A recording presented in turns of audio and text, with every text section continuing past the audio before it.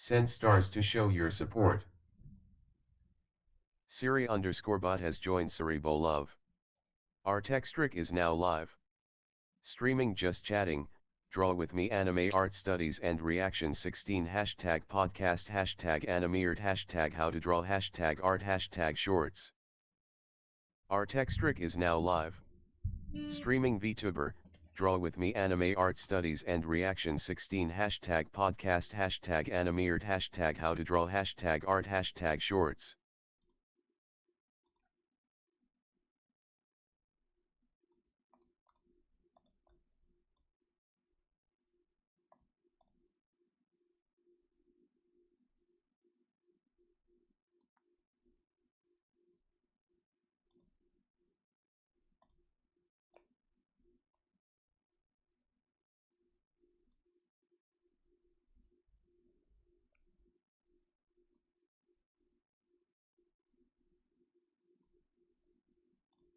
Bot Rix has correctly joined the channel.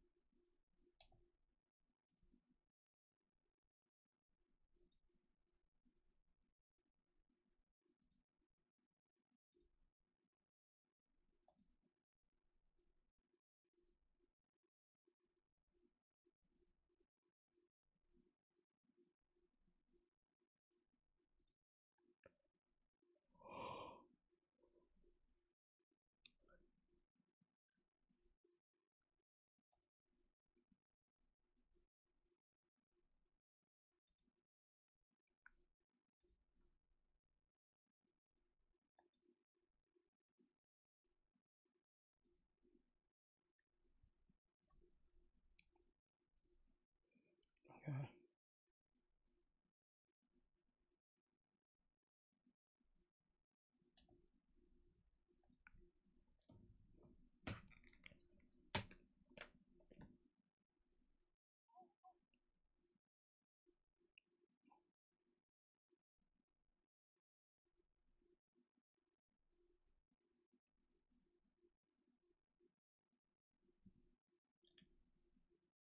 Wow. Okay, just read that. Hmm.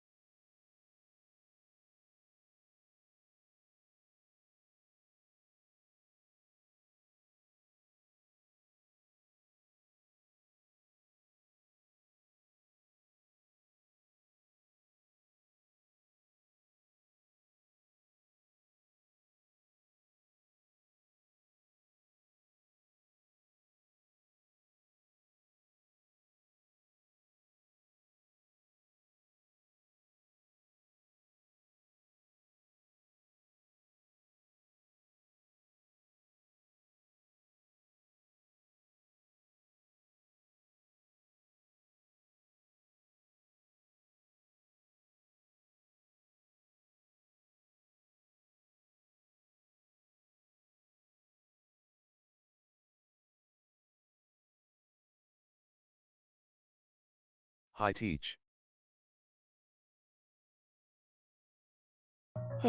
Hello. Fish at $L$UNUW at R for X 105 likes. Now we have the overall idea of what we're doing. Now what we need to do is start inserting said character in this. Now, who do I have not drawn yet? I don't think I've drawn one of the girls from Skull Girls. Okay, there we go. Fish at $L$UNUW at R for X 196 likes.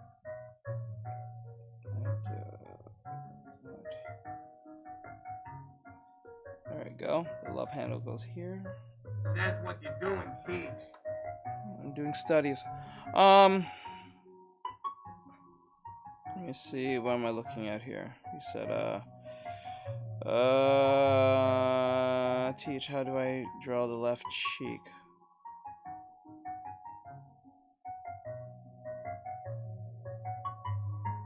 How do I draw the left cheek? Every attempt isn't good. It's too straight or Says I too know skinny. this is a little early, but I sent something in Discord. The face Need a is little too. advice. The face needs to be rounded.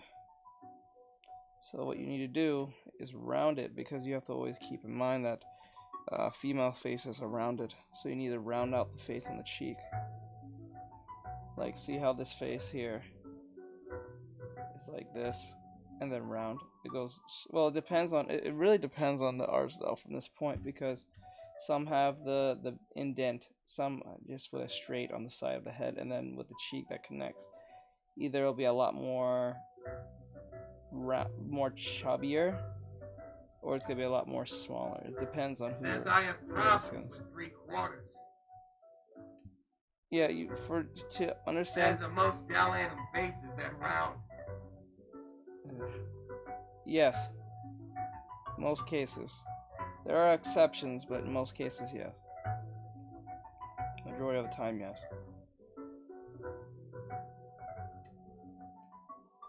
The only time when you draw the female with more harder traits is when they want to be more, they're portraying the character to be more masculine looking.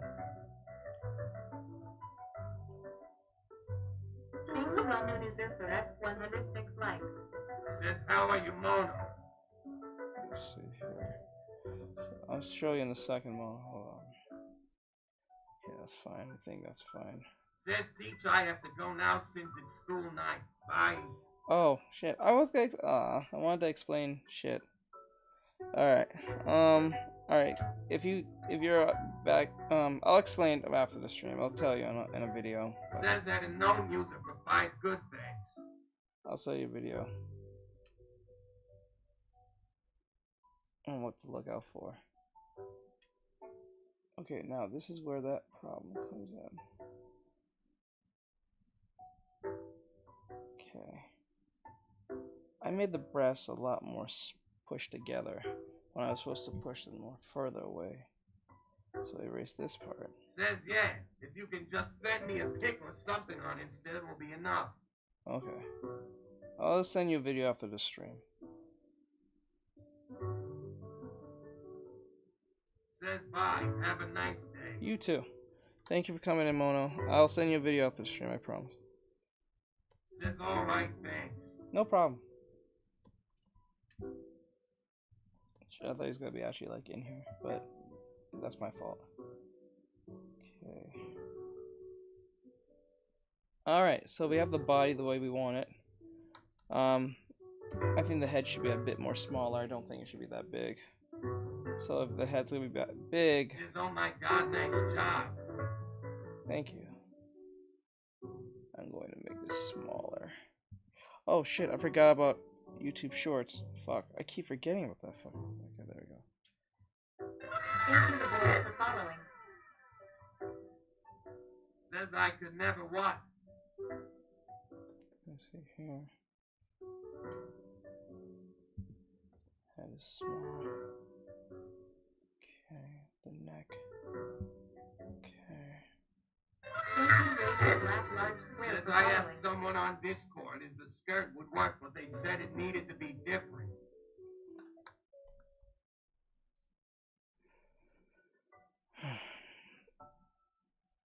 Says this looks wonderful. Thank you, Soldier, for Thank you. following. Now, hey Teach, just a quick question. Would I draw the skirt in a similar way on her waist? No, it won't be the same. That's awesome. It depends on the action itself. So like, for instance, this character here is wearing a skirt. So if I were to turn this down a little bit,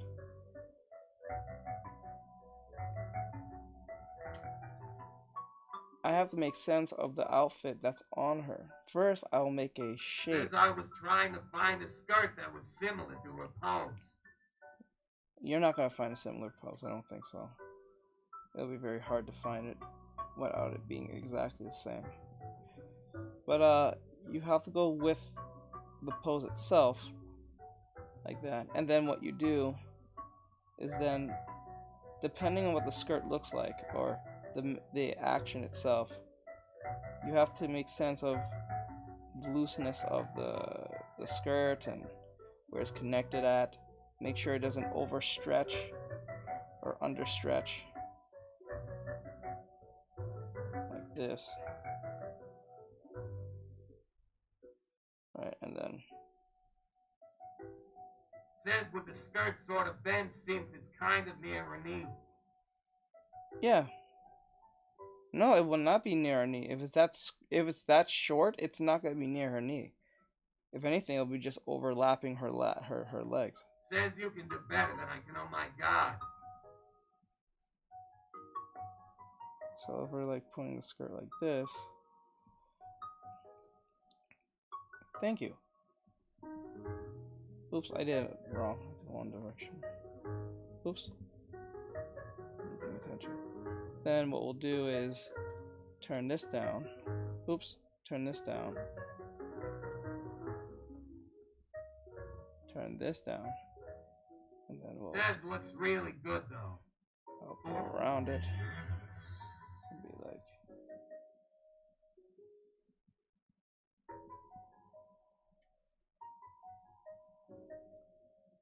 actually, I would make it more fun like this, if Says possible. hi. Hello. Like that. Like that. Alright.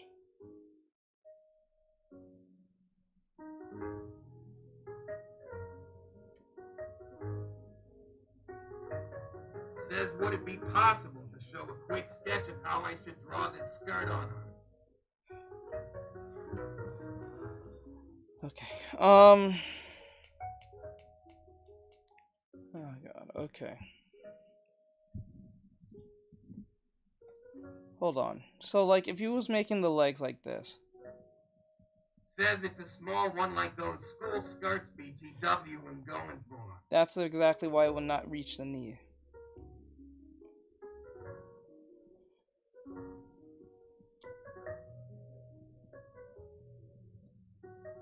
So if Says the what are you legs drawing? are going like this, I'm doing a lesson for a student. Thank you, Bonnie Martinez, for following. Oops. Okay, like that. And the legs are being like this. Let's say these are the feet for right now. Right, if the feet are going like this. Says right sorry. My brain's not braining today. So like if it goes like this.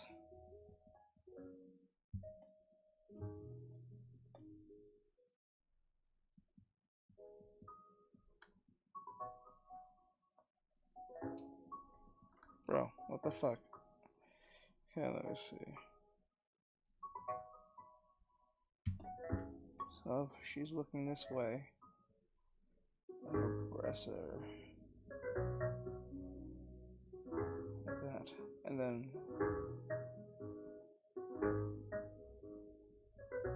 Says hi. hello, hello. Like that, right? And the head is like looking this way. let's just say it's looking this way. The skirt itself will be only, it can go so far. It will be just ultimately depending on how loose it is.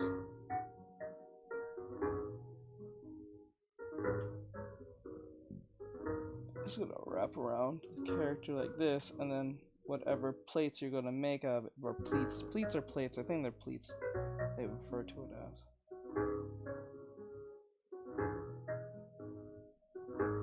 Says it would be kind of tight around her waist since it's a school skirt, right? Yeah, but it doesn't matter from the tightness around the waist is gonna be pretty much irrelevant because it's gonna have to be tight for it to be there in the first place. But the issue that you're having is that you're talking about it going over the legs. There's so much movement that's happening. So little movement that's happening. The only thing you have to worry about is if it's making sense to whatever air that's happening. So Says gotcha. I asked because it's short. I'm saying like it'll wrap around the character and then you make the pleats right after. I'm saying like that's how it usually works.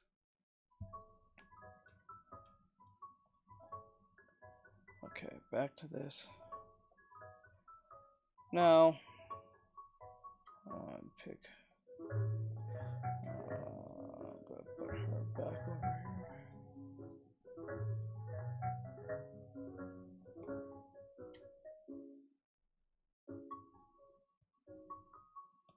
Says okay, I think I understand it now. Yeah, it's all about where the legs are positioned, and then you just follow that alongside that.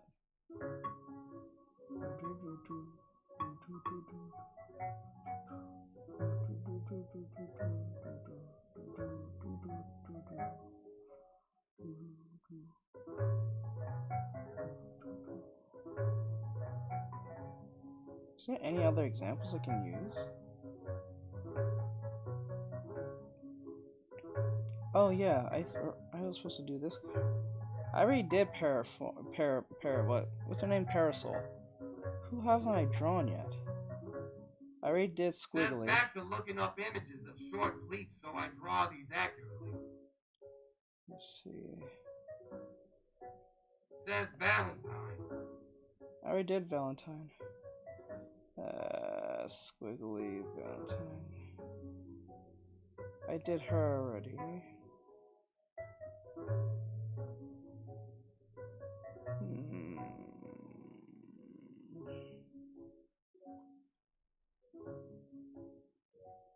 Come on, I'm trying to find one. What am I missing? Hold on. Let me go to...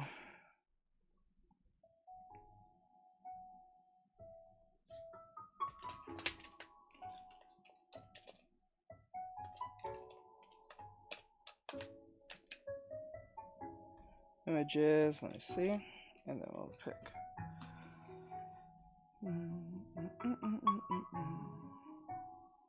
Oh, her. Okay. Definitely good. Okay.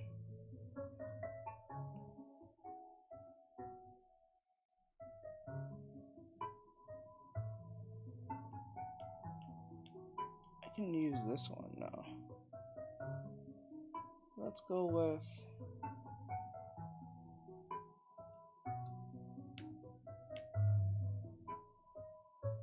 this one.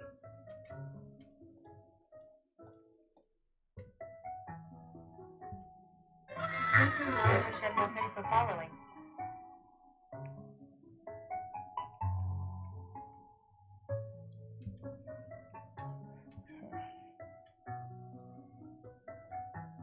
Says I think if I'm not mistaken in thinking of sailor skirts.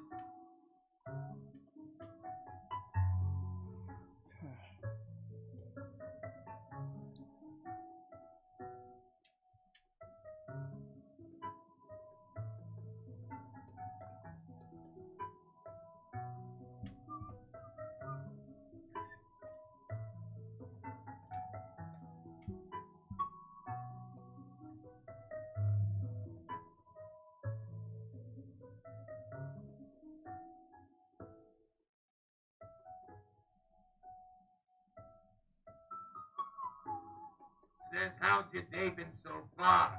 It's been alright. It's been busy. It's been alright. Okay, let's see. Come on. Thank you, David, for following. Thank you, Capsule FIGS, for following. Thank you for the follows, I do appreciate it. Thank you, Dior Jones, for following. Okay, there's right there.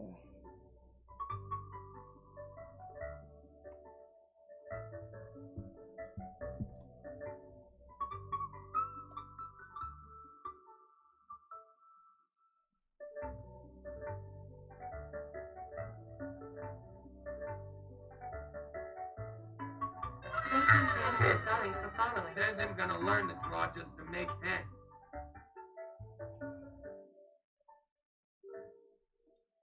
Good luck on that one. Make the breast way too big on that one.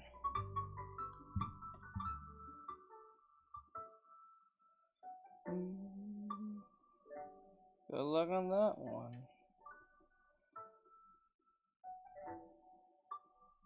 Says low. Okay. Hands about here. Now we're gonna fix the upper half here. Put over here. Okay. Thank you, Fabrizio, Put the for hand following. here. Head's too Says big. I mean it does get a lot of viewers on TikTok.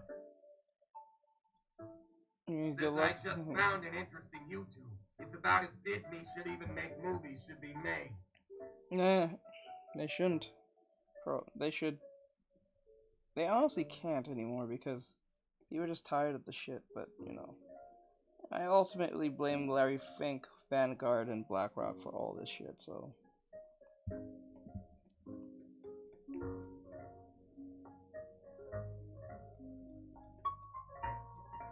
Says Clownfish TV just dropped it, so I'm seeing what their opinion is on it. Says Disney is dying low. Yeah, Disney's been dying for a while now. We'll do another reaction later, but I already have 2 videos that's up for reactions. That's up. Now what we're gonna do, put our hands about here. Now what we're gonna do is put this, if I'm looking at it right. Says a lot of the movies they put out aren't even fun anymore, Ingle. There was for a while. Because they pander way too Says that a known user provide true. Pander too fucking Says much. real.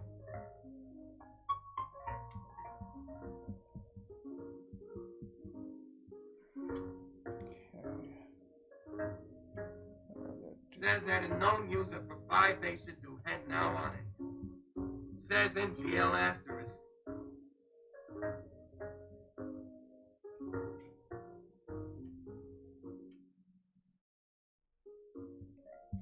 Okay.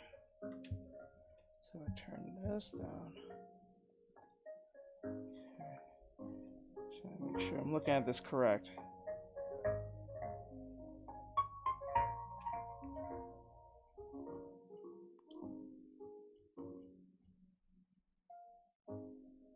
Oh, okay. So says what's that on her head exactly. You'll see.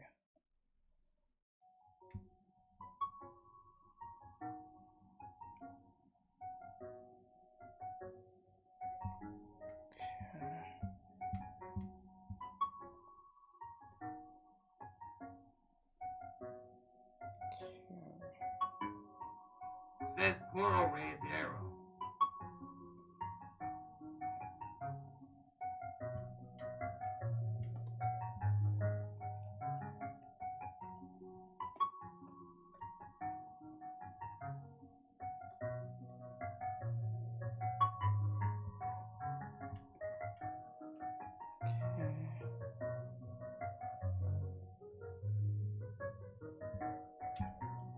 Says pure scratching post.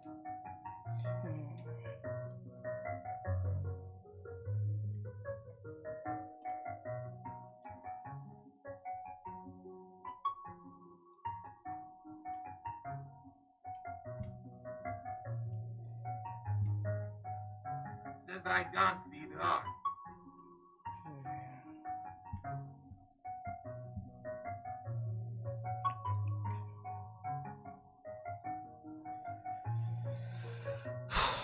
Okay, this is correct. Okay, like that.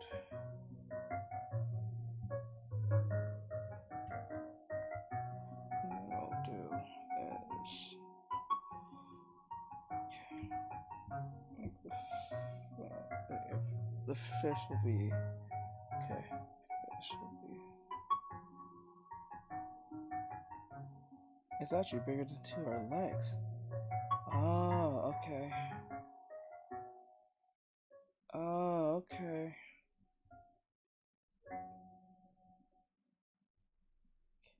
And then our leg.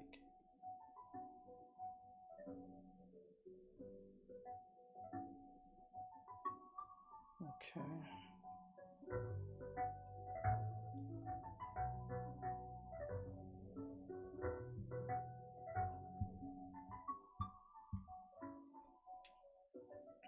Okay. Then we go up the skirt.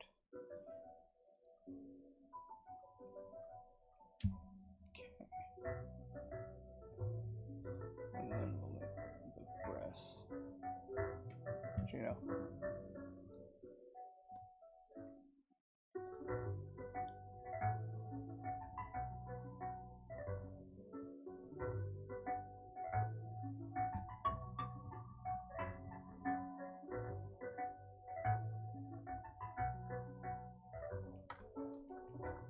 If I make that bigger, it's not gonna make much sense.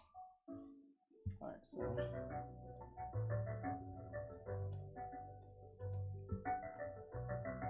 right. The head looks kind of weird and wonk, so we're gonna fix that. This is a code. So like that, like that.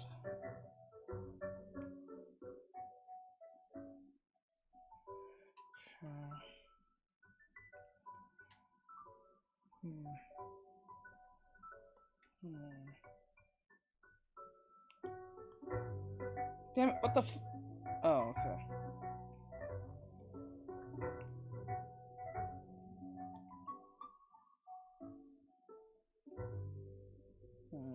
Maybe not this one.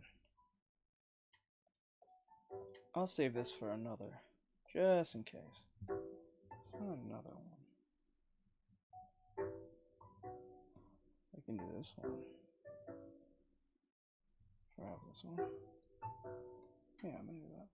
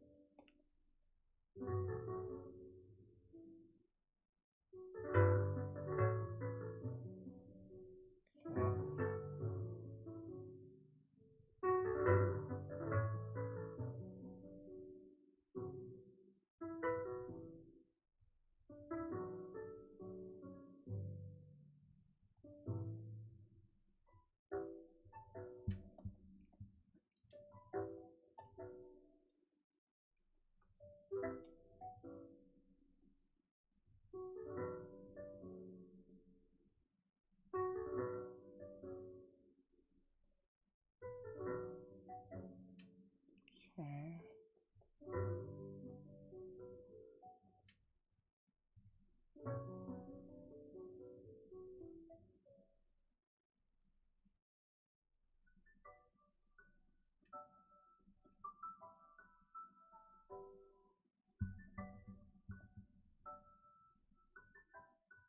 Okay. Now the leg here. Says what happened to the other one. Got rid of it.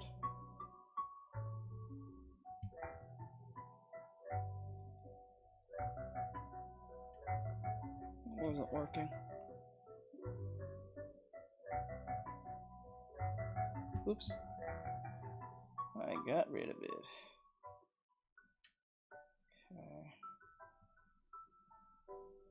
Legs over here. Okay. And the legs about here.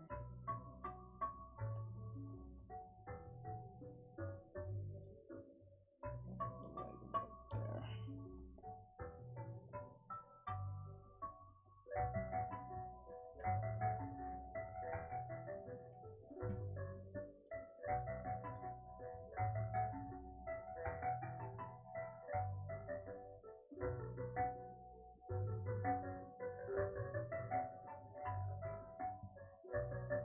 Head is too small, we gotta make it a bit bigger. All we need to do is grab the head.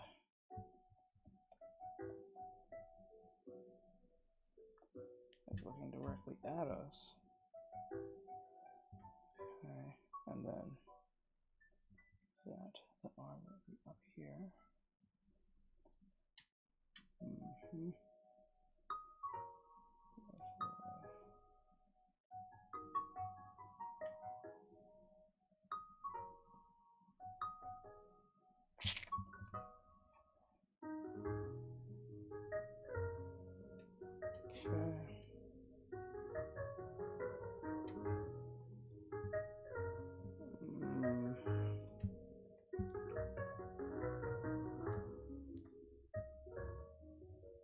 Says, how are you?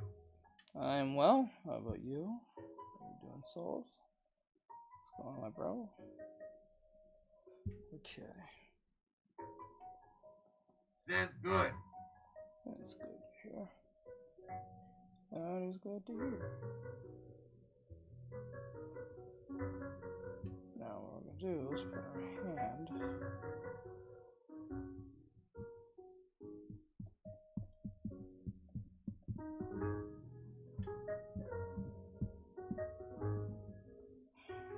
doing arms like this. Okay, the arm back here. Says, has my perspective gotten better? Yeah. Now, to make it more accurate with your perspective, see how well if everything lines up. Did you use lines or no?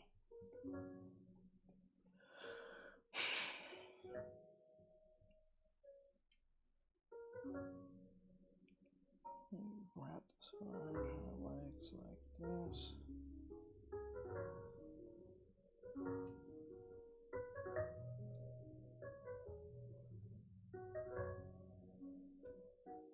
Okay.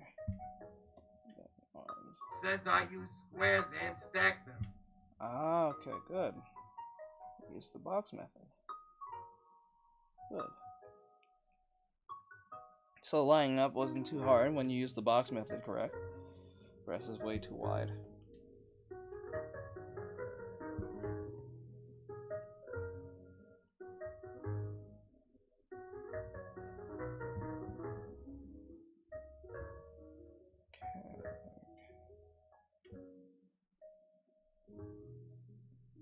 Okay, the shoulder up. The shoulder was up like this. Says, dude, you've grown so much. I remember when you only had around 800 followers. Yeah. Says, no, it was fine. I actually found it fun. Okay, good. Well, as long as it gives you any form of joy, then I think it did its job. In most cases, as long as it keeps you drawing, then all that matters. Now right here is where the problem comes in.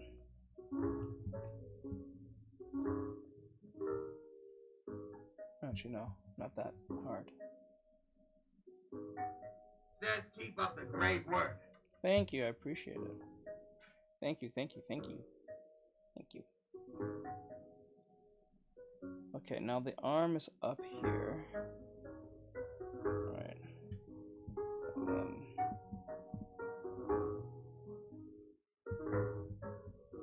Says, teach me how to draw like that. become a student. To become a student, you have to be a subscriber.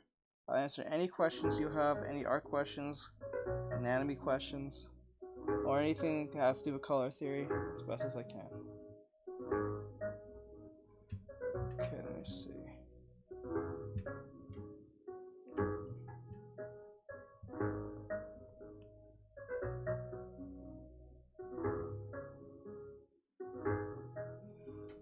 Okay, now this is where the problem comes in. I'm gonna try to fix it, make that more defined. Let me see. Like that, right? Head up like that. Right, and then head. Right. Okay. Now the arms here looking really boring. So we have to make sure. I know how to draw the body and hair. I just need to know how to draw the face and characteristics. Says Teach, you're not going to believe what they're doing to Bluey. I already know.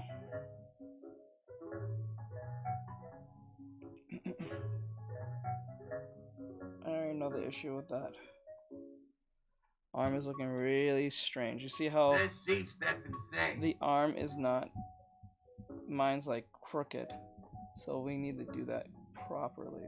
Says wait, what happened to Bluey? They're gonna stop the show to do some degenerate shit. They're gonna stop the show to make a new show for about some type of degenerate nonsense or some shit. Something that has to do with some boy having a sexual like awakening or some shit. Says woke always destroys. Yeah, it always destroys. It never makes things better. It makes things divisive and problematic, and it causes more division than it does. And it's usually just fake people trying to make money or grift or fuck. So it's not real. Most of it's not real. It's usually just corporate shit trying to make money, because that's what ultimately what they're trying to do. It's not because they're virtuous or they're such a higher than thou type people. It's usually because they're just trying to make money any which way they can. So that's usually ultimately, it makes sense because Says why are they messing up a kid's show that's embarrassing on many levels? Because they're trying to. Says yep, also for the sake of pandering, ultimately to look good in the ESG scores. That's it, nothing more. They'll sacrifice a good show for a terrible one just for ESG scores. That's it. There's nothing more to it. That's pretty much what it is. I already explained this thousands of times on the reactions, but like it's literally what it is. The arms are looking really strange. Okay. Says I wouldn't even let my own kids watch what they're doing. Yeah, you can't leave your kids to watch a kid show out some bullshit pandering or messaging or some type of degenerate shit.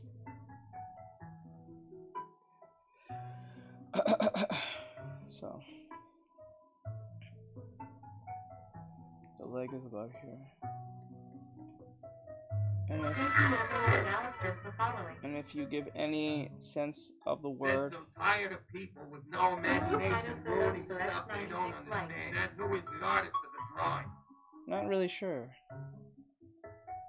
But I'm doing studies, so it's not even like I'm trying to draw this character. I'm trying to figure out the study, figuring out the pose itself.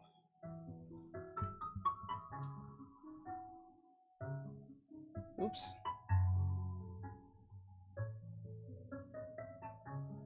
I'm gonna wrap this around here.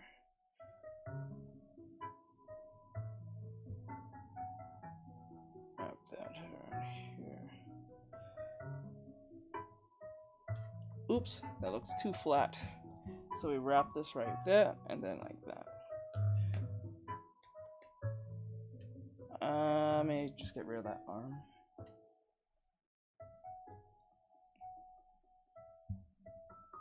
Okay, now I'm gonna just fix this one here. Go up here.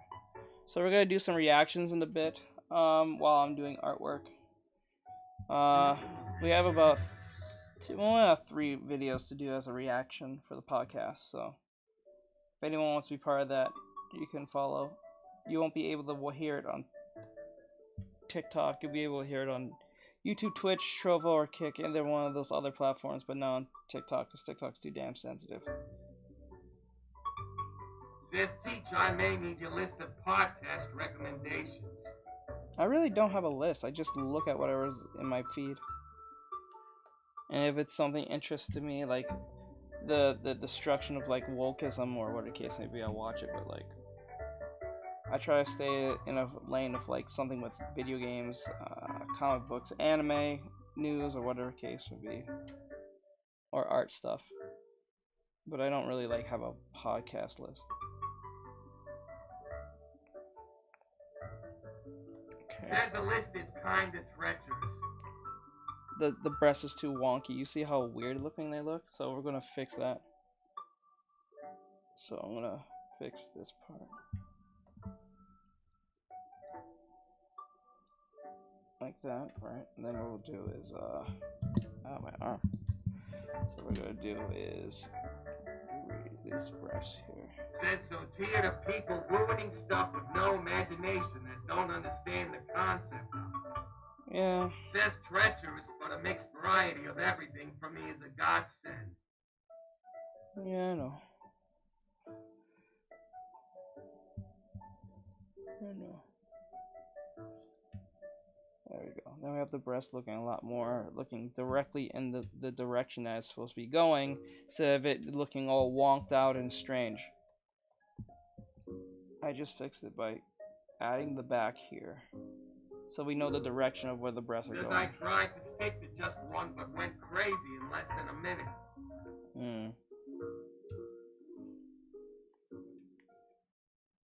Now they seem a lot more even than they were before. Says nice work on the progress. Yeah, because the breast, the direction of the breast was looking like it was going like this way, and then the other one was kind of like being pushed in. It was looking really strange, but we got it to fix, so we fixed it. So now what we're going to do is try and make sure this doesn't really connect, but they look like they're about to connect. Now we need to fix this arm here, the arm right here, and have an overlap here. Says they look kind of off in the reference. Is it cause she's leaning sort of? She's leaning sort of, but mine's going to be directly looking this way. Hers is leaning. The person who drew this have them leaning more. I'm showing more of the back, so that's why the breast is looking this way. So it won't be the same. Says is that reference AI generated? No. Says I got you. Actually, maybe it is. I'm not even sure. Can't tell these days anymore. Fucking can't tell these days. Well, most cases you can, but like... Says I use the good old water balloon technique for drawing and possessing. Good. Okay, now we got that. Okay. You know what? I'll just put up the other arm behind her. I was gonna put her hand out, but like... No, that looks weird, because it looks like... Okay. Okay, so what I'll do is... Says I honestly can't tell with half the poses I see on Pinterest if they're generated or not. Says I just pick one and stick with it.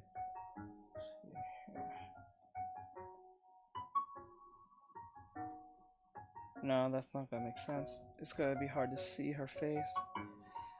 So what I'll do is erase both arms.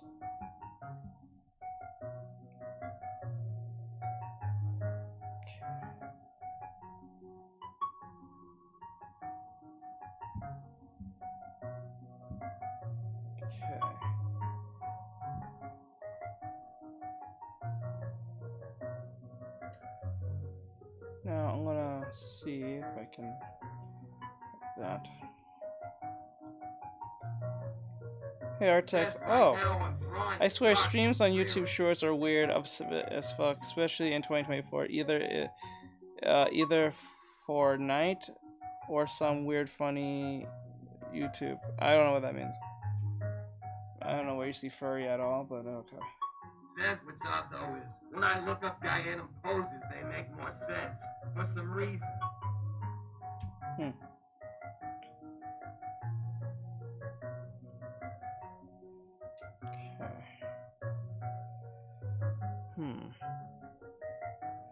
Now let me get rid of this shoulder.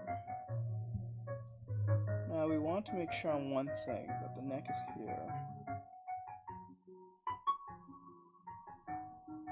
Like that, right? Don't make it it too dark so we look like it's too messy to read. Okay. There we go.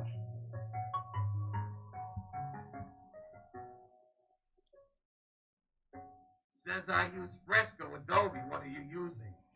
Clip Studio Paint. Okay. Now, the leg here, I think is too straightened. So we need to... Yeah. That was too straightened. Okay, there we go. Now I gotta make this more 3D. Fucking ruined it. Okay. Like that. There we go. And then the shoe will be like there. Now her other leg. I don't know if we should we just leave it alone. No, I ain't tried. Don't even try. Leave it alone. Don't even try. Leave it alone. I think I just ruined it even more. Now I'm gonna grab.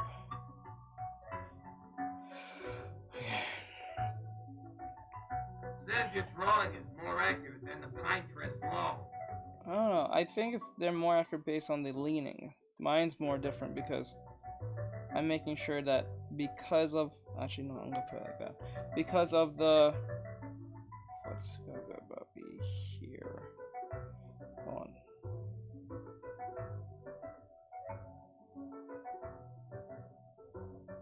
I think it'll be like that. I don't think that's correct, but I'll see. Thank you, Alex, for following. Depending on the angle. Elongation of this leg needs to be... Thank you, Cat, for following. Needs to be pulled out more. Okay, we gotta get that length to be quite the same. It's not. So we need to pull this out more.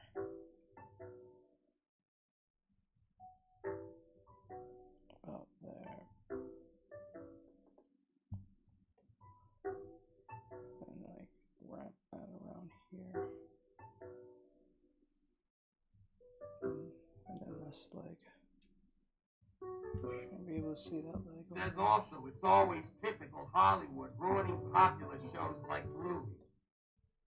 Yeah, they have a knack to have like one good thing going and then just fucks it all up because of some activist or some fucking stupid person says something insane, and they go like Disney will snap their neck towards someone who made like a minority person who makes like a response about some movie that went well, and then fundamentally change it because Says of you should see what they did to Bob the Builder. We had that conversation the other day. Thank you for X99 likes. Okay, like that. The leg is about there. So the foot will be almost not seen from this angle. Okay, so what we'll do is, I think if I make it like,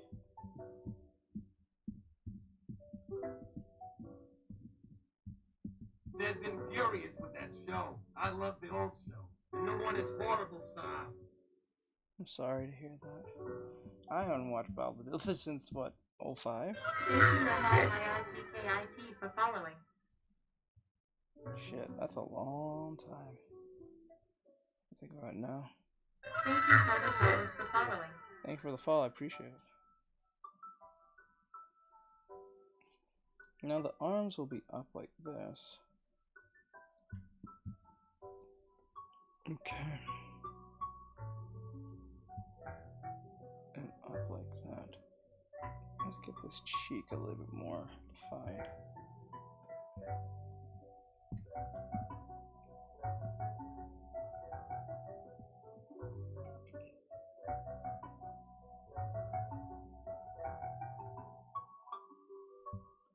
Says people will flock to Chip Chiller, that rip off of Bluey from Ben Shapiro Law. I have no idea what that is.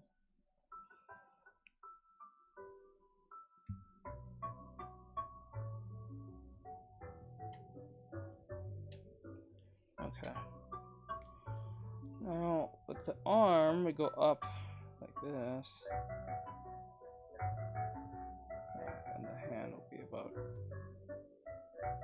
here.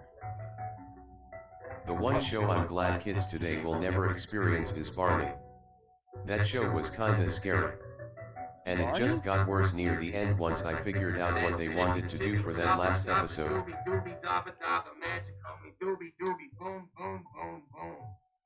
Not really sure what... Wait, Barney? I don't know about that one. I thought Barney was just fine. Oh no, that's new to me. I never heard of that show before. I'm guessing this must be on like, what is that? What's that thing? Says NMAJI-NMIZU and what I tarnations. Let's see. Says the purple dinosaur. I have no idea. I have no issue with Barney in the slice. I don't think Barney was that problematic. To be honest, I don't think there was nothing wrong with Barney at all. Says what? Says Barney scared me.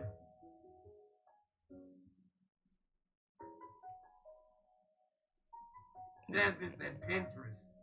Yeah. I'm making it. Wrap this around. Says you would if you learned what they almost did in the last episode. If it's something insane, please not repeat what it is. Okay, let me see here. Now what we're gonna do, since this is a study, I'm not really drawing this character.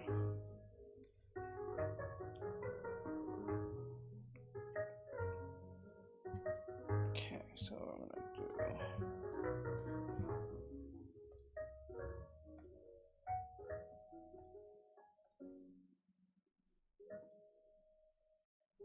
Okay, the light will come.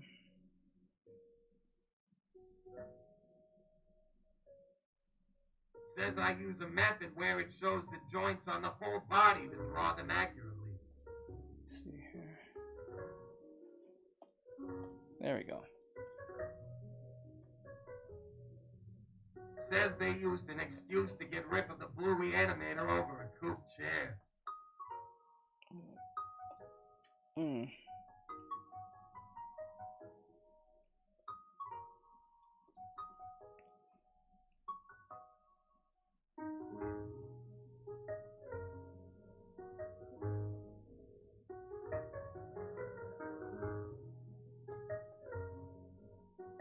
See that.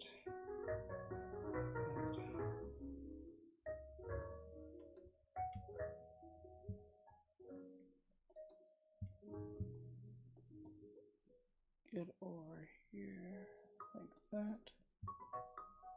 And then like that. Right, and then what we'll do is over here we'll have a little bit of shadow in here too. And the breast here will probably have a bit shadow here too. Says I'm so old I even remember the old show called the Doodle Bops. Oh yeah, I remember that, Doodle Bops. Holy shit.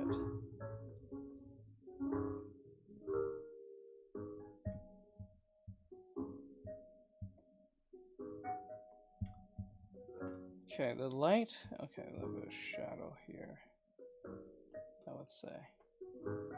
Now, it won't be this harsh, but let's just say it was. Oh, I'm not gonna say it would be this harsh of a shadow, but let's just say it was. First thing, what we need to do is we need to soften the edges here, and then soften a little bit here.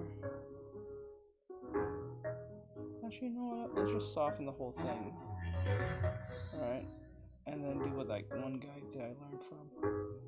Okay. Says, do you study much shadow work, teach? I'm doing that now.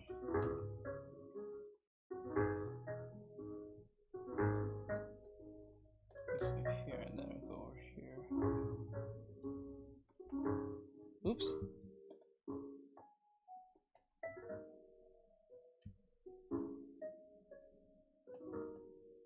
Okay, and then let me see.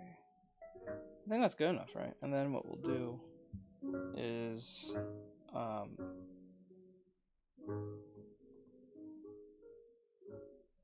There we go. Now what we're gonna do is put a little bit of shadow here. Well, not a lot of shadow, but like some shadow there.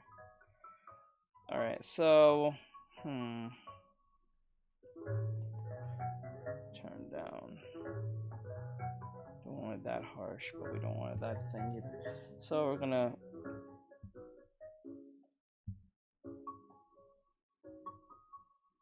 and then one down. Okay, so right under the breast over here. Actually, we'll put the ambient, the reflected light in. So what I'll do is this is one over, and then what we'll do is get the ambient light. Right, and then we'll do is the light will be like here.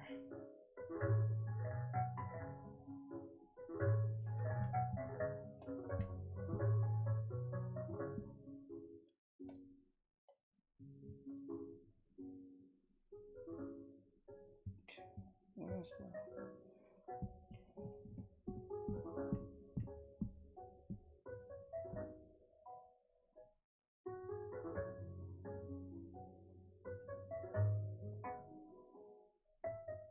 like that, because it's close to the floor. So there'll be some ambient light happening on the side. A little bit, and then on the breast a little bit.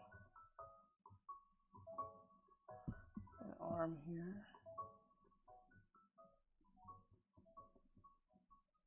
Okay, the face. And then what we'll do... Oh shit! Wrong place. Damn it! I hate when that shit happens. Says just a question. Do you find shading easier on gals or anim guys? It doesn't make a difference. Because once you know how to shade, it doesn't really matter what object it is.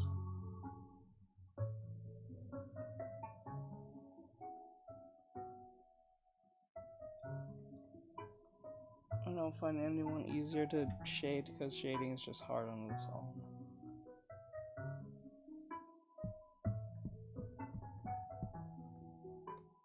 Okay.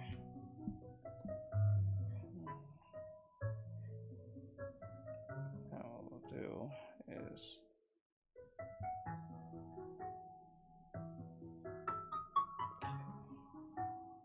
and then what we'll do is get the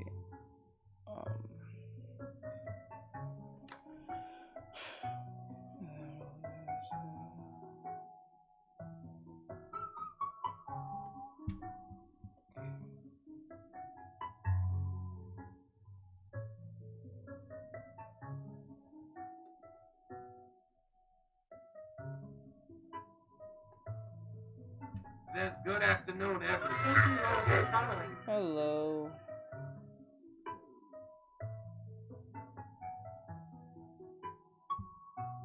Shit. Says hi, Bri. Hello, Bri.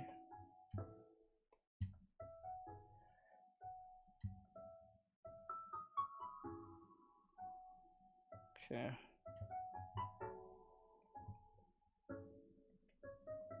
Linear burn.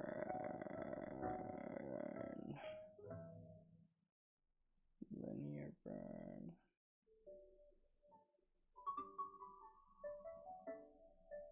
Says hi, Ari.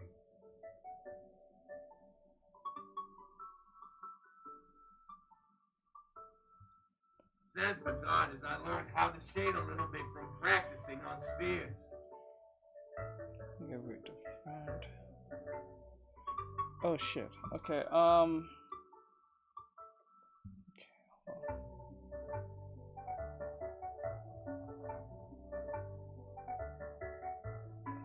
Goodness gracious, what am I seeing? Like, it's good, but inappropriate. How is it inappropriate? Tell me what's the inappropriate thing. Please tell me. Is it because you see a female, therefore?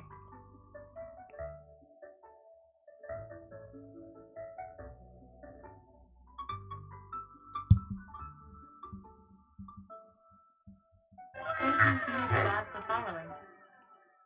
No clothes. There's no skin. What the fuck? There's no ears. Hey, There's no mouth. sad face. There's no eyes. There's no tits. There's no feet. And there's no fingers.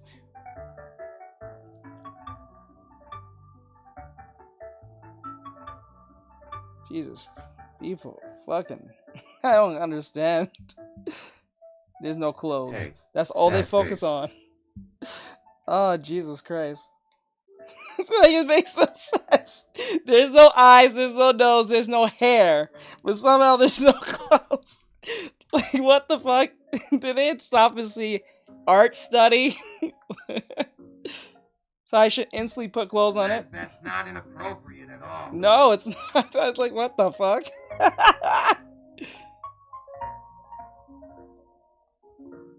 Oh, jeez, that's funny. Okay, I think that looks fine. Now, this is just a focus on the shading, 9 times out of 10. I didn't see what the... Yeah, obviously. My mom won't let me make a YouTube account. Didn't stop and read the So title. sad. Fucking... I don't understand. But it's fine. Alright. Says that's decent, if anything. It's Yes. not his drawing the other details. Let me see. Oh, the breast here needs a little bit more.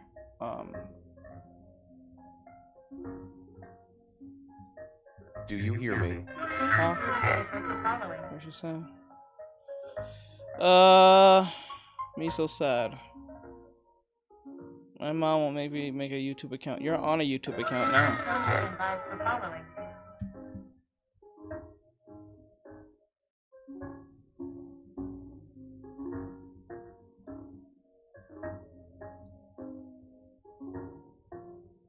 Like that. No, but this one bad. Alright. I don't know what to tell you. This my old one. I don't know what to tell you, bro.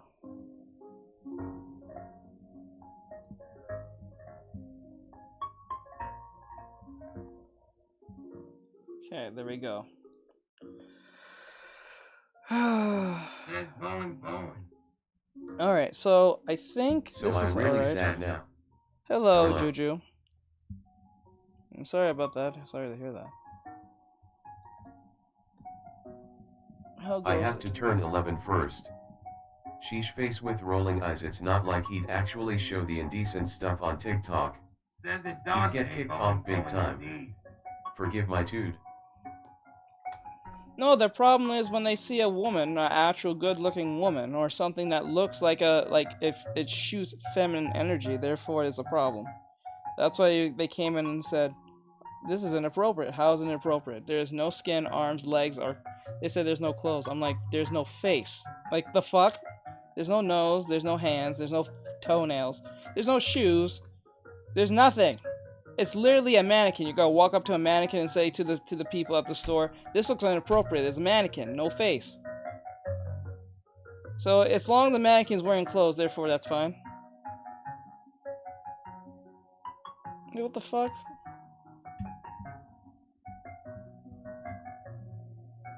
So if I made a mannequin of a dog, is that problematic? Just don't know when to keep quiet. I don't know. I'm sorry you have to deal with them too. Thumbs up. That shit is crazy to me. What's up, Juju? How's life going? And they don't have the lack of self-awareness. And then the funniest part is that if you go into their profile, whether it be Twitter or whatever the case may be, they'll be posting the most degenerate shit ever. I was like, what the fuck?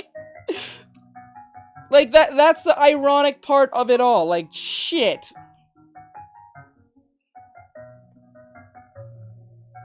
That is wild. How? Says I don't know many places that'll even show those other stuff. They'll be in the furry shit or some crazy insane stuff. Very sus shit. And then they'll be like, this is problematic from someone else. I don't get it. That shit is so weird. The weirdest shit I've ever seen.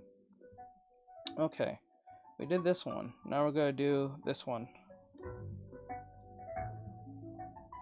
Says I want to learn how to draw it, but he never posted. Says is drawing on a computer or mobile device easier than with pencil and paper. I would Life's say in some okay. parts, yes. That's okay. That's good. We'll bring it to the stream, my bro. Okay, so yeah, life, like, it is easier on certain aspects. You can get away with a lot in the sense of you don't have to worry about, well, the only reason why I went to digital is not because of that. I got into digital because you don't have to worry about all that, the bullshit with the whole, you know, knowing how, like, having a bunch of, like, paper and stupid, like, tools and stuff that you need for traditional. That's really what it is. If you want to do all that crazy shit. For me, when I do traditional work, it's just a pen and a paper. I don't even use pencil anymore. I think it's best if you learn with pen because it makes you think much more intuitively and much more. You'll think more, like, using a pen for drawing is like playing a game like Dark Souls because you can't erase what you did. Well, you can, but like you can't erase what you did. You have to think pretty logically, and you can't just go into a fight without, you know, having the right stuff on, unless you're a high level or some shit. But I'm just saying, like, if you're first starting playing like something like Dark Souls or Elden Ring, you have to go in playing pretty smart, unless you're really like quick with the draw with the reactions. But I'm just saying, like, you just need to play it smart, right? So that's how I look at it when you're drawing with pencil or pen or paper. So I would use pen so it makes you think and not rely on the eraser button. Or the eraser button. The eraser in general.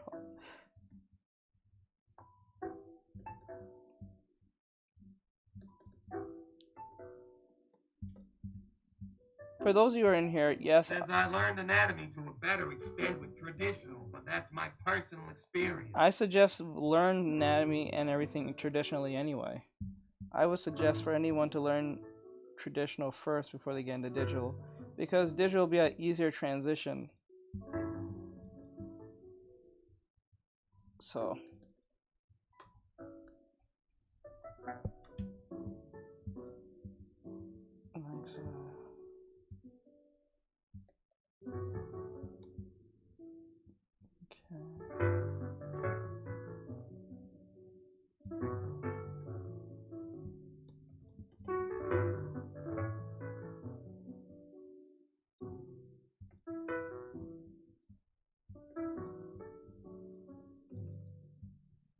okay, like that. For those of you who don't know, I am an art teacher, so I teach art, anime art. If you're trying to learn, you have to become a student. To become a student, you have to subscribe on TikTok. That's it. And it's extremely Says traditional is an easier medium for me cause I can manipulate the way a pose goes, etc. Thank you, Jen Michael, for following. Well, it's not like you can't do that on digital as well, but I think there's more steps when it comes to traditional. But but I don't think you're wrong either. If you have a method that makes it easier for you, then that's awesome. But most people are extremely lazy when they have to. Says yo, that's really cool. I hope to become good like that with enough practice one day long. You can.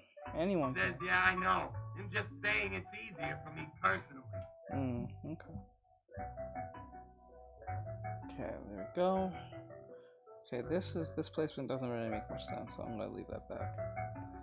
Okay, so the breast. If the light's coming, like that, yeah. Says hi. How are you? Nice RBTW. Hello, thank you. I appreciate it. I'm doing well. I hope you're doing well.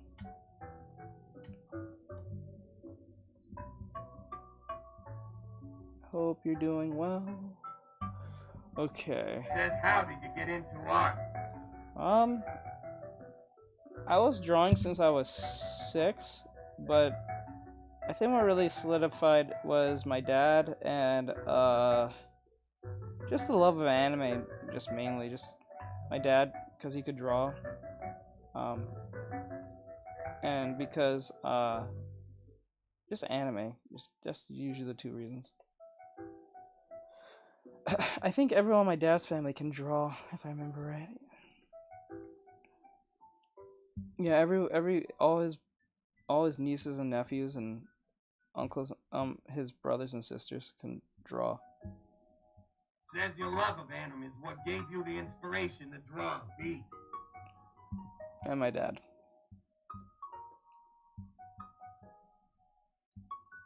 Okay. Now what we're going to do is we're going to soften the edges for now. I'm going to soften all the edges here. Says I kinda wanna say where I got mine, but I'm a bit nervous to say. Says just started following your nice art. Thank you. Okay, now what we're going to do is hard edge some of these. So because there's a bit of an edge here, I will put a bit of an edge here. Like that. So it looks more 3D as we go. Like that. And then let me see. I would say a little bit of an edge here. Right, and then a bit of an edge here. Right, and then we'll go here. Like that. Right.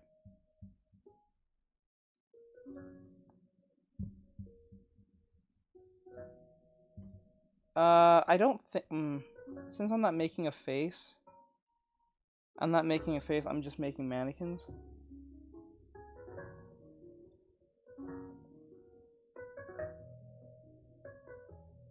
Like that, okay.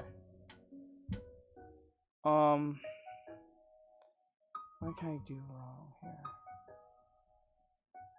No, that's fine here. But what we can do is, there we go.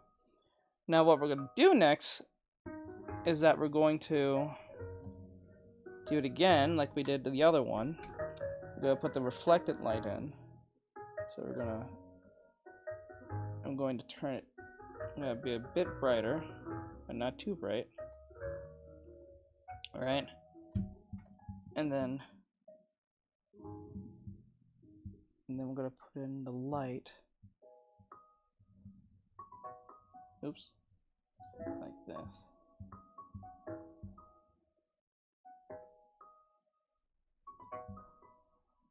That.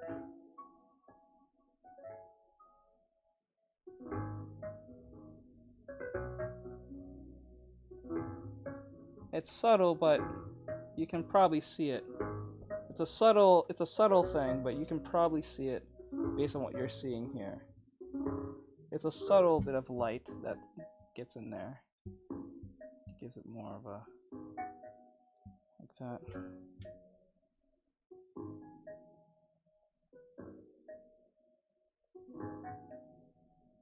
But it's only in the shadow. Okay.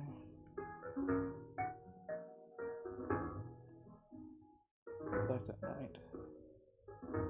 Okay. Okay.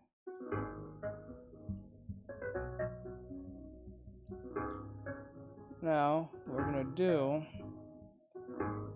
is probably blur that a little bit more.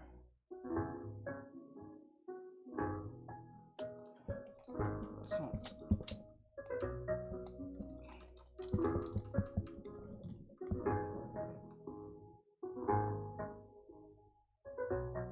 I never plugged this shit in? What the hell? Yo, I'm suffering from something, bro. How did I not? Okay, whatever.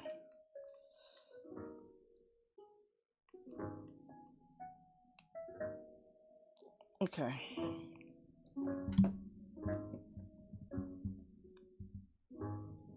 I'll put an overlay.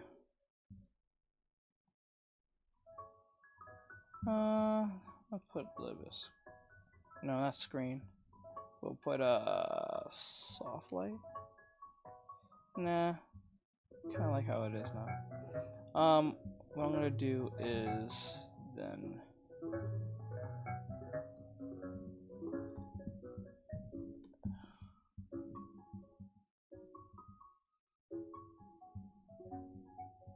Always know whenever you're doing anything like this that shit.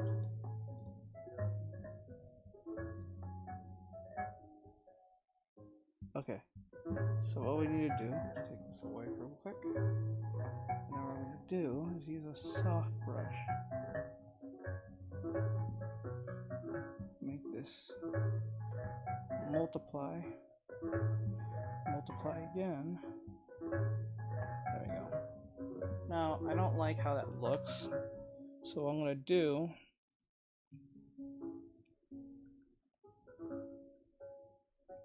hit this. Wait, no. Better yet. Just this, right? And then what we're going to do is X-ray for following. thank you for the follows. I appreciate it.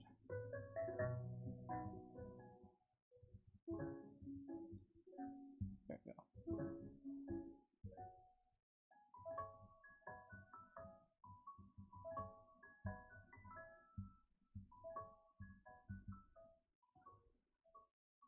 This is how you avoid your colors from getting muddy. Has anyone had that problem with having muddy colors? I'm pretty sure some of you has had that problem.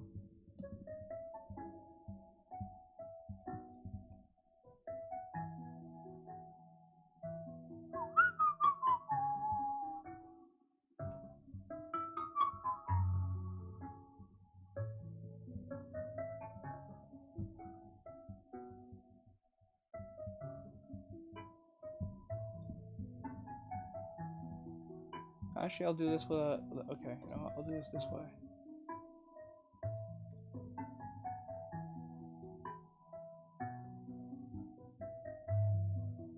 Okay, and then go over here. Like that. Not a lot. Like, you must use ambient occlusion, like the occlusion shadows, very sparingly. You don't want to overdo them. You want to be seen, but you don't want them to be overused. Because when you overuse them, then it looks kind of strange.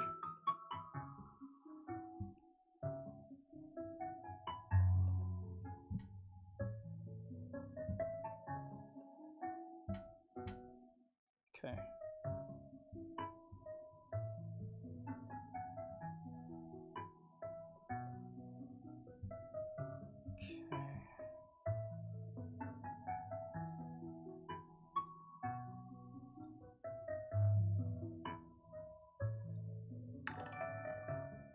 Thank you for the follow, I appreciate it, or the like. Yeah, thank you for the subscribe, I do appreciate it.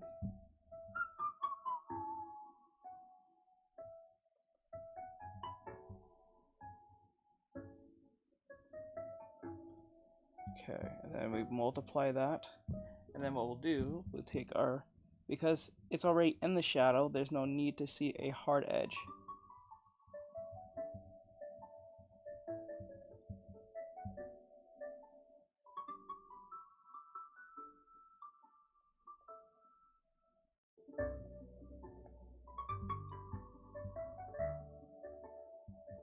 Okay.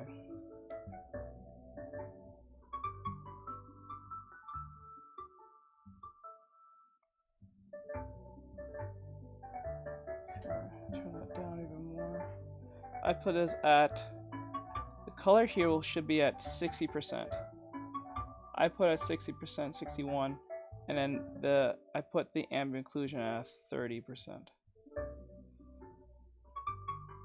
So it doesn't look so over exposed with shadow.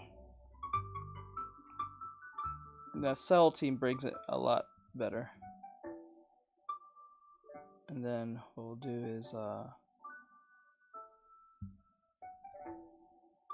like that. There we go.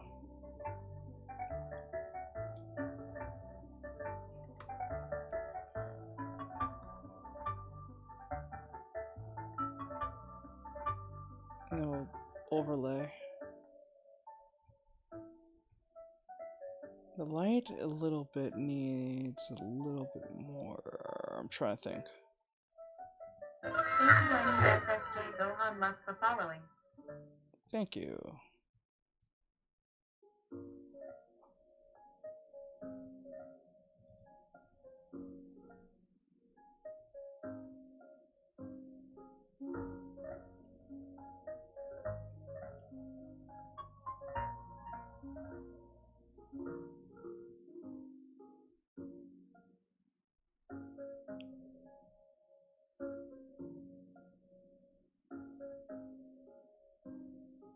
There we go.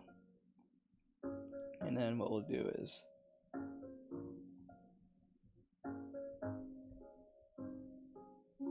overlay. But what I'll do is make it a bit more.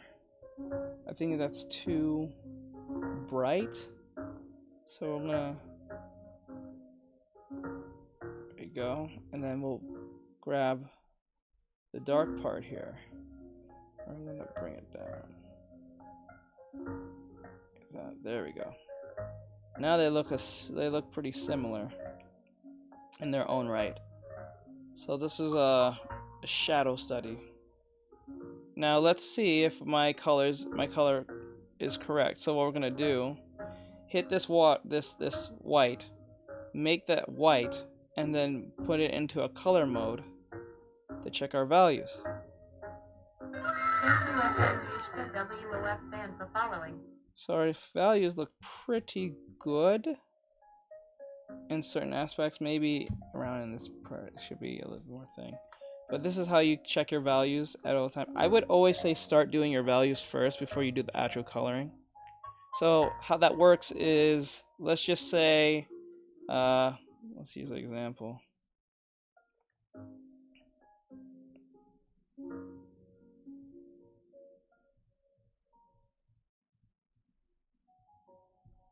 Okay, so let's use an example from yesterday. So like how this works is that actually let me check the thing on that too. I didn't even think about that till like now.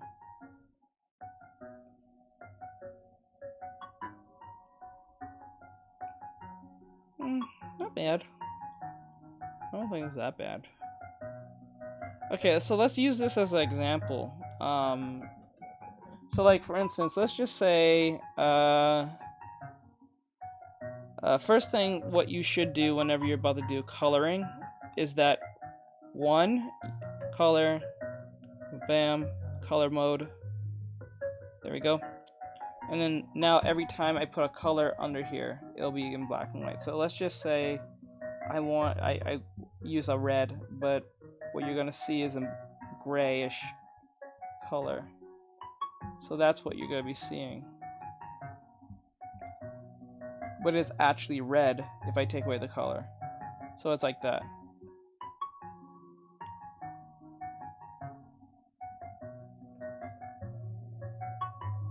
So as I'm doing this, I'm going to think of the light coming this way. So I'm going to draw this the way I want because of the direction of the light. Always remember the light's coming from the left, the color's gonna be on the right. The shading will be on the right. Everything's always on the opposite end.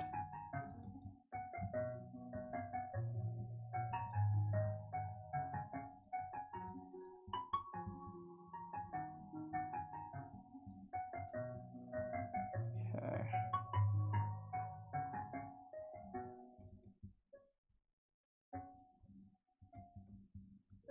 So just to be clear, even though it's in gray, it looks like it's in gray because the color filter's on, therefore we're still using red.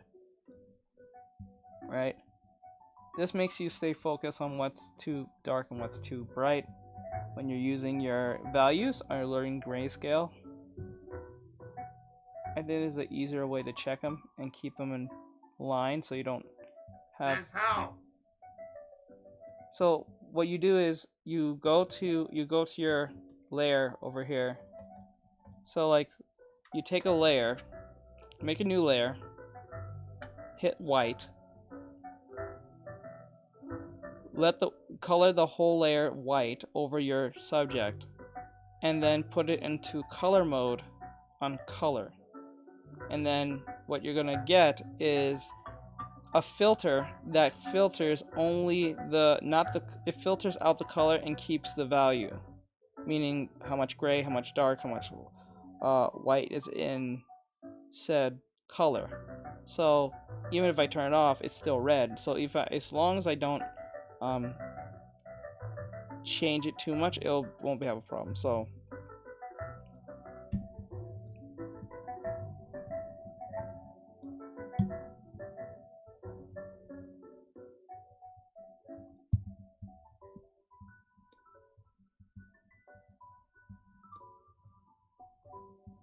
Says, oh, but you can't color pick though, so you'll have to eventually turn it off. oh, you can. Let me see. You can.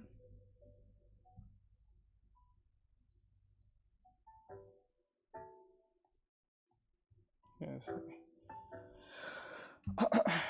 Well, if you keep up with your colors, so if you turn it off, it will be gray, because if you're like color picking, I understand what you're saying, but like if you stay cognizant and just go back to your thing every time, you won't have this problem.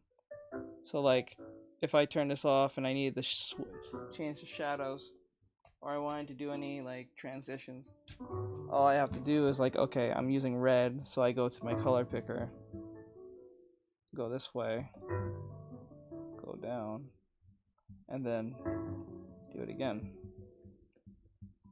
Oops.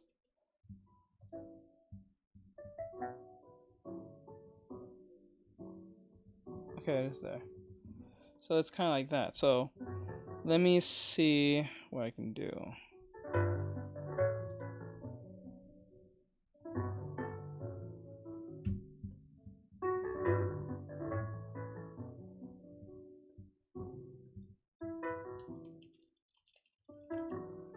So it really depends on how you're looking at it.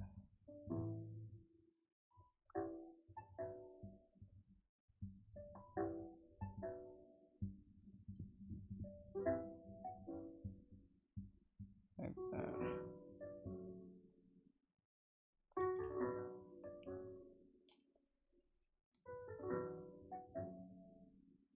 Okay, so let me just, okay. I didn't notice it till like right now.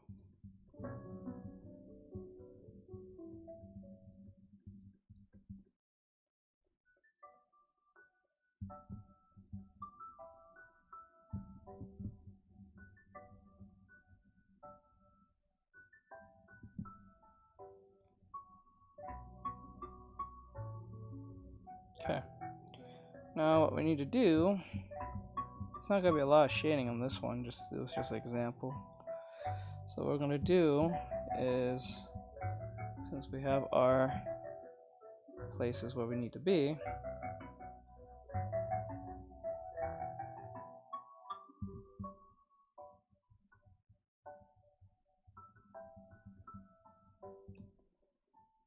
okay.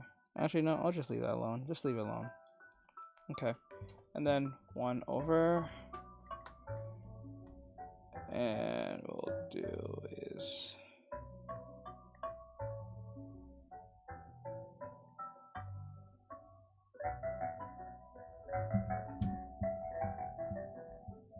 put the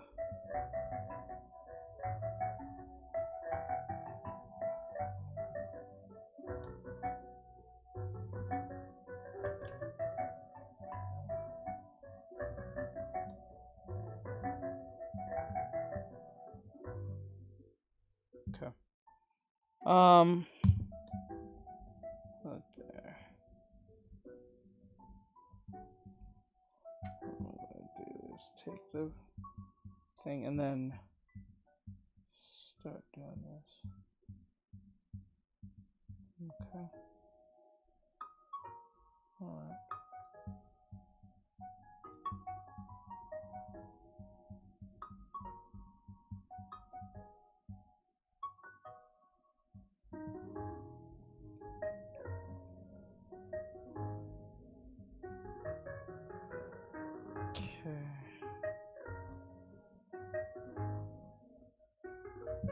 Okay, now I just softened the edges here completely, and this is something you shouldn't do only, and then call it shading. Everything needs edge variation. If you don't have edge variation, what's going to happen? You're going to have this issue where a lot of the colors look really weird. I mean, it looks really like someone used just a soft brush and called it shading. A lot of beginners do this, and when they start really getting into shading, that's the first thing they'll do. They'll rarely use the hard brush if they do.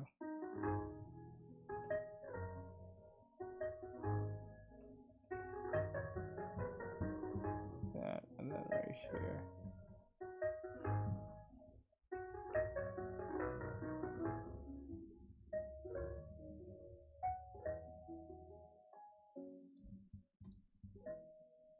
Okay. And now what we're gonna do is we're going to I'm gonna soften yeah.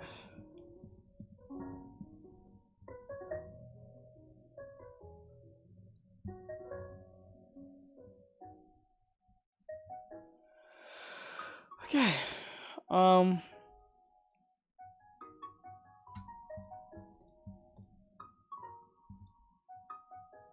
Ugh. Stupid.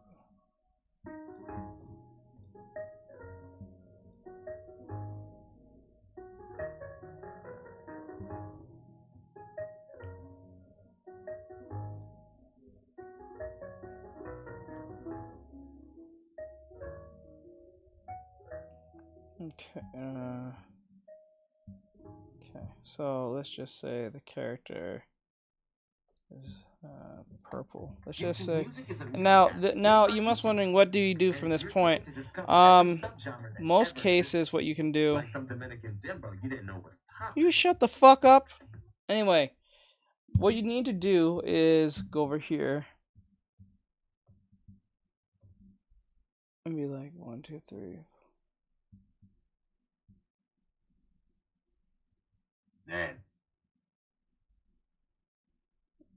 Let's just say the whole character was a purple individual, right?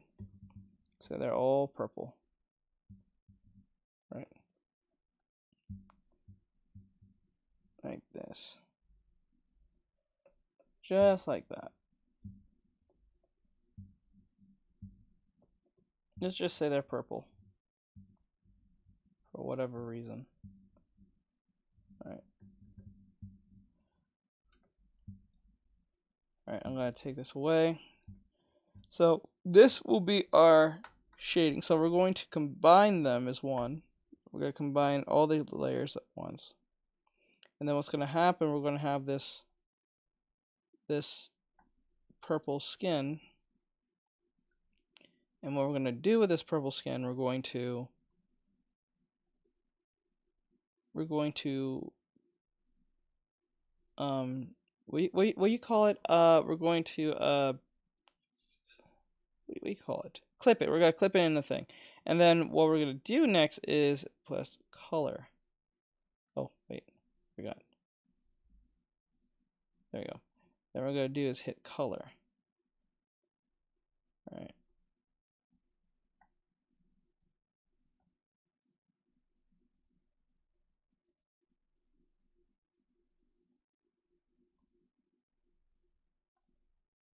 There we go. It's like we shaded with purple when we didn't. So what you should do whenever you're doing your colors is like first put in all the base colors, and then when you're about to shade, put it into a gradient filter like I did, and then start shading in black and white, and then when you turn it back on, all the shading will be in there automatically, so you don't have to do all the extra shit. So like it's much more easier to do and get things done faster in that sense. So it's really up to you to want to do that if you want, but you don't have to. There's other ways of doing it, a lot of things. It's not the one way of doing it right, but it's a way nonetheless. So yeah.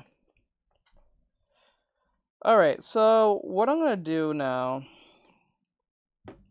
what I'm gonna do now is that I'm going to what's the right word?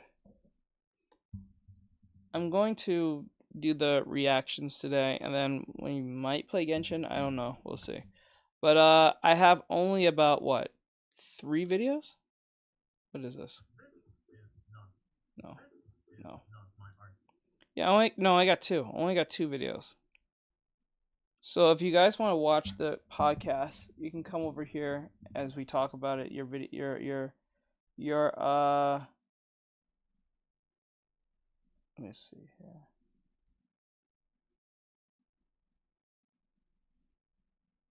I think this one's fine. No, hold on. We'll see. Oh, this one's fine. I think it's a little bit more tame. Okay. So what you want to do? So what we're gonna do is do the podcast. So if you want to be part of it, come over here on YouTube or Twitch, Trovo, Kick, or whatever case may be. You won't be able to hear it on YouTube.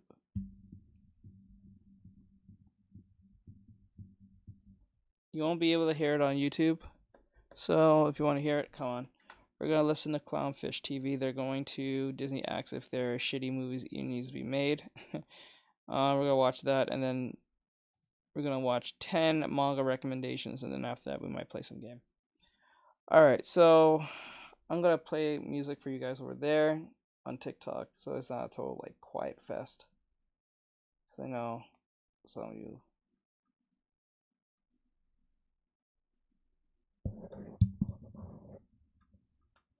Alright. I'm going to switch this off. Okay.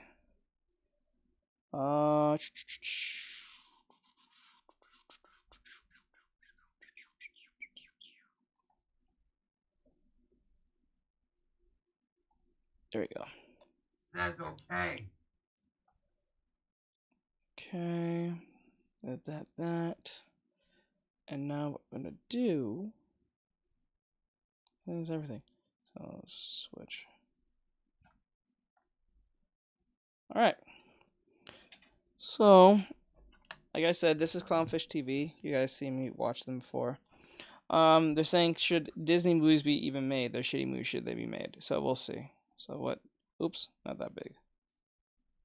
Okay, there we go. Theater mode. And here we go.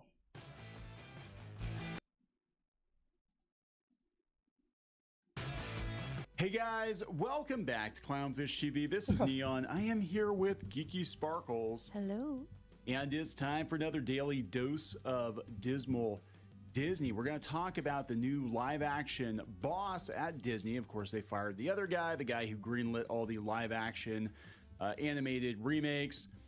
And they have a new guy in here, but now the new policy seems to be if the movie doesn't need to exist, we're not going to make it. So that's dismal. I think that's a win. Yeah, that's if a they actually win. Do it. I mean, I don't know. That's dismal. That sounds like an improvement. Yeah, let's talk about this. Let's see what's going on with this. Maybe this is Disney starting to wake up to the fact that people don't want reheated, regurgitated live action remakes for current year. That they should just leave their animated classics alone. They'll move on to something else to strip mine it. I'm sure, but whatever. Before we get into it any further, please subscribe for more pop culture news, views, and rants. Guys, you get woohoo if you do. Woohoo! Now, if they are backpedaling on this, it has nothing to do with them just waking up one day and having a cathartic realization that it was a terrible idea in the first place to remake live action or remake their animated movies into live action, right? That's not what happened. It's basically the money starting to run out.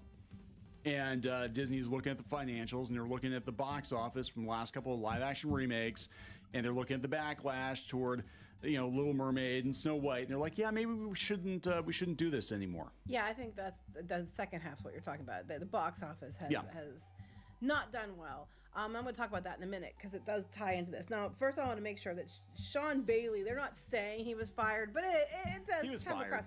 Because Sean Bailey was apparently out there trying to get himself a job at like Netflix and some other places when he was never in the running for it. So he was trying to jump ship from Disney because his contract ends next year. So he was already trying to jump ship, which Iger might have got wind of that. Now that would have been strike one. Or that wouldn't have been strike one, that would have been strike two. Strike one was the fact that this dumbass... This case was never going to be solved. I don't know, like, I think Disney movies should be, I think Disney movies should not be remade for a modern audience, per se. Because since they won't just copy and paste with a live action paint, a coat of paint, instead of just keep the story intact, I don't think they need to be made. They just don't need to be made. I think that's what it is. They don't have to be made. Because it's gotten so woke to the point that it's like, you can't, like, unsee it. Like, it's a fucking annoying. I think the only Disney movie I can think of that was of recent memory that was at least, I think most people said was pretty decent and was not annoying to watch was probably Aladdin. I'm thinking. I could be wrong. But, I don't think it had woke messaging compared to the other movies that came out. I don't think it was, like, woke charged at all. So I think, in my opinion, like, if they made more movies like that, then probably things wouldn't be as bad. But because they keep doubling down and wants to prove a point for whatever fucking reason, because they happen to be our parents somehow, therefore they need to double down, and that never ends well whenever you double down on anything, especially when people already don't like what you're currently doing. That would just make it very difficult for you to even want to, like, make your opinion at all, if you care about being fucked with. So, but if you have like J.K. Rowling type money or immunity, then you can say whatever the fuck you want, and no one's gonna come after you. But if you're like a person who's just like a normal person who doesn't have any like status and stuff like that, then you should just either, if you're gonna be part of it, be cautionary, be aware of that may happen, and then be ready for that fight, or don't say anything and just don't engage. I keep thinking live action remakes are the way to go, and you keep thinking that when we did that then Schilling and Griffin, we had the article on him last year, the video, yeah, where we talked about how he basically was like calling people bigots because, you know, they need more representation and people can't take that kind of attitude. And it's like, yeah, and your Little Mermaid made like $46 million in profit. Yeah. And you keep changing things, just like changing things. Snow White has been a train wreck of epic proportions. And that looks like you're trying to go back to what Snow White should have been in the first place, but I think it's too little too late. You got the actress out there talking about how she don't need no man in this one, and she's, you know, fairest of them all means who's the best leader. And yeah, well, we have that, and we have them trying to fix Marvel, apparently, trying to walk things back at Marvel.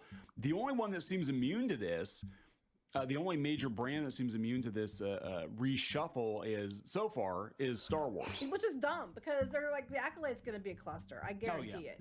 Because they're the way you hear them talking about it, it's like, oh, yeah. And then the Rey movie. Let's bring fans back. Let's do another Rey movie. Rey Palpatine movie. Yeah, nobody wants that. I'm not calling her Skywalker because she's not Skywalker. So, yeah, Kathleen Kennedy for whatever reason is like Teflon. She must have like the flight logs for, you know, certain islands or something, because I cannot understand for any. Yes, for real. I don't know how this woman's still fucking getting money. Like, how is she still getting work? How would they have not fired this woman up to this point? It is wild to me. It must be true. She must have some type of dark. She must have something on one of these people, or probably Bob Iger the most, because there's no way this woman can cause this much trouble. Like, look at the dude who directed Ant-Man and Quantumania, and he was a Rick and Morty writer or some shit like that. And once that went left, they fired him. How did this woman still be able to make more movies? How is she still getting green lit for this? She must have something on these people. It's wild to me. How? But that's, you know, neither here nor there. So David Greenbaum, he was the co-president over at 20th Century Studios, which been like Searchlight and stuff like that. So he's getting bumped up to being the new live action guy. And I think his exact title is President Live Action and 20th Century Studios. Right. Yeah. So, but what's cool is he basically is under the impression that he always asks this question: does this movie need to exist? Yeah. Why was no one asking this question before? because they were looking at the financials and they were like, if this movie exists, we might make money. Yeah, but we might make money. That's Okay, live that's action that's remakes the start out problem. strong. That we might make money is the issue. I know we can't guarantee if we're going to make a lot of money, but you have to stop and really think to yourself, how many movies have we made that was remade and it went well? We have to look at the track record, right? That's the only way we can actually tell if these movies will make money, right? So if we look at Marvel, right? The difference, Marvel now and Marvel back then, is that they try to stay as close as possible to the comics as best they could without sacrificing too much of like substance in the early days of like Marvel, especially like in '08 all the way to like at least close to Endgame, right? But after Endgame, they just went full mask off and then just started putting shit that made no sense. And I'm looking at you, fucking She-Hulk. Oh god, and Echo and all that shit. Like it's wild, you know. It just doesn't make any sense. Like if it didn't work the first 3 or 4 times, especially when you brought like something like the Internals, which is supposed to be like a cosmic thing, like that should have been like as epic as fucking what do you call it? As epic as Endgame at a certain extent, because that's the Internals. That's outside the planet. That's outside the cosmic sphere of like Marvel, right? It's beyond the Earth's mightiest heroes, right? So for that to be boring as shit, you must know you're screwing up somewhere down the line, right? That you can't have something like the Internals from the comics be a total and utter disaster. Dude, like, they're pretty important individuals, right? And for them to fuck that up, I was like, oh god, dude. Like, how? How do you mess that up? Right? If you read the comics in the Eternals, like, if I remember right, I think somewhat in the Eternals, I think if I remember right, Thanos is, I think, related to most of... Well, not related. I think they're related. I think he's related to... the Mad Titan is related to the Eternals in some form. I think family-wise, right? In some form, because he has some form of... I think in the comics, he has some form of, like, he's born different. And because he's born different, they kind of, like, treated him differently. Right? They could have leaned into that in some form. Other than the whole, like, I'm trying to make the world better because my people didn't listen to me because of, I don't know, climate change. I don't even think it was climate change. I think it was just some bullshit that happened. I forgot what was the issue, why all his people died. But there was something around that line, and he was a scientist, and he tried to warn them, but they didn't listen. It's just pretty much what that is, right? So he's trying to make balance, right? That was the whole shtick that kind of worked for him. I think literally Thanos is the only character who had enough charisma and, like, likability to be that I'm going to change the world type X, Y, and Z, and still was able to do it, and you believed him because he didn't care, right? He didn't come off as a generic villain.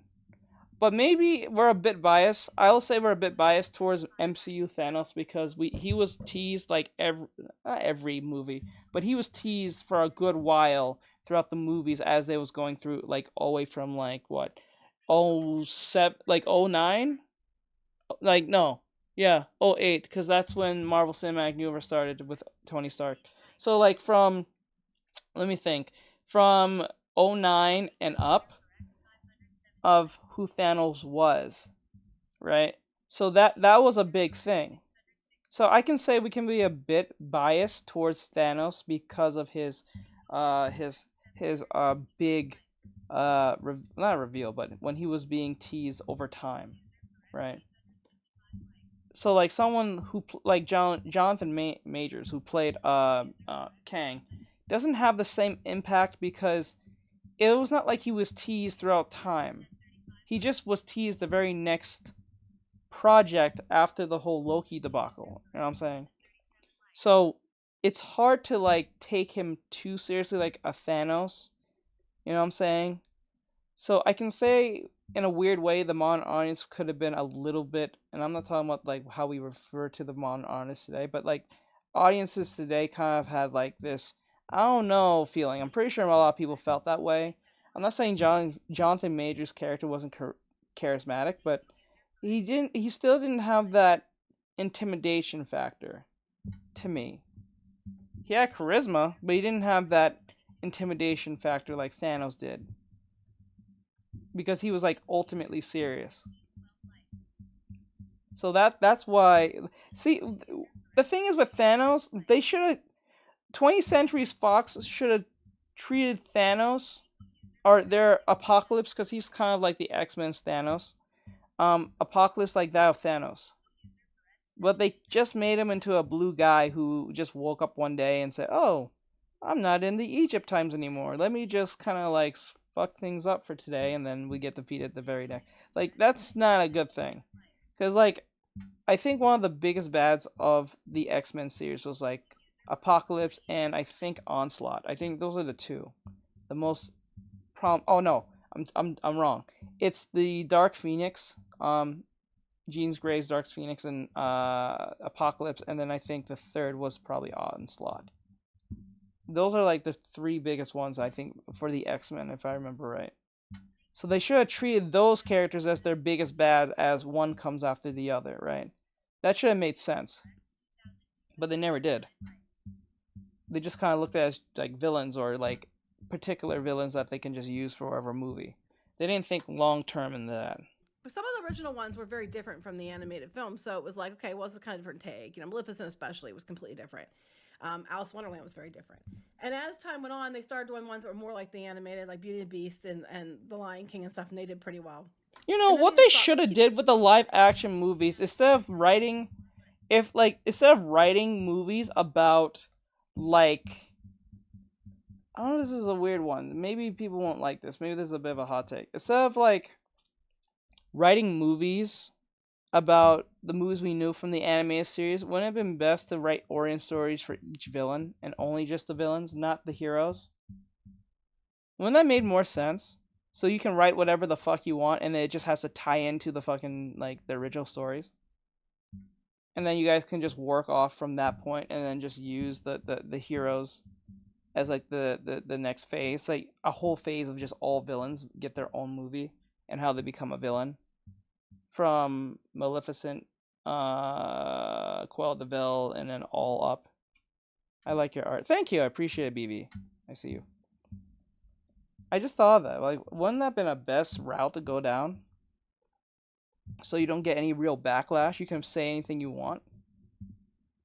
That would have made more sense. Just doing more of this shit instead of actually making new things. And then we get to Little Mermaid, where they decide they're gonna, you know, I'm sorry, the live action does not translate as well as the animated. None of these do. But it was really bad. And the princess song so flippin' stupid. And now our sisters are all different. Everything's all different just for the sake of certain agendas. And I have actually nothing. What's the hairstyle she has? I have nothing against Halle Bailey, because I think she did pretty good. But it was weird. Back when I first like the typical like big bun, like the bun hair. I'm just going based on this. I'm just seeing what I can do with this. Even better. I actually do like this hairstyle. I do, right? I'm surprised that most girls don't use this type of hairstyle. Well, it still works great, and it's still $15 a month. It's alright. Yeah. So I've made no impact at all. Well, I guess not. Always great getting customer feedback. Thanks, Wasim. It's okay, Ryan. It's okay. Okay, like that. Like that, and then like that. Factor provides balanced eating made simple. They provide a new menu every week with delicious, nutritious meals. It's so convenient. Thank you, I appreciate it. I do appreciate it. Thank you very much. Oven or microwave in Thank minutes. You choose your meals based off your taste preferences and meal history. So not only will you love what you get, but you can also stay fit easily. So easy, simple, and nutritious. This is so good. I like this one. Factormeals.com/plans and use code I actually do like NY50 this to claim one. this New Year's offer. But I'm gonna make some changes to it, but I actually do like this one. So like this, like that. I did. And now they only made $46 million in profit, and they're gonna they were naming stuff like, oh, we're gonna do another Moana, which we're gonna talk about. We're gonna do Sword in the Stone. We're gonna do everything that we Oh God. I think they were doing Princess and the Guys, just to let you know, if like, you're wondering why I'm just randomly talking, it's not that I'm just talking to myself. I'm doing a podcast on YouTube. If you want to be part of that conversation and see your comments be like seen and stuff, come over here on Twitch or YouTube. Film student here. Village and origin stories often have so much potential, but always comes up short. The keys to writing it is giving them a goal to stay away from their revenge or they were born to. Yeah, that I think. Yeah, the born to be bad thing is a stupid premise. Being bad for the sake of being bad is stupid. I don't think that works. Now, you don't have to write them to be technically sympathetic, but then again, you don't have to write them to be evil, insane evil as well. Like, they're just insane and just evil for, like, no reason. I don't think that helps. That's literally just throwing something out of the way so we can just say, okay, she or he is the reason why they must X, Y, and Z. Right? You need to give them a clear motivation. That's why someone like Thanos works, because he had a clear motivation. He wanted the stones. He got the stones. He used the stones, and then it led to the next movie. That's literally what the villain did. The villain did what most villains couldn't do. Get the shit done. Or if they did get the shit done, it wasn't that impactful as they thought it was. That's it. You know what I'm saying? So, like, I actually like the fact that he got away with it, because it gave more of it gave Thanos more of a presence than just, oh, you know, he's just a bad guy and he's just doing bad things and therefore we must just stop him. That's it. Because that's kind of like shallow, you know what I'm saying? But I don't think making all of them sympathetic is kind of annoying, because then they're not really a hero at this point. They're not even a villain. They're just an anti-hero. That's it. And that's a problem. Because now we're in this weird realm of, well, I don't want him to lose, but then again, I don't want the hero to lose, because if I do like the hero, then this is really hard. You know what I'm saying? But then again, this might stir enough controversy for people to get butts in seats, though, because it'll start a debate between X, Y, and Z. But that might end up being more problematic than it is beneficial to the studios, because that can lead to very insane people who take things way too seriously. So yeah.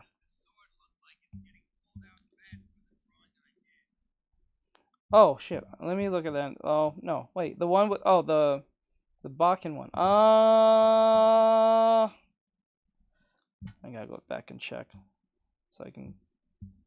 I'm gonna go back and check, but I'll say that in a second. Give me 1 second. The shoulder goes up like this. Okay. 1, 2. I want the shoulder to go up like this with the arm.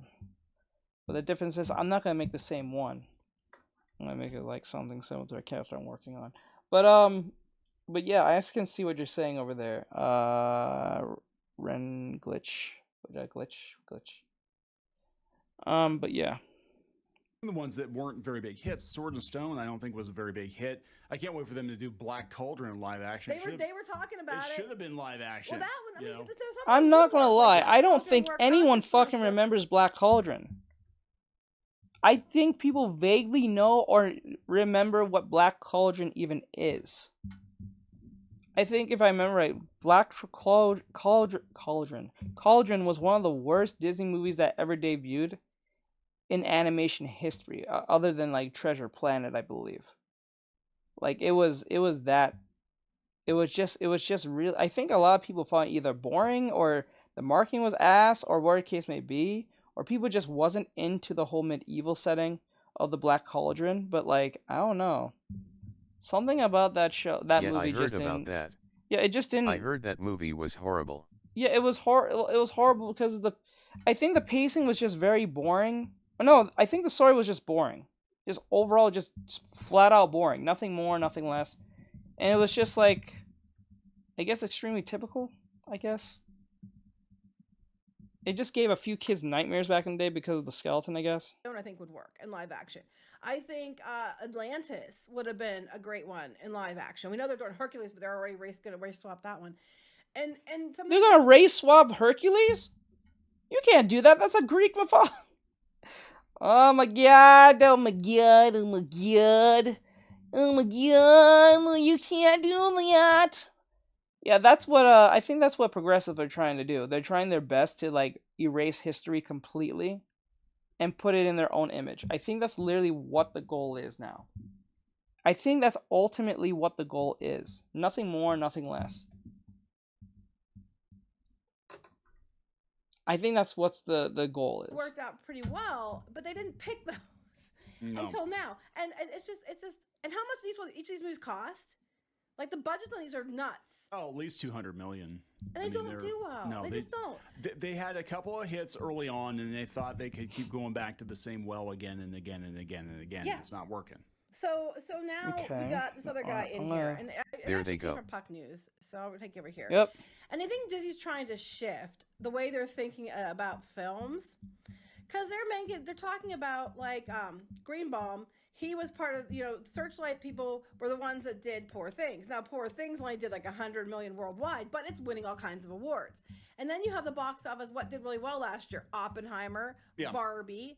The Super Mario Brothers movie, those things are what did really well. So now they're looking at that and they're like, oh, we need to pick somebody who's going to, think outside the box and bring audiences in for another Barbie type. Bro, let's just call it for what the fuck it is. If all these Fortune 500 companies just literally get together as a whole, as like one whole, band together and be like, we're going after BlackRock, Larry Fink, and Vanguard, this might come to an end fast. They all just get together and say, we ain't doing this no more. We're not abiding by these rules. This shit is stupid. It makes no sense. Like, if all of them get together, all of them as a collective, and go after the BlackRock, Larry Fink, Vanguard, and all in one fatal swoop, there's so much Larry Fink can do.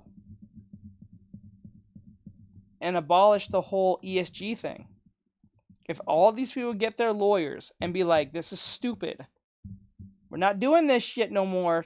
It's not working. It's not profitable. We're losing money. Our stocks are going down like crazy. We're constantly in battle with the audience. We're tired of this shit. Can we please, for the love of Christ, end this now? And if they say no, not only that you should just literally just get them in the court. You just literally stop this. This will stop this. But no. They have to keep trying to maneuver and shift around this nonsense. Because let's be honest, if right now Disney do a male lead movie, especially if it's like a Caucasian male or something like that, it's gonna go left. Why gender swap Hercules though? I mean, come on. No, they said race swap. Creepy that would be grinning face. No. They said race swap. They said race swap Hercules, unless they're gonna gender swap that too. They might do both. I'm pretty sure what's gonna happen. It's gonna be Hercules in name, but the whole movie's gonna be about Megara. It's gonna be about Megara. Trust me. She will be the main focus. Hercules will be a backdrop, and he will be subscribing to our OnlyFans. Whoops. Sorry, my bad. That's what's gonna happen. That's what's going to happen. The live action remakes that nobody wants. Yeah. Who the hell wants Bambi, the live action? So I think, they can use a variety of excuses to weasel out of these movies they've announced. They can use the strikes. They can use the economy. They can use, the fact that they had changes at the top. They can say, well, changing market demographics. Oh, the movie theaters aren't doing as well. Oh, the whatever. They can use a lot of excuses to cancel or quietly cancel. For those of you who are here, if you're hearing what I'm saying and wondering what I'm talking about, you can come over on Twitch or YouTube. We're talking about this. You can be part of the conversation if you like. I'm just saying, whether you agree or not, doesn't matter. She don't need no man. They can't walk that one back. There's a couple I think that they like the Stitch movie. They're really, really far invested into that. That might be okay. It might be okay. That one might be, but Snow White, it's a loss. You should just cut your losses and ran. It's like dating a crazy woman. You should just cut your losses and hide. But they're talking about Yep. That with Greenbaum. I understand. He's going to oversee 20th Century, and his leader is Steve Asbell. I think who was this used to be his co-president with him. I think. And they're talking about how Greenbaum would come to these meetings, and he would say, "Does the movie need to exist?" And that is the question that somebody need to be asking. No, majority of these movies did not need to exist. And if they did need to exist, what you should have did is just literally copy and paste what you see from the movie and just put it in there. Don't take out anything. Don't change anything. There's a reason why you don't take them out. There's a reason why these movies has been loved since the test of time, ever their exception. Leave the fucking movies alone and just copy and paste. It's not that hard to do. We do it in fucking manga all the time. They look at the manga and they just translate what they see from the manga into the anime 9 times out of 10. Now, they may skip some stuff because either runtime or they just didn't have the time to put it in. Usually that's one of the reasons, or that's usually the reasons, or there's some type of issue, or technical issue, or some conventional issue, or something like that. But like 9 times out of 10, they just copy and paste what they see in the manga and slap it right onto the anime. That's literally what the manga is. A manga, if you think about it, is literally a whole glorified storyboard. Think about it. That's what a manga technically is. If you think about it, it's a glorified storyboard. Because if the manga does very well with audiences, it ends up being an anime. And if it's really good with the anime, it might get a movie and a franchise and blah blah blah and all that shit. See what happened to My Hero Academia?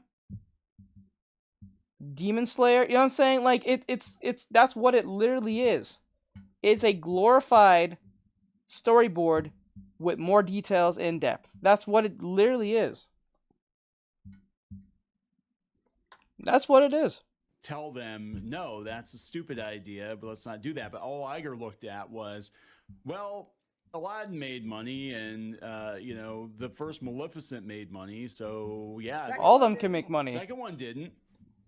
I don't think Cruella made very much money either. Cruella would have probably done well if it had been released theatrically, and that was a completely different take on her, though. You know, it was a early like a how she became Cruella, kind of story. That was different. Nobody wants to sympathize Cruella de Vil, though. I'm not gonna lie, the Cruella de Vil thing. I'm not saying that the movie was. No, I'm saying the movie is terrible. The story didn't make much sense. Dogs kill her. The dogs took out her, I think, fake mom by her real mom, who she didn't know was a real mom, I believe. And then, because of that, she has a disdain towards Dalmatians. Not the individual who told the dogs to do X, Y, and Z, or trains the dogs to do or do X, Y, and Z. That's weird. That's a weird one. Disney does. Every villain has a sad backstory. So, not like she had a bad experience with a dog did her something. I can understand if a dog on the street ran up on her, a crazed, mad, angry, ravenous with rabies type Dalmatian came up on this lady and started just gnawing on her arm, then yeah, I can get behind that. Because some people really have hatred towards certain animals because they had a bad experience with one, maybe as a very little kid, a teenager, something like that. Usually between being a kid in most cases. But if they went down that route, then it was like, okay, I can see where she gets the disdain towards Dalmatians and want to make them into a coat. You know what I'm saying? It is what it is. That they were going to remake. Red licorice? It is what it is. I understand, but geez. It was I think the execution there was kind of off, in my opinion. Just ultimately was off.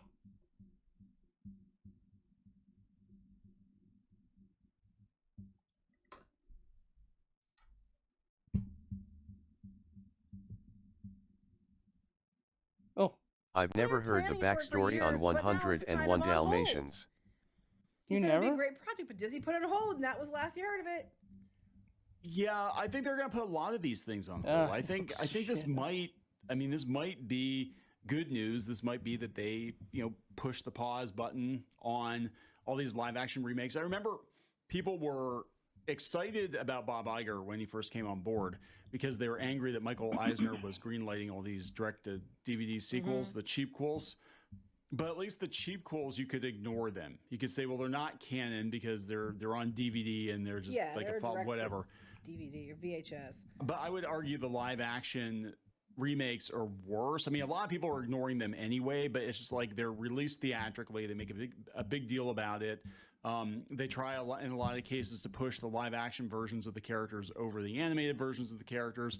You've got the people associated with the movies coming out and saying Well, we had to remake it in live action because the old one was racist and misogynist and bigoted 70, 80 years ago. I mean, like, oh my God, really?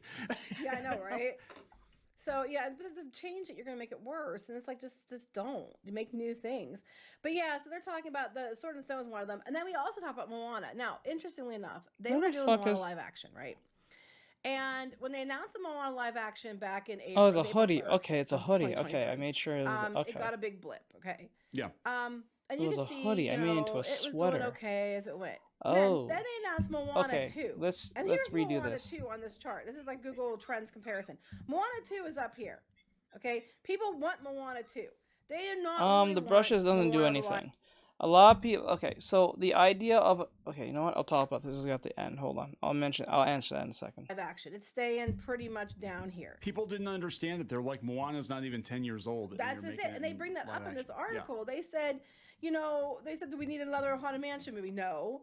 They said, does a live action Moana need to exist when the original came out only 8 years ago and an animated 2 is happening? Probably not. And the chart's telling me, people, okay, Moana 2, we want live action, okay, yeah, we like Moana. Moana 2, boom. Probably Googling it to be like, what the hell are they thinking? What? I just heard about this. Let's Google it and see what's going on. Yeah, pretty much. So the Moana live action doesn't have anywhere near the interest of Moana 2 would, but just shows you again, nobody wants a damn live action remakes. No. They're really pointless. Unless, like you said, we were talking about, you had more obscure things that were like in the, I think the late 70s, early 80s, or the ones that were in like the later 90s and the kind of like in early 2000s that kind of got lost. Those ones you might be able to get away with because they're not as beloved and for some reason, even though they're really good movies, than other ones. One thing we do not need is a live action Home on the Range. Right there. I think you're pushing it with Bambi. They even never shit. I'm just joking. Bambi, they did say they were doing. They got lucky. They got lucky a couple of times. John Favreau's Jungle Book I thought was actually pretty good. Oh, good. I watched Haunted Mansion in theaters. I went home and did a film analysis and came up with like 40 reasons about why it was so bad. That's good. Do you do content on these film analyses? Because if you do, I'll check out your shit. I promise. I have no problem looking at your stuff. It's a little weird that since we didn't have actual animals on set, he spent his entire day filming a little boy in his underwear on a green screen. That's a little weird, but the movie came together. I know, but I'm hella tempted. You should. Don't attempt. Do it. I would kind of be weirded out by that. I'd be like, yeah, hey, so what'd you do today? Well, I had some kid strip down to his underpants, and we filmed them for about 8, 12 hours. And we're going to do that for the next 3 months. And eventually we're going to put some animals into it. But for now, it's just this kid rolling around on a log and this kid, And I'd be like, oh, my God, what do you do? What do you do for a living? Is this legal? Yeah. Anyway, so yeah, it sounds like the new person asked the question that no one else ever seemed to ask before for whatever reason, which has been the first question most of us would ask. What the hell? Why do we need No this? problem. You should. And hopefully, I would listen, Glitch. I'm telling you now. There's never a right time to do what you want. You know what I'm saying? There's never a right time. There's never a perfect time to do what you want or what you like to do. Just find the time and just do it. I know we have responsibilities now and we're older and blah, blah, blah, or a case may be, I don't know how older you are, but I'm just saying you have responsibilities as a teenager or a young person or even older, or even as a kid, you have like school and shit. I get it. But you have to realize the world doesn't have time to stop for you or anyone else. So if you have 30 minutes to do something, I suggest put that 30 minutes in and see where it goes. You never know. That idea that you may have, that YouTube thing that you gimmick you have, maybe the next big thing, and next thing you know, you're the next, I don't know, fucking, what was it, like, Clownfish TV, you know what I'm saying? Or someone who likes to give analysts on movies, or in case of like Screen Rant or whatever the fuck, you know what I'm saying? Like, you don't know what life has in store for you, right? Because you might pick that one video that might blow up for you, for your channel, and then next thing you know, you're making a few $100s for every video you make. and then a few hundred is a few $500, and $500 you go 1,000, and then next thing you know, you're making a living for just giving your opinion on something. Yeah, people may not like what you're going to say. You will get very vicious responses from people, and that just literally comes with the whole premise of things. You can't avoid it. So might as well be honest and tell them what you think than pretend to be like a shill and tell them things that they don't hear. So that's what I'm saying. Do what you want and don't give a shit what people think, because at the end of the day, they took the time to listen to your shitty take and not put in their shitty take. You know what I'm saying? Because there's a reason why putting your opinion out there is much more, I will say, controversially toxic, but also beneficial at the same time. Thank you so much, man. That seriously means the world to me. I've been wanting to be a filmmaker since I was, and I have always been a passion. Thank you so much. No problem, Glitch. No problem. Do your thing, bro. You know what? Can I give you a follow? I wonder if I can give you a follow. I'll give you a subscribe. Bam. I'll be your first subscriber. You got your first subscriber. I just subscribed to you. So I hope I'm gonna keep it to you on that one. Hold on, I gotta get back to the live. Restore chat. Let me see. Pop out. There we go. So yeah, I have no problem with that. Proven. We don't know yet, but I'm hoping. Hey Randy, sorry about that, bro. We're gonna start hearing cancellations some of these live action remakes. However, some of them are pretty far along, and they're gonna need content in the meantime, because you can't just develop a new movie like that. Like, some of these are in development, they'll probably just push through because they need content for the theaters. I think you're gonna have to wait a little bit to see the end of it, but I don't think we're gonna get all the ones they announced. Yeah, that's kind of what's gonna be interesting about this, is like how is Disney gonna be able to pivot quickly enough, because that's their live action plan, right? Their plan was live action remakes. I'm gonna go pick a fight. Let's see. In Star Wars, and they're kind of pausing Marvel for now to try to figure out what the hell they're doing with Marvel. It sounds like they're going to walk back a lot of these live action animated remakes, and who the hell knows what's up with Star Wars. So they were making sure they had movies in the theater like every 6 weeks of something. Mm-hmm. They do a whole, and now it's like, it's a year or two from now, it might be that Disney only puts like 2 movies in the theater in a year, because that's all they've got ready, and that's not going to be good. They're going to do more than 2, because they have Marvel and all that other stuff too. So they'll re-release old stuff, but they are pulling back on with Marvel. They're not doing it anywhere near the number they were going to plan on doing originally. Because I think they think that they suck. Well, I think they think that we don't do as many, they won't step on each other. But the thing is, the movie still has to be good. Thank you so much. Yeah. I'm gonna for real start making a list of movies to analyze. Don't overdo it. Just take your time. I said just take your time. Don't do what I did. Don't try to make like 10 movies in advance and then post them, and then what's gonna happen? People are gonna say X, Y, and Z, and then you're gonna feel kind of self-conscious posting the next one. I would just say take it very slow. Post once a week. Or at least once a month, because it depends on how much you put into it. It would probably take you a month or two just to get one video out, depending on how far gone you want to go, and keep it as accurate as possible. So if I was you, just take your time, do it like post once every 2 weeks or every 3 weeks, so you have ample amount of time to get it out. Don't try to make it like in 3 days, because that's a lot of work. Unless you really are good at researching, that's what you really truly like, then maybe you can do it within a week. But like, if just to give yourself that headway and that time to sleep, and you could do it tomorrow type shit, take 3 weeks, do it, post for every 3 weeks. I know it's gonna be like kind of slow, but if you really make a good, accurate pitch video, and it stays to what people are clicking on, and the thumbnail looks nice, you'll be surprised how fast your videos will start blowing up. And especially if to make it more easier, you can use shorts, right?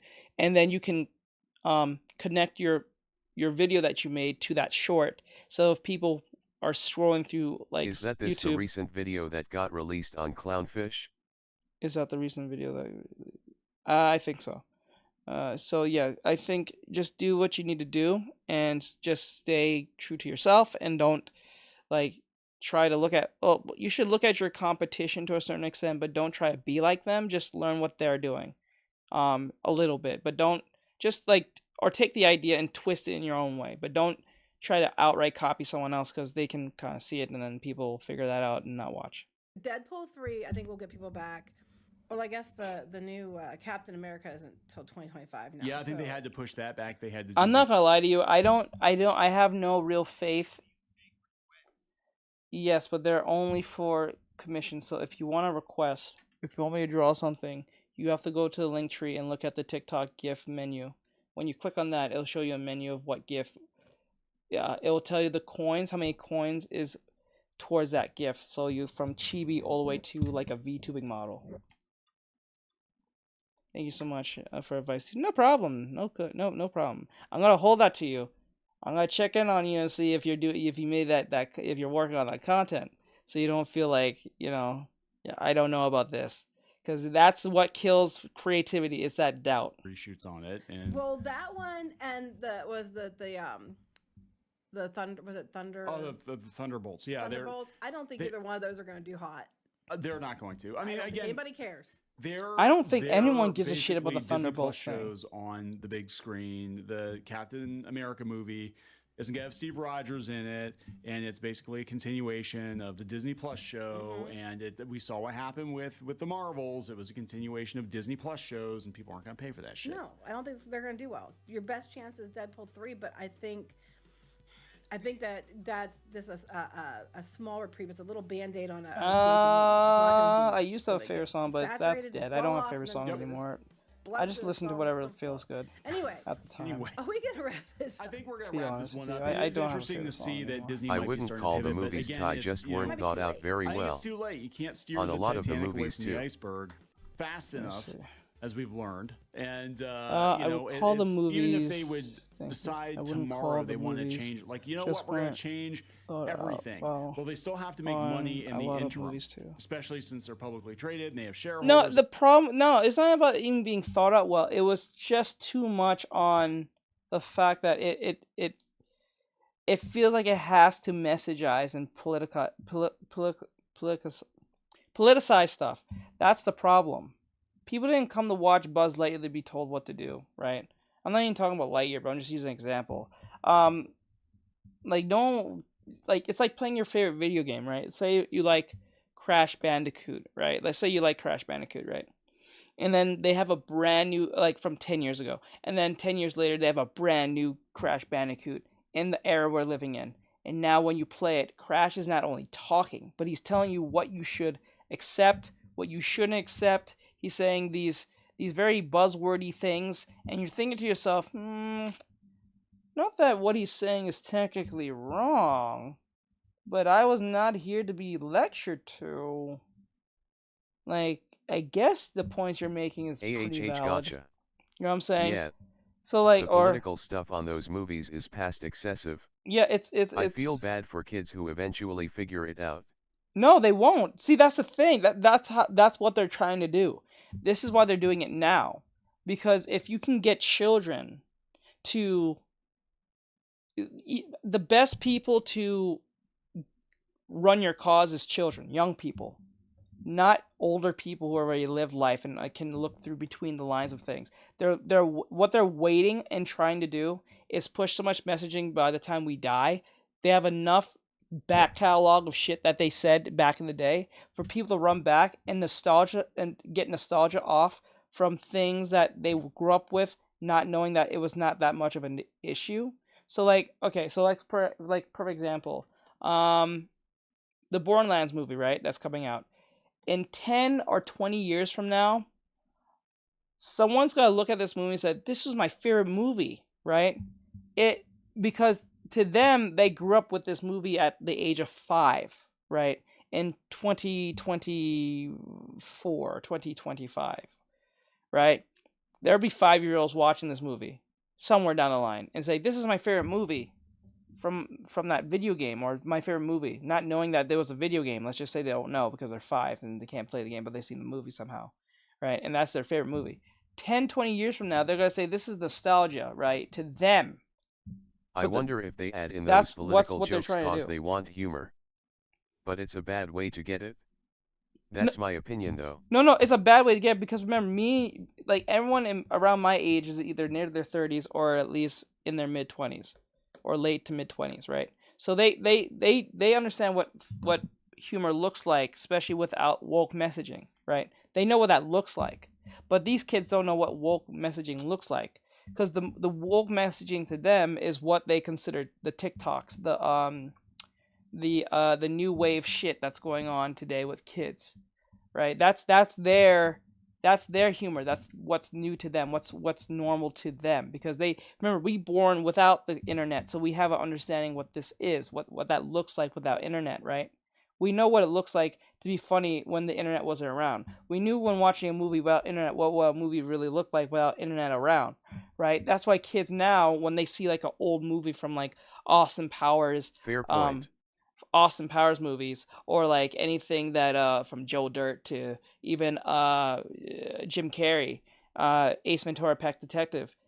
Any kid who rewatches these movies at the age of 5 or even the age of 10, 15, or 20, 15 right now, they'll say, oh, this is problematic, because they are taught this at a very young age to believe that the things that was said in the 90s, early 2000s, or even late 80s, is so, or even further back, is such a toxic thing. They don't see it as a relic of its time and that's what it was. They see it as something that needs to be eradicated like instantly as you see it, because if you don't, you're contributing to this nonsense. Like, no, you're not. It's a fucking movie, bro. Like, no one's sitting here thinking you're an evil person because you're watching Ace Ventura, Pet Detective, because Jim Carrey at that time said something that was problematic when it was considered extremely funny. You know what I'm saying? It was funny. It, like, people right now are trying to get rid of Robert Downey Jr. because of the whole, like, what was it? It was what was that one movie? Tropic Thunder, right? That was almost 10, 15 years ago, I think, if I remember right. But now they have a problem with it. Now, if these kids got a hand on any of these old movies back in the 90s, 80s, 70s, they will lose their shit. You know what I'm saying? That's what I'm saying to you. So we, who are in our, it's a like, fallacy. Yeah, us in our early 30s or late 20s, mid 20s, or even our 20s, understand to a certain extent that this was just a movie and that was it. This is not real. It's just a movie. It's a comedy. You know what I'm saying? And those was just tropes at the time of its age. But they don't see it that way. They see it as some type of thing that needs to be gone instantly. And if you don't get rid of it as fast as they see it, LOL, you're a he problem. wasn't kidding when they would lose it. It's maddening. Right? It's very maddening and scary at the same time, because that proves that most kids don't have no sense of humor. They don't know what a sense of, because remember, there's no such thing as a positive joke. It doesn't exist. And if it does exist, it's not funny. And if it happens to be funny, you get a chuckle. You're not getting a laugh. You know what I'm saying? That's where the problem comes in with this. And since Disney, because remember, people in their 30s are not dying as fast as we would in, like, back then. We're living longer. So they have to contend with us till we're like 70 or 80 from this point. Right? And then science is also working on the idea of, like, making us live longer by using, like, artificial hearts and shit, but that's far from the point. The point is, what I'm saying is, because they know we can't just croak tomorrow, they're always on contending with the people who are still around, right? And the kids who are around us either get influenced by the parents that know what was funny, or they get influenced by the company that they like for the time being. And then that's where you get your woke activists and these kids saying things that they don't understand and saying it's a problematic, toxic, all these terms that didn't really exist like that till the inception of, like, Twitter. And Twitter wasn't in that much of a problem till, like, what? Late 2015, 2014.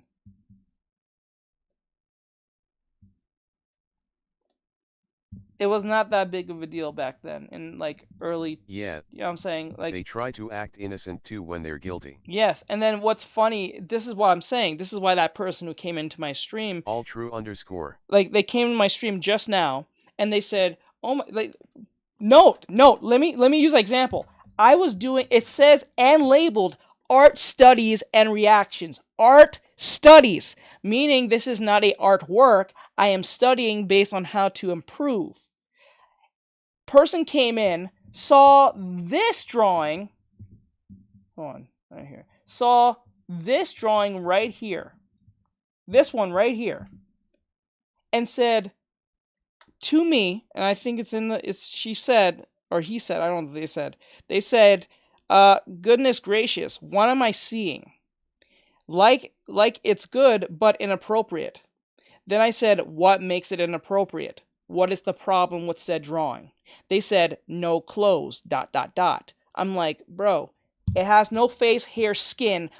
Like, what the fuck? Like, I'm looking at it and I'm saying, bro, did I put a skirt on it?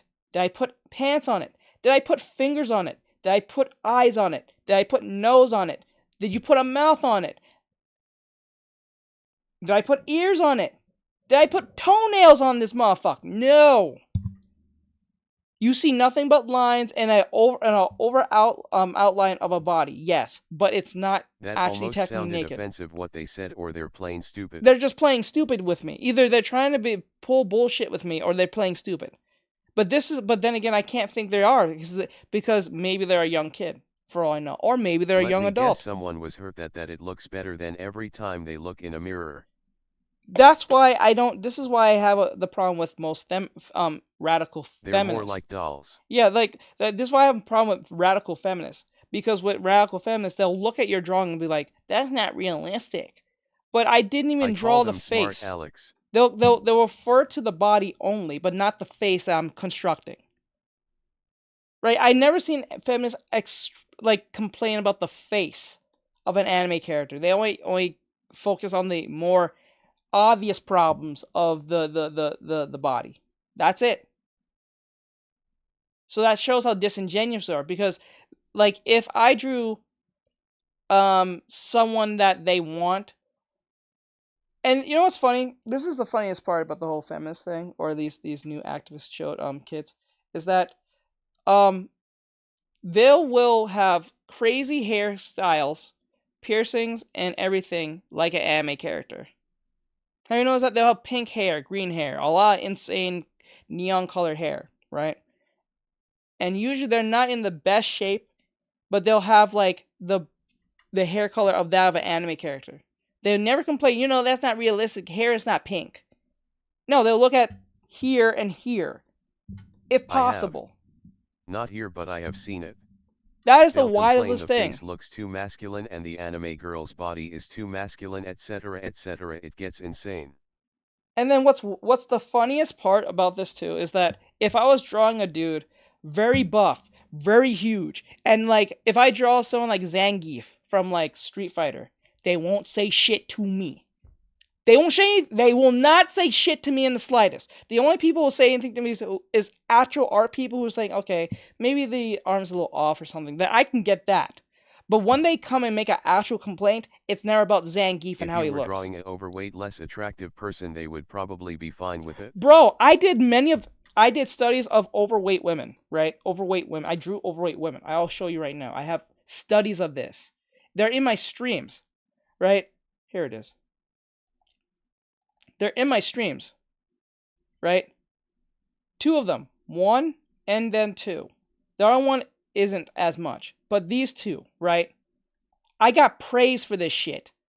Right? I got praise for this shit. Facebook fights on this exact topic in so many posts. You know what I'm saying? It's wild to me. I skipped the post just to avoid the drama. Woman face-palming medium light skin tone. It's crazy. I was there. I think everyone was there at one point. How do you do the shadow like that? How do you have tutorial on it? I do have a tutorial on YouTube if you want to go check it out. But if you want to be a student of mine, you can subscribe for $2.99 a month for TikTok, and I'll teach you whatever you want. I'll answer any question you have. I am an art teacher, so I do a bunch of studies of very masculine looking women, studies of lean looking women, and more and also chubbier women. I do all types of body parts, body shapes and sizes. Short, tall, strong, masculine women. Right? I do it all the time. But whenever I'm not drawing so-called feminist wanting drawings like this, they complain about, oh, this is not real, or this is not real, or something not real around something to that extent. But they never focus on the hair, the face, the arms, sometimes even the feet, the hands. They focus on the places that they feel more insecure. The only people that have a problem with the revealing clothing on my characters are overweight, self-centered people who think it's offensive to not represent them. Yeah, I saw one Facebook post where they showed a transgender anime character who was a guy, but it was like a comment saying it identified as such. The comment section was insane, and the post got a warning mark and was eventually taken down by Facebook. Damn. Everyone else is either blocked or like the art. Yeah. Yeah. It's wild. It's crazy to me. So that's the madness that we have to deal with on a constant. So I do feel bad for these kids who are growing up into these situations and not really understand what humor really looks like. This is why I think people like Jerry Seinfeld sits there and says he doesn't want to do comedy anymore to a certain extent because he's scared of the woke activists. They're scared. They're like majority of most comedians are scared of them. Because if you're not a Dave Chappelle or even like a Kevin Hart, and you are like a Rob Schneider to a certain extent, or lower than that, you're not gonna be you're gonna get destroyed. People are gonna bother the shit out of you, right? That's why you don't really hear a lot of comedy shows anymore or comedy movies. When's the last time you watched a comedy movie that was actually genuinely funny? Anymore? You know what I'm saying? It's very rare. And what's worse is they're accepting the wrong things they're learning. Yeah. I've cried because of what they're being dragged into. They don't know any better. That's the sad part. Because terrible activist humans get around to these children and tell them shitty, crazy things, and then these kids adopt these things. Because I was like listening to my my little brother in a sense, like he was talking to his sister, and he was saying something to extent to her about her hair. Okay. When I say little brother, I'm talking about my girlfriend's little brother, not my real little brother. I don't have a little brother, but I refer to him as my little brother. So like, he was talking to his sister, which is my girlfriend. He was talking to his sister about something, and she said something to him that was a truth and a fact about something, about a movie. As soon as she said to him about whatever that movie was that was a fact, he said, "Oh my God, you're X, Y, and Z." Poor kiddos. Watching them brainwashed in this generation. Right? So like it was an old movie. Sometimes teach. What makes it worse is many churches are being accepting and now openly reaching out to them as friends. Yes, that's the problem. This is why I say there's technically no future brother-in-law. Yeah, technically. So like this is why I'm saying this is why you can't take this is why Christianity is I can't even talk about these things. I can't get into that. Because TikTok and these people are gonna get mad at me. But the problem with the Christianity thing is that they don't have a vetting process. They just let anyone in. As soon as they say yes, I accept X, Y, and Z, they'll let you in. It doesn't work with that with other like religions, like let's say like being Muslim. You can't just say you're Muslim. I get what you mean. You don't need to get yourself in trouble. You gotta have they have a vetting process in this, right? You can't just say this, and that's where the problem comes in for most Christians. But I'm not gonna get into that because like it's gonna cause too much controversy and problems. But yeah, but ultimately, I feel bad for these kids because they'll never know what humor really looks like, and they're gonna be always constantly have Catholics to be. Openly accept trans kids with open arms too. It sickens me. It's terrible, and they tell them lies. That doesn't really. This is why I don't like super churches. There's a reason why I don't like super churches because usually a super church is not. It's being funded in a way that you don't think, and that's why they do what they do because they want money. Hey guys, we're gonna pause. I think there was a term. I forgot who said it. They said if you want to make money, if you want to make guaranteed money, start a religion. If you want to make guaranteed money, start a religion. Everything for the next 5 years and get our heads out of our asses and try to refocus. And investors are going to be like, so you're not going to have any movies for a couple? Well, no, because they suck. And they're going to be like, that's unacceptable.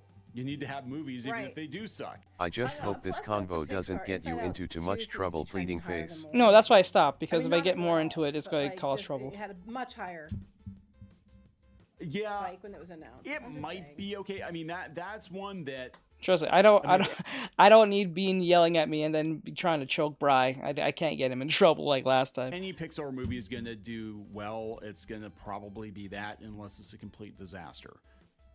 And I hope it's not a complete disaster. But well, it depends who was behind it and what the thought process was. Right. So we're going to wrap this up. We're going to wrap it up.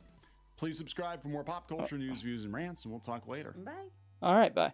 All right, guys, if you guys like that was from Clownfish TV. Disney asks if their shitty movies even needs to be made at all, or in case may be. And honestly, in my opinion, I don't think they need to be made anytime soon. I think they need to be left alone for a while.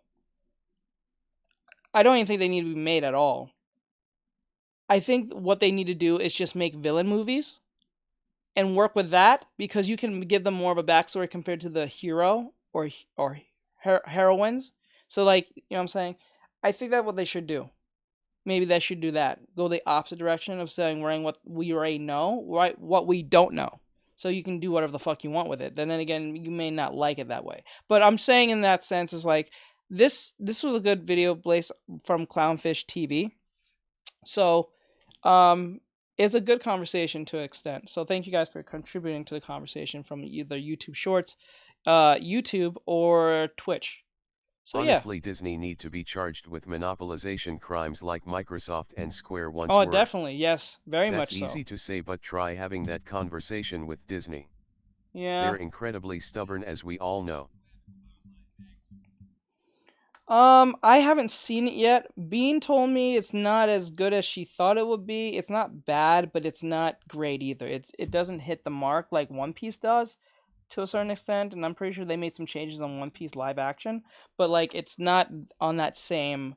It's competent to a certain extent. Like if you haven't seen the cartoon, therefore you're not gonna be too disappointed. But if you've seen the cartoon, you can probably see some changes. Yeah, it's pretty mid. It's like Demon Slayer Season 3 mid-ish. It's kind of mid. It's not bad, but it's not good either. It's kind of like in the middle between not bad-ish, but it's like it's not so bad that it's good. It's kind of like, maybe some parts are pretty cringy, but you can get over it. You know what I'm saying? Like it's kind of like that to a certain extent. So yeah. But yeah. I highly suggest watching a video on signs of affection if you're looking for a positive video. What's next on the podcast list, Teach?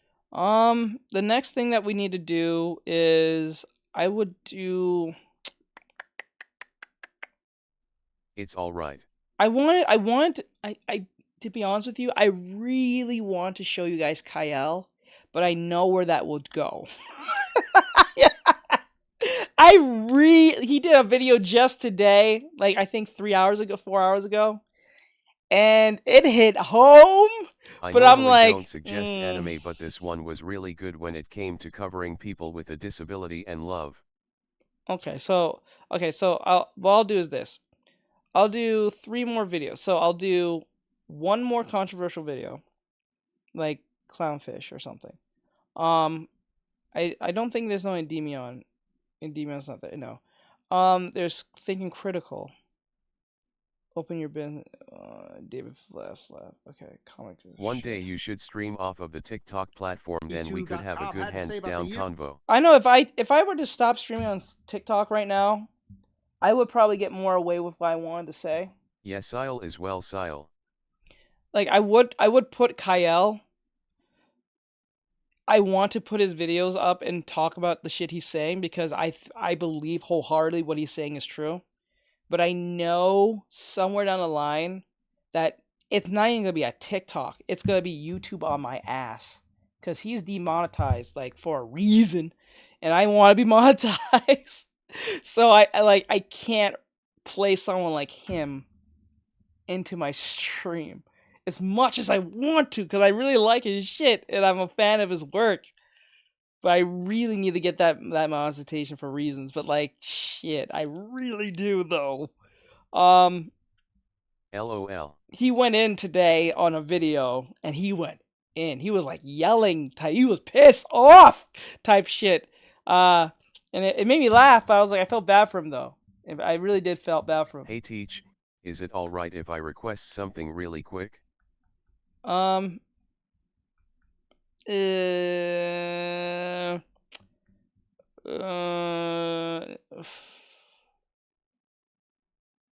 Maybe next time, because I can't be going off schedule, because it will just make the videos longer, and then we gotta get around to, I think, Genshin Impact.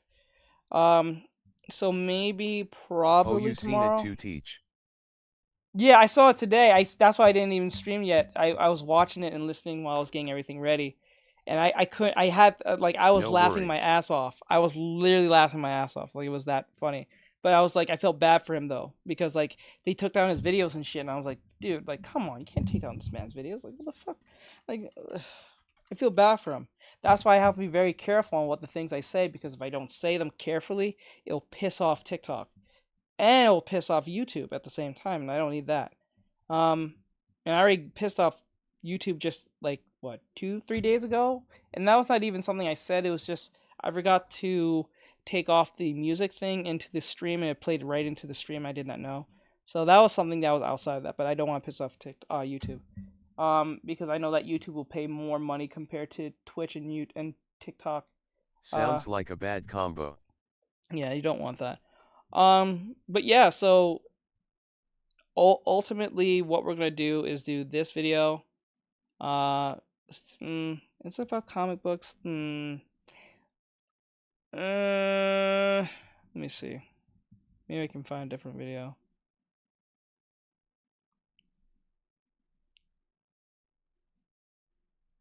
You know what? Fuck it. Let's do the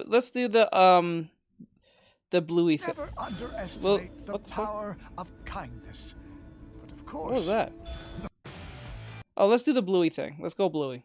I was gonna do comic books, but we'll do two clownfish, 10 manga recommendations, and then that one that Darth I think it was Darth. It was Darth that suggested. So that's 4 videos, and then I'll have that ready. I started watching that, then got distracted. All right, so I hope they don't make Toph into a bad character. Oh, let's hope. Let's hope not. Okay, so this is from Clownfish, guys. Those of you who want to be part of the conversation, you guys can come over here on YouTube, Twitch, and all. I stream to all platforms. So if you have a opinion, and Facebook. So if you have an opinion, you can come over here on YouTube, Twitch, Facebook, Trovo, Kick, and Twitch. I think I said it twice. I'm not sure. Whatever platform other than TikTok, you can come over here, and then we can talk about whatever we're talking about here. If you have an opinion, if you want to talk about it, or you can come over here to YouTube Shorts too. YouTube Shorts is just like TikTok. I can talk more over there. So if you guys want to come over on YouTube Shorts, it'll be no different if you was on TikTok if you want to, because now YouTube Shorts have lives now, so you can come over here if you like. And you can see the video as well, so you don't have to even go to your computer. You can be on your phone. So Clownfish TV said Bluey is stopping, so the animation studio can make a show about a S called Willy.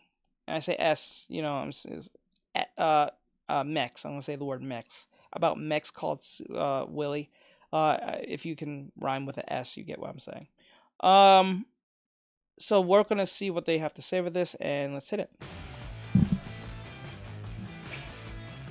Hey guys, welcome back to Clownfish TV. This is Neon. I am here with Geeky Sparkles. Hello.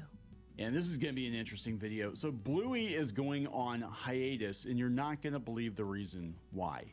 Well, they're not saying the reason why, but that's what they're working on instead. Yeah, so the people behind Bluey, they're working on a new show about a boy on the cusp of his sexual awakening. What? when the hot bro, I thought he was kidding when I saw that, but I was like, Jack okay, it's real. in. Yeah, so That's actually I'm real. like, okay, is this gonna be an adult show? Is this gonna be like Big Mouth? WTF? But I'm like, Bluey is like the most popular kids show on TV right now. Yeah, it is. Told it yet. is one of the here just in December, Bluey becomes the most streamed show, ending Suit Streak. Yeah, so now's probably not a good time to go on hiatus. I'm just saying, but the fact that they're going on My dog hiatus loves watching to Bluey. do a show like Your this dog was watching Bluey. is going to potentially, I think, hurt the brand, because I think you're going to have parents be like, wait a second, they did Bluey and then they did another show called Gooey. No.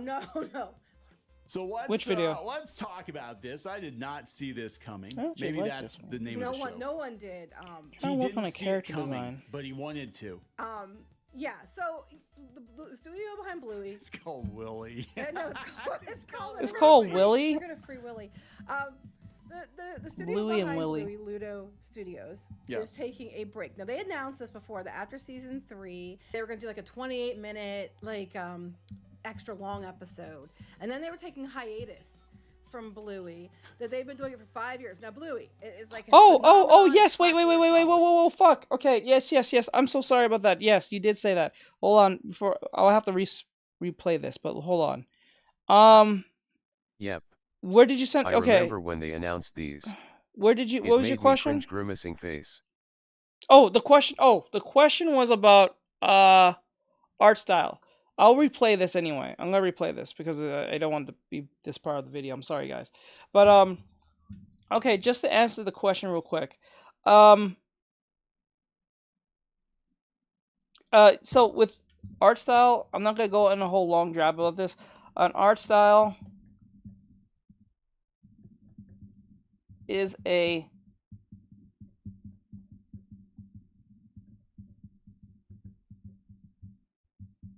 handwriting.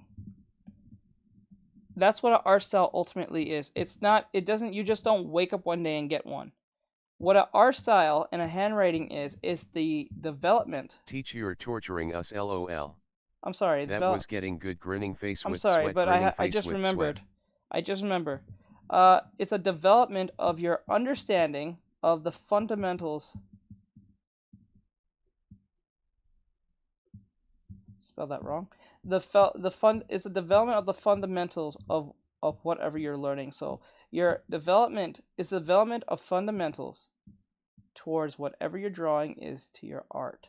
And with that understanding will end up being your handwriting and your art style. So no, you don't just wake up one day and get it. You have to learn how to draw. So ultimately, if you learn the 8 fundamentals, then if you learn the 8 fundamentals and apply them with practice and perseverance. Wow, that doesn't even look like a word. Perseverance and patience. Perseverance, practice perseverance and patience. You will get enough patience. With enough with this and with the fundamentals will lead to the development of so like with patience, practice, and perseverance, and towards the 8 fundamentals, it should lead to the development of those fundamentals of your art to your art style. So that's what that is. So if you know how to draw a box, well, your art style will show by default. If you don't know how to draw, like, I don't know, a battery, and you're having a hard time, your art style will not come through. It'll look weird and strange and look like you don't know what you're drawing. That's what it is. So if you're good at drawing, like, say, anime eyes, for instance, if you're good at drawing anime eyes,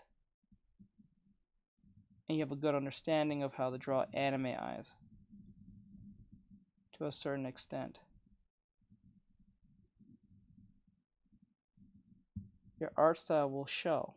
But if you don't You know how to draw it, and you're kind of looking wonky, and you don't know what you're doing, and looking really weird and wonky and strange, and the fundamentals are not there. There's no form, there's no shape, no nothing. There you go. There's your problem. So yeah, I hope that answers the question.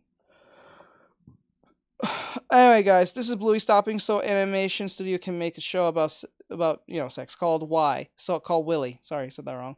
I'm gonna replay this. I'm sorry about that, guys. I had to do that quick response to the student. I'm so sorry about that. Let's play again. I'm sorry. Hey guys, welcome back to Clownfish TV. This is Neon. I am here with Geeky Sparkles. Hello. And this is going to be an interesting video. So Bluey is going on hiatus, and you're not going to believe the reason why. Well, they're not saying the reason why, but that's what they're working on instead. Yeah, so the people behind Bluey, they're working on a new show about a boy on the cusp of his sexual awakening. Mm-hmm. Yo, these people are perverts, man. I swear to God. When the hot neighbor There's Jack no need for this. Yeah, so I'm like, okay, is this going to be an adult show? Is this going to be like Big Mouth? But I'm like, Bluey is like the most popular kids show on TV right now. Yeah, it is. It is one of the in December, Bluey becomes the most streamed show, ending suit streak. Yeah, so now's probably not a good time to go on hiatus. I'm just saying, but the fact they're going on hiatus to do a show like this is going to potentially, I think, hurt the brand, because I think you're going to have parents be like, wait a second, they did Bluey and then they did another show called Gooey. No. So let's talk about this. I did not see this coming. Maybe that's the name of the show. No one did. He didn't see it coming, but he wanted to. Yeah, so the studio behind Bluey. It's called Willy. No, it's called they're gonna free Willy. The studio behind Bluey, Ludo Studios, is taking a break. Now, they announced this before, that after season 3, I heard they were trying to make those new videos, but I think I heard they were forced to shut down because they were so graphic from Bluey and disturbing. They've been doing it for 5 years. Now, Bluey I remember parents reported it being too explicit and revealing. Facebook was on this a lot. Show. The toys are like. Level up. I believe you. Space with I believe you. These people are sick. You would be so. These people are really sick. Ugh. This just sounds weird.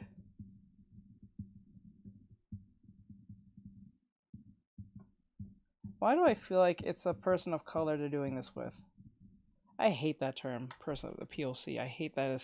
That just sounds very strange. I never liked that term. On the top they tried to get it out twice if I remember correctly. Big deal. No. They beat Peppa Pig, that bitch. Yeah, She's just old bacon. So they're after the 3rd season. They're taking a break from Bluey, Bingo, Bandit, and Chili. It's not coming to an end, but they're going to take a hiatus, according to the producer Daley Pearson. They are going to take a hiatus. It's Australia's most watched TV show ever. Okay, we're just going to get our heads on a bit. It's been that's what you're, okay. Wait. They're going to do this other show, Willy, to get their heads on a bit. We're just going to get our heads on a bit. And We're going to get fuck does that mean? It's been 4 or 5 years. We made 154 What does that mean? 154 episodes. It is kind of unprecedented to do that back to back.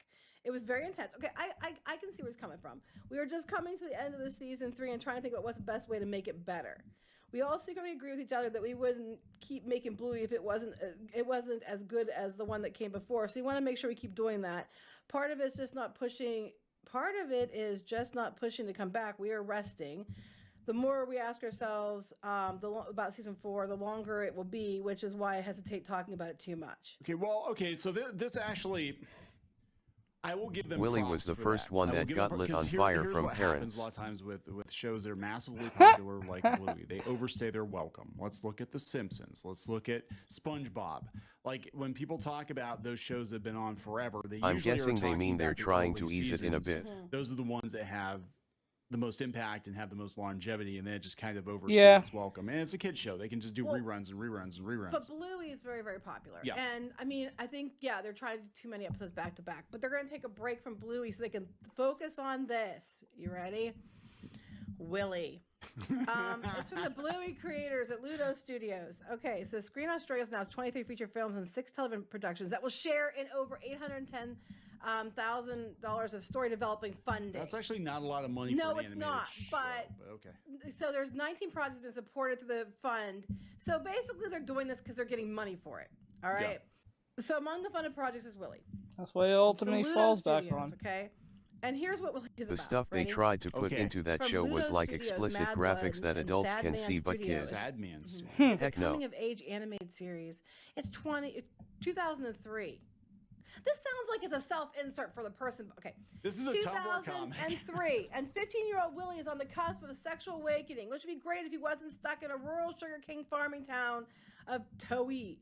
Willy's only salvation is his colorful imagination and a cast of fantastical friends who inhabit it, including razor-tongued rescue cat Beverly and his scornful op-shop portrait of the Virgin Mary. What? Soon the arrival of a hot new neighbor Jack threatens to bust Willy's carefully constructed inner world wide open. I know, change the lives of Towee locals forever.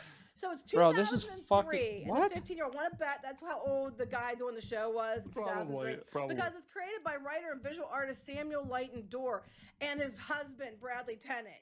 Who's not even. Oh no! That's what I was talking about. I know, right, Sean? Oh no! I mean, at least they tell you right what you know, so that's what he's doing. But you know, I'm just like, I bet you in 2003 he was, 15 and or something like this. This is probably a self-insert the Virgin story. Mary was telling him to stop touching himself. Crazy Yeah, LOL. Okay, so you're going from Bluey to a show about a 15-year-old, which, gay or straight, who cares? 15-year-old who has a sexual awakening, but he's talking to his rescue cat Beverly, and then you're mocking the Virgin Mary. I'm just saying. The Bluey Lagoon. I'm just saying. The Bluey Lagoon. I'm doing Bluey. My balls are turning bluey, and I don't understand. Oh, what should Mary, look like? what should I do about it? Nothing. You should do nothing about it. Blue's a beautiful color. He who churns his own butter shall burn. Yeah. So this is what they're doing. So now, don't worry. This one is not being said it's going to be on Disney Plus, even though it probably will be. Bluey will still be on Disney Plus. You can still watch the reruns. As Neon mentioned, kids will just watch the same episodes over and over. I just find it funny. Crazy. Because Disney The parents Plus had went a livid shit about fit this. About an episode On pretty much all the stuff they tried to put in on that show. No pun intended. And I'm grateful they did too. And how childbirth works. Yeah, Bluey's. I mean, it's actually it's pretty smart. It's pretty funny. I mean, this show might be smart and funny too, but like it's gonna be interesting. I'm sure it's gonna be smart and funny. But I could see parents being like, oh no, they did Bluey. Hey man, how are you? Willie's touching himself. Hey Yusuf, what's going on, yeah, bro? just like that.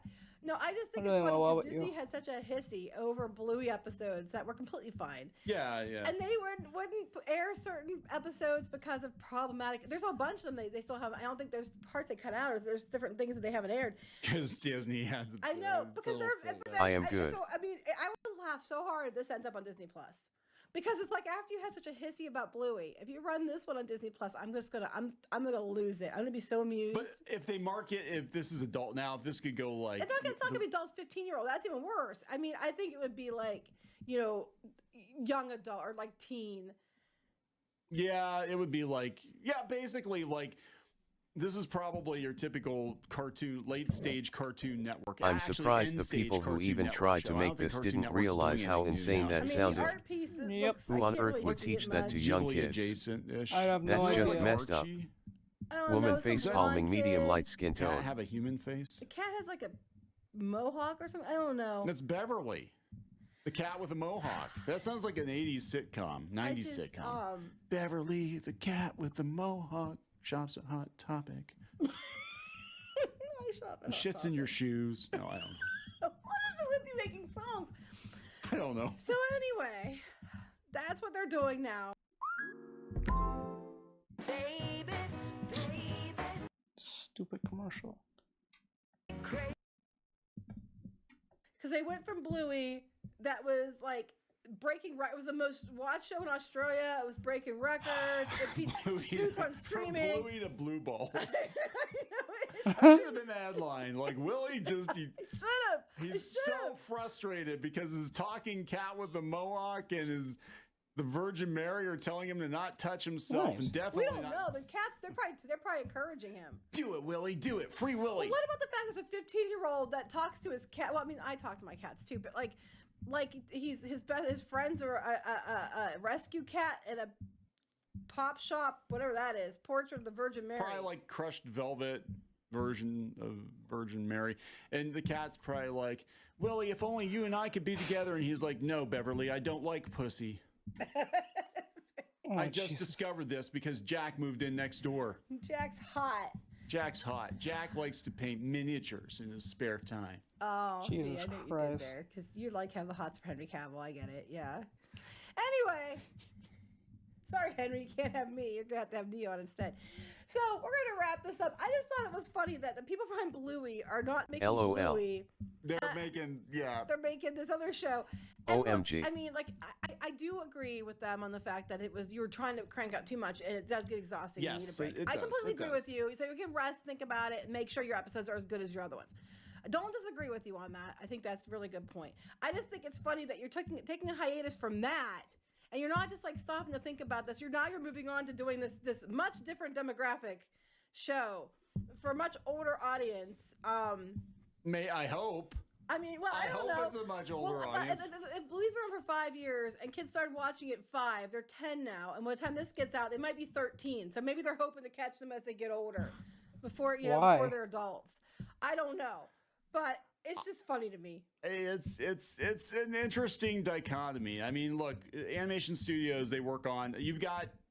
That's my point. It's a very interesting dichotomy. You have animation studios in Japan that'll work on a kids show and then they'll turn around and do hentai or something. This isn't hentai, but I'm just but I'm just saying, like, you've got like those extremes, like, oh yeah, today we're doing animating some Pokemon, tomorrow we're animating other kinds of balls. I just think it's funny because it's the people that did Bluey.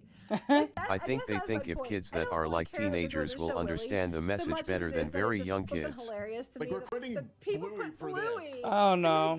And Bluey I don't think I don't know if this is even towards kids. We don't we're not even sure this is actually towards kids. Is it for adults like Big Mouth? We don't know. Oh, but I would say busting records, but I better not say it. Breaking all kinds of records.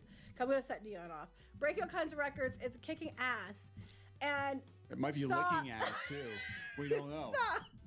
And they're gonna stop the show to go make this.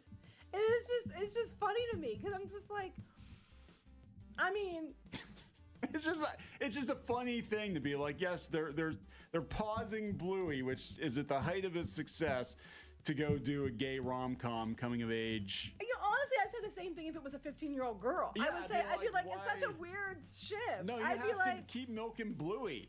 It's just a weird shift. I just find it funny. Anyway, it's okay. Disney will probably find a way to resuscitate it with like all new people and be like Disney's Bluey, like Disney's Doug. It'll be awful. They'll take over. I don't think they have the over. right to take it over, but anyway, they'll buy it. They'll just buy Bluey. I don't know. Were they putting money into it? I don't know. Anyway, I just think it's funny because Disney was having such a hissy about some of the episodes of Bluey, and then they're like, we're gonna go make Willy. Maybe that was the point. Maybe they're like, well, fuck you, Mickey. We're gonna show you what's. You would do that. You'd be like, F you. I'm gonna go do this show. They could hard R. It's not like that. However, if that's what they came out and said, that's what happened. Like, we just wanted to screw, Disney. Like, haha. I'd be like, okay, you know what? I'll watch every episode twice. But anyway. Damn. We're gonna wrap this up. Please subscribe for more pop culture news, views, and rants, guys. We'll talk later. Bye.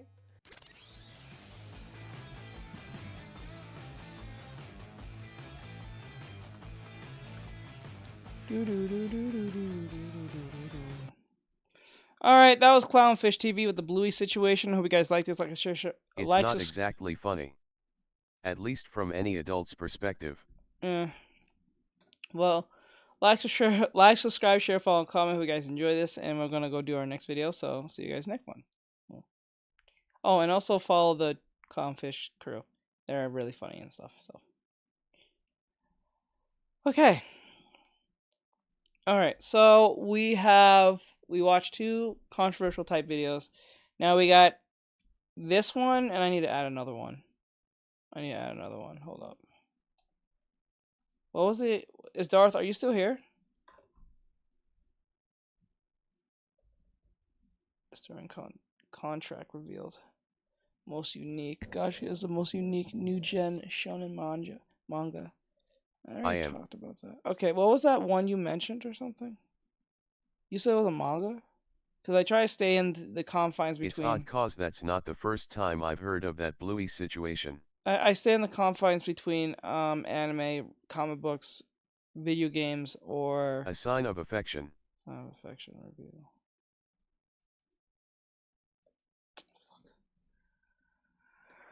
Hold on.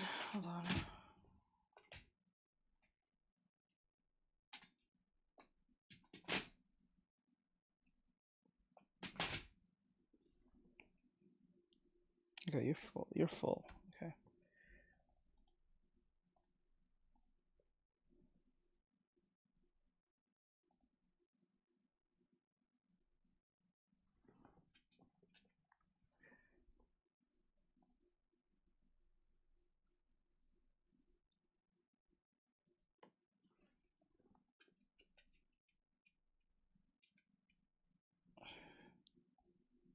I just hope that last video didn't offend YouTube too badly, lol. No, it won't. Not really. No, not really. Impression.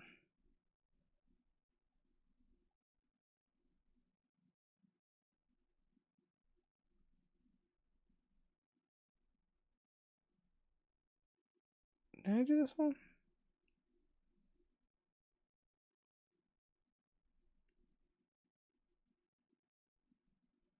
Guess I didn't. All right. Okay, so we got 1 and 2. So we're doing this one 10. This is from Nothurus. I can never say these names. Can't read. Anyway, so now over here has 10 manga recommendations. Signs of affection. Sorry, wrong name. No, I got it. I put it in. It says he has 10 manga recommendations, but with a twist. So let's see what's the twist about. Let's see where this goes. For those who wants to hear about these recommendations, come over here on Twitch, YouTube, Kick, Trovo, and Facebook if you want, and hear these as well, or YouTube Shorts. And we're going to talk about it, so let's see what happens. I've been sitting on this idea for recommending manga. I wanted to do it in a special way that even you could do it yourself. I'll be doing what not many may think is possible, and recommend a manga with zero bias. So ultimately, what I want to do is whip you something a little nice in the kitchen. I want to give you the juiciest of fattiest of manga recommendations that you have ever tasted. And the only way I thought to do that was to do it at random. The site I'm going to be using is called randommanga.net. I highly recommend anyone who's looking for recommendations to use this site because not only is it random, you can actually pick which genres you would like to exclude or include. The rules are very simple. I will read through 10 chapters at the minimum and nothing is limited. Any manga of any kind the site recommends to me is fair game. Let's hope by the end of it I don't want to bleach my eyeballs from reading so much garbage. I will leave timestamps in the description. 100 random manga chapters. Now that I have finished reading all the manga, I just want to admit that I read over 400 chapters. And here's number 1. Damn.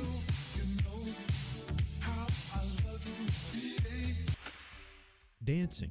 Tell me, how many TikTok dances have you actually tried to pull off? I've no shame admitting that I've tried to floss in VR. Stop. I know you're thinking, you actually have no shame. Stop lying. You would be correct. When you see this, I could bet 5 V-Bucks that you can hear the music in your mind haunting your conscience. You wouldn't have thought it existed, but here it is. A manga about dancing. It's a 6-chapter series about a cool, mysterious high school guy who was... Why the fuck? Is that their noses? Why the fuck does their nose look like that? They position the noses weird. They look like literally like someone cut their nose off. You see the holes of like your face, like the skull. That looks. Why did they put 2? That looks so weird. Handsome and mysterious. And our main heroine, who just can't look away. The Sasuke of dancing. Fortnite drops his wheel into your heart. If the art was better, then this would have been cool. Maybe with some action panels similar to the quality of Sugumomo, battling it out with sick b-boy spins, cringe anime moves, and a side of romance. But this ain't it. It also doesn't help that the art is extremely dated considering it came out back in 2001. Maybe you'll enjoy it if you're super bored and have literally nothing else to do. 5 out of 11. 5 out. That's a weird limit to put. 5 out of 11. That had no right being that good. I'm sure we've all done some wacky things for a girl we were interested in at some point in our lives. However, none of us can say we sifted through a Necronomicon to summon a demon daddy. Oh yeah, this is funny.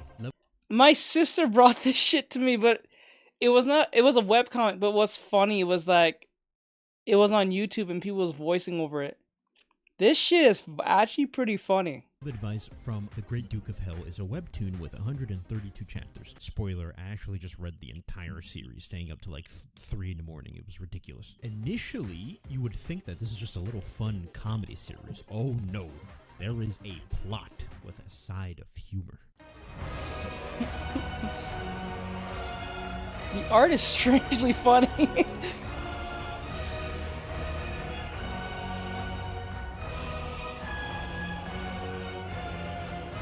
This shit is funny as hell. Don't let it fool you. A young lad named Paul is having love troubles with a crush named Elena, who works at a cafe he likes to visit. Instead of looking for advice from normal human beings, he decides to summon a demon. His adventures in love will continue, but only now with the knowledge that demons actually exist. Really good. I gotta check this one out.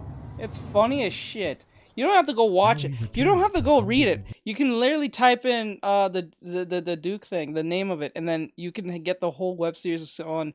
Not even reading it, they're voice acting the characters, and it's funny as shit. Isekai.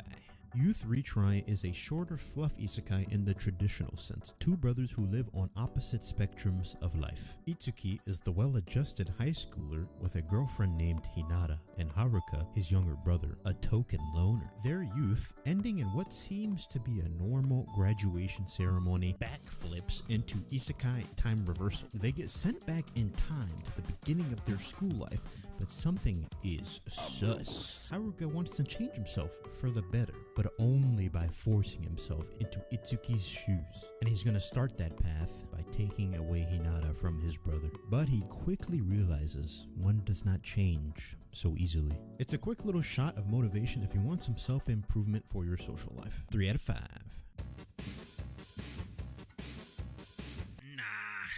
A boob-shaped cookie-cutter isekai series. Main character gets summoned, but the goddess thinks he's an ugly loser, but turns out he's overpowered because another god can see the kindness in his heart. Insert 20 other isekai tropes yourself, and I'm sure that manga will exist anyway. Makoto is a recluse, because of course he is, that is summoned to another world and then discarded by his original goddess. Another goddess grants him the god's eye. As you would imagine, because of how it sounds, the god's eye is basically Byakugan, but somehow stronger, because he can see the past and the future. And now we get to the part where he goes to an adventurers guild, a one-tap. Can we please stop making these fucking isekais? Can we just take like a 1-year break from this shit? Can we please stop this?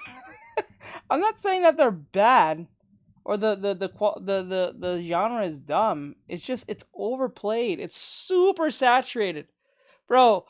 The isekai thing is so saturated to the point if you start a gaming channel and expect to be making millions the very next day, that's what it feels like to me when they make isekai. There's no way there's no way. There must be some form of money laundering thing going on in this industry for people making these many isekai. This is stupid. A veteran adventurer and continues on his warpath to build a harem. I'm sure, like many, this is your imagine being in a room with other artists who write about isekai. You're not in a room with other artists who write other things. You're in the same room with other people who write isekai. God, the elitism must be high. Time hearing that setting, but here we are with another. Harem usually is terrible, but I guess if you could find enjoyment in the goofy part of it, then you could have fun with it. The one good thing I could say about it, which is not even a good thing, it's just that it's funny, is that his weapon is a giant fucking log. What? Wood at a time. Okay, now I'm sold. What? His weapon is a giant log? That's his primary weapon, is a log?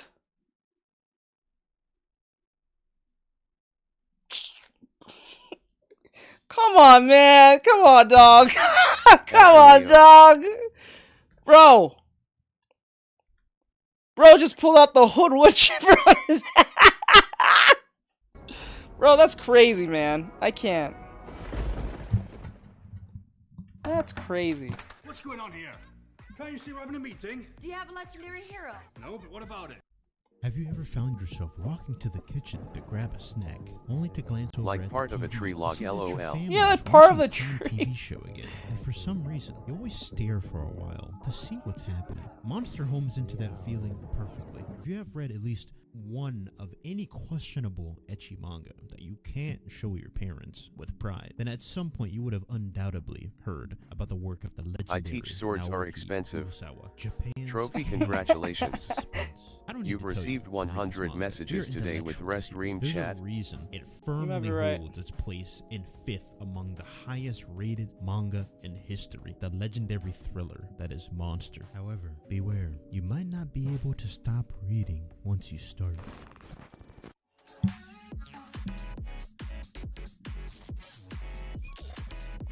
Well, this is just hentai. It's supposed to be a manga about heroes and villains in a world with a hero association type thing. But that's just bait. Obviously, my rule is minimum 10 chapters, but I had to commit and see if I was lied to and read all 17 chapters. Yes, this is just a fetish dump from the author. Shuzin, our main character, works for the Hero Association, codenamed WDO.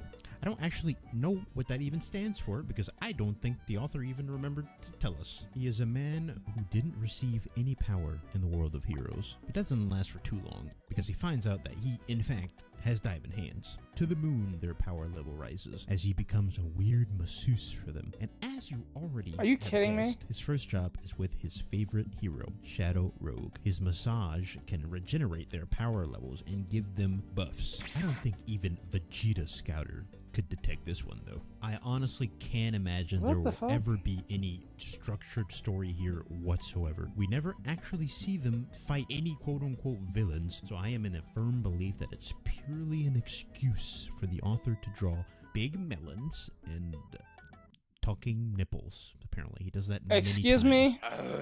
It talks? Bro. Speaking of extreme Bro! jealousy, I have always been curious as to what the psychology is behind someone wanting someone's used underwear. All I can think about is getting that strong whiff of disgusting butt sweat. Ugh. Hensuki is another lewd horror manga where the main character is unconditionally surrounded by women. Cake? We'll just call him Jimmy. Jimmy is a boy living his standard school life, wanting nothing more than just a girlfriend. His dream is one step closer to coming true when he receives a love letter along with a pair of panties. Oh, he spends this. time with his female friends. learning Oh more my about god, those I know this. Yes, I watched the anime. Fuck y'all. But the point is like, my girlfriend got me watching this. This shit was funny as hell. I was like, what the? It was so off-putting. And the ending is ass. Like, I wouldn't say it was not. It was dumb. Okay? Like, really? Like, it was like that. Like, you just look at it with the side eye. Like, really? This whole time? in the hopes that they will be his like if you Cinderella. want to ever witness the perfect definition of ex machina, if you want to see what that looks like, watch this anime. If this is the same anime I think he's talking about. If this is the same anime where this dude finds that in his locker or some shit, I think it was the desk or locker. At the end of this anime, of the season completely. Like, I think it even finishes. I don't think there's gonna be a second one. Once it finishes, bro, it pulls an Ex Machina like no one's business, and it literally slaps you across the face like you're an idiot, and you're gonna accept it for what this is. And then you're like, you know what? Screw it. You know, ain't got me watching this, but like, Jesus, you got me this far. Might as well just take the L. You're gonna take a giant L on this. Of course, as Jimmy soon finds out that most of them are already perverts. Yes, this manga is real. It is definitely a thing. I remember what I read. But honestly, as fans of anime, there shouldn't be too much that surprises you anymore. It's a trashy horror rom-com with some decent jokes. The writing is goofy and the art is good, filled to the brim with meta-aware humor. It has an anime if you're feeling particularly wacky. Yeah, that's it. That's the anime. I know it, yep. I was so mad. Demon Tune. What's this? It's funny when you can look at the list of chapters for a manga and you can easily tell when it's been axed or not. This one is one of those. Demon Tune is a short manga that takes place in Wizard City, filled with magic and demons alike, where the main source of evil seems to originate from an existence named the Boogeyman. The story follows a young ninja on a secret mission with his father. However, information of their secret leaks. After a destructive battle, his father goes missing. Along with the help of a fairy, the young ninja struggles and battles his way through the hell of Wizard City, hoping to hear the truth of what happened to his father while also completing his original objective. While I enjoyed a good chunk of what this manga had to offer, I can't really recommend it. It starts off pretty good, but starts to taper off at some point. It gave the vibes of an That's made by the same person who made Blood Lad. Onto it, especially since the closer you got to the end. This was made by the same. For real? Damn. For real, that got canceled, right? That's never getting another season, right? It starts off pretty good, but starts to taper off at some point. It gave the vibes of an axed manga, which had an ending forced onto it, especially since the closer you got to the ending, the more interesting it started to get. Considering its length, I'd say something along the lines of, read it if you want a short yet interesting story with some unique art. 7 out of 9. This is the one time where the manga format can be detrimental to a series. Blood Blockade Battlefront has a beautifully Bro, I want to watch this anime, but every time I get around watching it, I stop watching it. Like, I can't get past episode 1 or 3. Like, from episodes 1 through 3, I can't Probably not. That's reach. why I read the manga a year ago. Ah, okay. I can't reach past this fucking anime.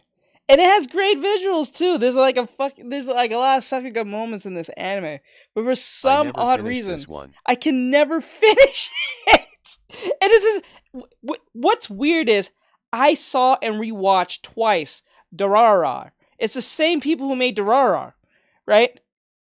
But for some god awful reason, I can't. And then like Durarara has more talking. Haven't seen it since high school. Like, it has more talking, it has more interconnected shit happening at once, and you have to pay attention and shit and stuff. But for some awful reason, I can't finish this. And every time I see people bring it up, I kind of want to go watch it. And then when I get the hype to go watch it, I don't watch it. It's weird. It's a weird thing. I can't get near it. Becoming the bridge between the human world and the beyond. What has now become a civilization cut off from the rest of the world, surrounded by a thick barrier of fog, humans and otherworldly beings coexist. Hel Salim's lot. Our main character, Leo, is a victim within the city's unpredictable pandemonium. He receives the power of supernatural eyeballs, but at the cost of his sister's eyesight. Unluckily, that leads him to joining the Giga Mafia, called Libra, because he thinks that they can help him reach his goals. Libra is a corporate. That's me with a Guilty Crown. Oh man, I gotta watch Guilty Crown. It has a great soundtrack, but for some odd reason I can never finish it. I got up to the point where the guy gets the sword, but that's it. corporation responsible for keeping the city's W balance drawing, in thank you. check. A great concept with big potential and okay-ish execution. Fucking blood weapons, aliens, monsters, gods, and every manner of fursona could exist within this city. Very impressive world this author has created, but probably not worth the read. Watch the anime instead. Save yourself from the about 500 pages across 10 chapters. Like, holy fuck, why? 6 out of 10. Holy fuck, why? Now this one is interesting. I have so many memories of this series for some reason. I sure as hell don't remember anything about it. The art has this weird... Yeah, I have memories of this anime, but I don't remember watching it. I know of this anime. All my life, I know this anime since 2006. I think it came around in 2006, but damn. Those Korean manga artists look similar. Freezing gives off this suspicious feeling that it's similar to most stinky harem battle anime. The setting is set in a futuristic Earth that is at war with an invading alien species, the Nova. Their intentions seem to be complete and utter human obliteration. Now, I will say, the series is not all sunshine and boobies. Freezing is a series with a darker theme to its world, with a sprinkle of ecchi. A boy named Kazuya enrolls for training at a special academy for genetically modified girls called Pandoras. Pandora and their partners, the Limiters, are the mighty warriors that are the main force fighting against the Nova. Limiters being the key component to combating the Nova with their power of freezing to hinder enemy movements. He makes the acquaintance of a frightening girl named Satellizer. Yes, her name is in fact Satellizer. After revisiting, gotta put a massive exaggeration on revisiting, because I honestly don't remember reading this manga at all. This manga, it seems a lot better than I remember it being. If there's anything that I learned after doing this little challenge that I've set up, it's that there is always a world out there of things that you've missed. It's just like with video games. There are plenty of masterpieces that many people have just never played. So don't be that guy going around saying, "There's nothing to play." Freezing gets an 8 out of 10 for me. Wow, that was a lot of manga pages to read. We finally arrive at the end. However, we're not done yet. I bet you guys didn't see this one coming. Well, at least if you didn't cheat and check the timestamps beforehand. I want to give an honorary mention to a manga called Ramia Yana. Would you call yourself an enjoyer of a lady? I think I know this. Is it a power thing, like Markiplier would suggest? Then this is the manga for you. This is Mami Ramia. Oh, I know this. I've seen the art style for this. I think we've seen this in a previous video way back when. There isn't much known about the heroes of this realm.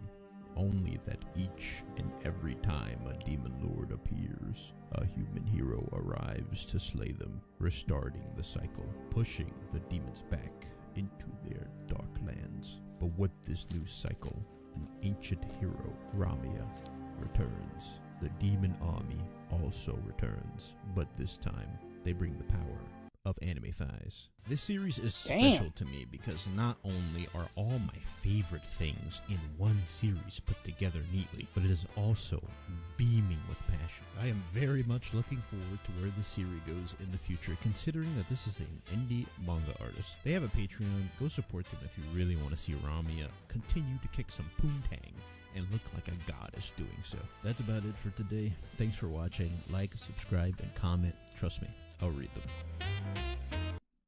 I was an artist. I think I'm saying that wrong or still right. Don't know. But with that said, like, try, share, follow, comment. I hope you guys enjoyed this. This was a good one. And this was an interesting one nonetheless. It was pretty interesting. I'm not gonna lie. Jesus Christ, that was different. So I'll see you guys in the next one. Bye-bye. Alright, we got one last one left, and this one is from Lines in Motion. It says manga recommendations you need part 2. I'll eventually watch part 1. Is there part 1? There's part 1. Okay, we'll do that one and save for part 2. Same person, same everything, so let's see what they have to say for part 1. This is 26 minutes. In times like today, purchasing and reading manga has become much more widespread and more easily accessible. It's easy to see why so many people have become overwhelmed with the excessive amount of manga to choose from. And whilst there are a lot of manga out there that have rightfully gained traction and popularity, from the likes of JoJo, Hunter x Hunter, to Bleach and many more. There are still many manga that deserve to gain more readers.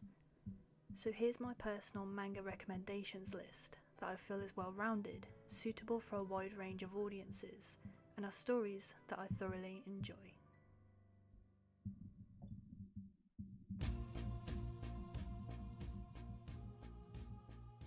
I find it only fitting to start this list with my all-time favourite manga at the moment. Delicious in Dungeon is a cooking/adventure manga written by Ryoko Kui. I already know Out this of one. all the manga in this compiled list, Delicious in Dungeon is the one that nails every single element of a manga I look out for. Everything from its character designs, emotional storytelling, level designs reinforced by the intricate and well thought out background designs and settings, all the way to the clear influence from fantasy RPGs such as Dungeons and Dragons. And perhaps one of the strongest components of the story, which happens to be vital to the manga's success, the fleshed out main cast. Delicious in Dungeon has one of the most charismatically dumb casts I've ever witnessed, right up there with Golden Kamuy, who not only make for some incredibly effective comedic panels, but help elevate the story's premise through their individual personalities. The beginning of the story follows these 4 idiots. Actually, let me correct myself there. These 3 idiots, plus Senshi, as they conquest through many levels of dungeons filled with monsters. Yeah, not the creatures, short and... one is not dumb. Yeah. The main reason for their conquest being to save Farlin, Laios' sister and Marcel's closest pal, if you will, who, in true Delicious in Dungeon fashion, was eaten by a dragon in one of their previous quests. In fact, being eaten, or just eating in general, is one of the key themes of this narrative, what with it also being a cooking manga. Ryoko Kui does a wonderful job of showcasing the challenges and repercussions of being a dungeon explorer, not only through the troubles of bumping into carnivorous creatures, but the issues of deadly traps, other dangerous travellers, Alright, do your and thing. most predominantly, lack of resources and food. With an onslaught of creatures and monsters, each chapter makes sure to deliver us with a creatively thought out dietary breakdown of all the meals the cast eats, which, most notably, is any creature they come into contact with, or actually not just creatures, just anything that moves, much to the grievance of one specific elf. In every chapter, the inclusion of monster cuisine meal plans makes for a fun and unique concept that juxtaposes the severity of the cast's situations, where, if they're not being chased by a rabid animal, their own stupidity and goofiness is putting their own lives at risk. Delicious in Dungeon for me works in the same ways Full Metal Alchemist does. It's recommendable to anyone and anybody due to its accessibility, with fantastic world building, amazing art, a diverse cast of characters, and lack of fan service with great female characters to boot. I'm not really surprised that the people who have read this manga absolutely love it, because you'd have to really nitpick to be harshly critical of the story that Ryoko Kui has created.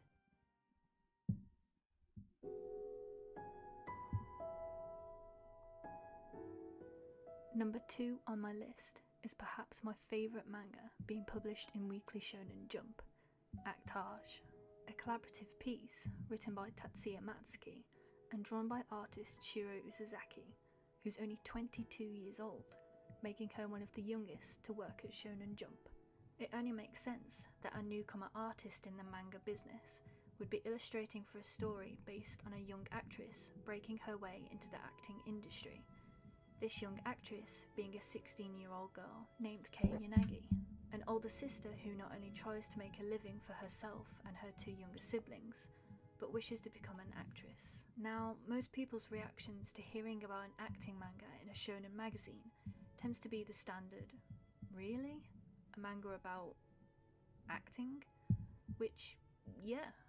Sure, it's not a story filled with flashy fights or the stereotypical battle pages as seen in most weekly shonen stories, but Artextric is still very much filled with the shonen tropes that so many readers are familiar with, plus amazing art to go with it. And if the Promised Neverland's huge success is anything to go by, shonen manga is slowly branching out into different directions that allows the magazine to breathe a little with some variety. Yes, there aren't tournament arcs, but I'd be damned if I didn't say that Yanagi battling through a deadly typhoon just to get a shot needed for a TV series isn't badass, or that the slow progression of Yanagi's acting skills isn't akin to the training arcs we're so familiar with. She may not be building on physical strength, but Yanagi, along with her adorable graphic tees, might I add, continues to grow in mental strength and abilities. I'm not gonna lie, the art is probably pretty good, but the story sounds kind of weak to me. Something about acting doesn't sound all that pleasing to me, but maybe I'm just biased. Allowing her to take on challenges that the acting industry enforces upon her, such as the aftermaths and repercussions of method acting, or even the loss of a loved one. But perhaps my favourite element of the story is the multi-layered rivalry between our main character Yanagi and her foil, Chiyoko Momoshiro. Now, most shonen jump stories have a rivalry, as we've seen from the likes of Bakugo and Deku, Naruto and Sasuke, Asta and Yuno. However, for me, Chiyoko and Yanagi's rivalry has become my favourite in Jump, just slipping in front of Haikyuu's Hinata and Kageyama's dynamic, which I also love. What makes their rivalry so intriguing is the way Tatsuya Matsuki has been subtly developing both characters as a result of learning from each other. Whilst their dynamic starts off rocky, both characters are very quickly drawn to each other due to initial interest that only increases when they finally meet. Interest in a person who takes a completely different tactic to a skill they also possess, and wanting to learn more about them. From Yanagi's skill of method acting versus Chiyoko's ability to always accurately give audiences what they want, which she has developed through creating an angel persona everyone has fallen in love with. In a way, both of them have their own powers, if you will. They're very much polar opposites, foils that fit together perfectly, making their rivalry all the more entertaining the further into the story you read.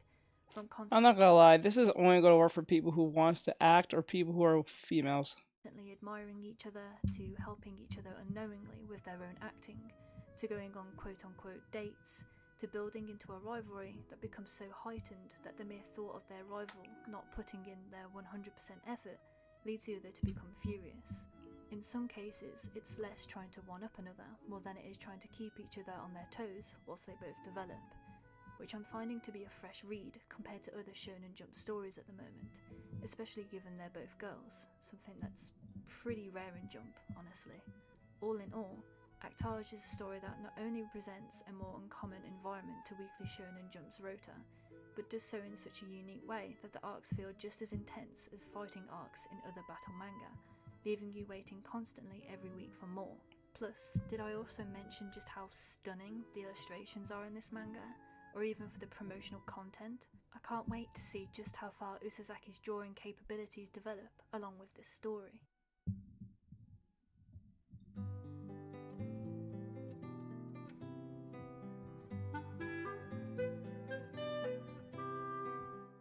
Yotsuba is one of the very few manga that I can return to at any point at any time and finish reading with a huge smile on my face. Excluding the first few chapters which introduce us to the main cast, the rest of the manga is very unchronological, and due to the established slice-of-life themed story, there's no real overall plot, meaning you can happily pick any chapter to choose from and not be swamped by the idea of missing large events. Instead, each chapter gives us a front-row seat to the life that is Yotsuba, a curious green-haired 5-year-old girl who has an increasing library of amazing facial expressions. With the great exceptions of, say, Hinamatsuri or Gakushufudo, Yotsuba genuinely makes me laugh out loud, and not the little laugh you give out when watching a viral video. I'm talking cheeks aching and sides hurting kind of laughter. The main reason being Kyoiko Azuma's fantastic use of comedic timing. Whilst there are some written jokes in the story, the biggest laughs come from the onslaught of visual gags that carry through each chapter. From Yotsuba messing around and always dragging someone along with her antics, to the blasé attitude Yotsuba's next door neighbours, the Ayase family, have about a little girl coming to their home constantly and acting like another member of their family. Whilst Yotsuba is the shining star of the series, it's her interactions with the supporting cast that makes for hilarious dialogue and sequences. As an older sister myself, there are so many moments in the manga that reminds me of the experiences with talking and interacting with my own siblings, as Yotsuba's relationships with her father and the surrounding adults completely mimic that of real-life scenarios. From Yotsuba's sporadic experimentations, wild outbursts, hilariously imaginative make-believe scenarios, a dangerous... So it's just Anya, the show, the manga. That's what it sounds like to me, is just Anya, the manga. sense of curiosity and unknowingly doing things she probably shouldn't because, well, she's a kid. It's not that shocking to learn that Yotsuba is quite well known in Japan. The characters are extremely lovable, and with the combination of heartwarming scenes occasionally thrown into the mix, I couldn't recommend this manga enough.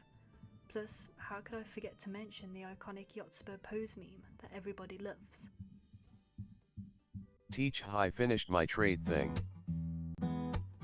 Alright, send it me.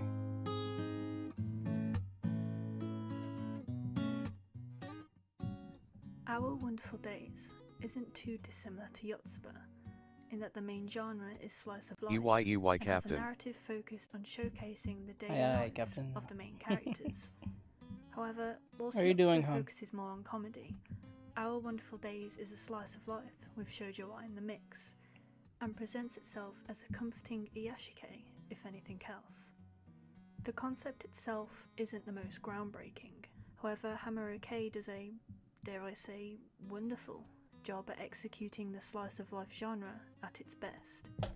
Following 4 schoolgirls, Koharu, Mafuyu, Nanea and Minori, we see the soothingly mundane lives of the cast as they just got home, went on a nice walking out to eat with Gon 9. And also develop relationships as the story goes.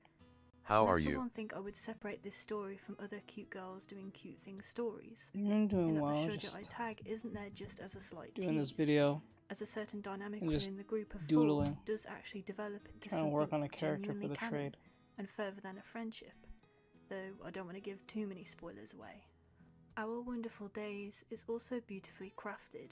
To set the scene and feel of the countryside we see the girls settled in, Hamaruke takes the opportunity to dedicate certain panels and pages just to the environment alone, while placing the cast in quaint settings that are crafted with the intent of calming the reader. And of course, one of the main attributes to my liking of this manga is the characters. The bubbly styling of the character designs in combination I'm with excited to see what you got for me. of each girl makes for an overwhelming feeling of fluff and character warmth. design. Much like other similar stories such as Yuru Camp, K-On! And Non Biori, Our Wonderful Days uses the power of friendship to its full potential. That's good. For heartwarming, chill funny stream. And cute scenes between the girls. Yeah, I'm trying to stay out of trouble. A smile on your face after each chapter. Can't get in For trouble me personally, the continuous use of adorable facial expressions was one of the charming points of the manga. They're just so expressive. So I'm doing these recommendation videos so people can watch. You have something to listen to while I work, or also I'll listen to something and want to give my interest and opinion on it without being too crazy about it. Infectious from page to page. As the story is finished with only 18 chapters long, it works nice as a short story to add to anyone's reading list.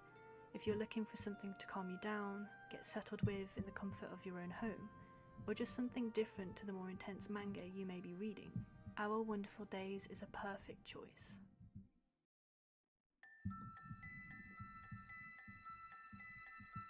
That's good, and you give commentary, LOL. Yeah, I think I give decent ones. Commitment. First, I do the controversial videos. I do like 1 or 3, 1 or 3 controversial videos that's going on like in the anime, video game, comic book industry, mostly between comic book and video games. But then again, I'll do the more funner stuff last because that's the finish line where I didn't get banned. So we'll play the anime recommendations or anything anime recommended or anything anime related. So people have something to listen to and watch and find something they may like alongside my commentary. So plus it makes it easier to produce a video instead of me doing all that fucking editing, and it takes me like 2 months just to do one video. Drive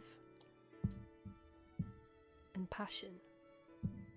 These are the 3 words that come to mind when reading Blue Orchestra, a lesser-known manga that manages to filter its way into my heart through a visual plethora of whimsically beautiful panels that so fluidly resonate and translate the beauty of music. There can be many obstacles when translating certain elements onto pen and paper, and music, in particular, being an invisible source of information we gather daily. True, more variety and related to art in a EA. How can we see sound? Yeah, it's easy to produce them easy.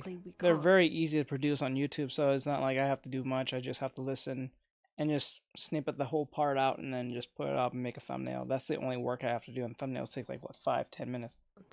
However, Akui Makoto comes strikingly close to recreating a sound we can't see. For instance, music isn't just in the audible notions some people may hear on a day-to-day basis. Music can be read through electromagnetic wavelengths and music sheets, or felt through vibrations. Blue Orchestra showcases that music Be a isn't support merely hero a simple today matter of hearing by sound, using commands but the like emotions and /donation vulnerability and that goes into /cash creating app. pieces that evoke a certain emotion within hundreds of people. BRB, I'ma Or in send this you the story's stuff through case, the Instagram. main person in particular, ex-prodigy violinist Aono Hajime. In all honesty, Aono wasn't particularly interesting to me as a character right from the start. It's not to say I found him terrible, but somewhat of a replica of the isolated teenager with emo hair trope that is so popularly used across manga. However, much like any orchestral piece, it's not just one person needed to create a sumptuous ensemble of music. It's the balance and combinations of other sectors. It's the percussions, the wind and brass instruments, the efforts of the conductor, and the strings. The story may start with Aono's internal battle of his intense resolve versus his emotional barrier to continue playing the violin, showcasing the harsh cruelty of experiencing something that, in effect, turns us off an activity or hobby that we once loved. But the story shines for the introduction of other cast members and the camaraderie that slowly starts to form around Aono. The narrative develops as we see him building across his own insecurities and experiences that were holding him back, and finding the beauty and inspiration of playing the violin through hearing Akine, a newcomer violinist who plays with the utmost passion that even some pro players would be envious of. It's her conviction to music and the idealisms of challenging and improving herself despite the low skill she starts at that becomes a driving force for Aono and his journey, leading them both to work and study hard to enter a high school well known for its prestigiously successful orchestra club. And it's the moment they enter the orchestra club that the melody of the story, if you will, truly starts to form. We see Aono and Akine grow as they expand their skills through performing amongst other talented musicians and classmates, finding rivalries who continuously help them better their own techniques and approaches to performing, to feeling inspired by the third years who have practiced and refined their musical talents, to growing relationships that they lacked in their previous school, and actually feeling like a member of something, rather than an outsider. In many ways, the orchestra club became the heart and soul of the story, and was the true stepping stone from me finding the manga relatively entertaining, to a manga I outright fell in love with, and having to eagerly yet painstakingly wait for every new chapter. As you've probably noticed through this segment, Akui Makoto held back no punches when illustrating this story, and is truly able to showcase the different ways in which music can be seen, through the elegance of a smooth and rich piece that defines the tranquility of the violin, to the juxtaposed and calculated erratic sense of intensity that can consume musicians when they are truly engaged in a musical score. Blue Orchestra is a story that demonstrates accumulations of efforts that come together to create a piece so beautifully crafted from teamwork and trust. Music isn't just limited to what you hear, but the joy in memories created from the camaraderie of an orchestral performance.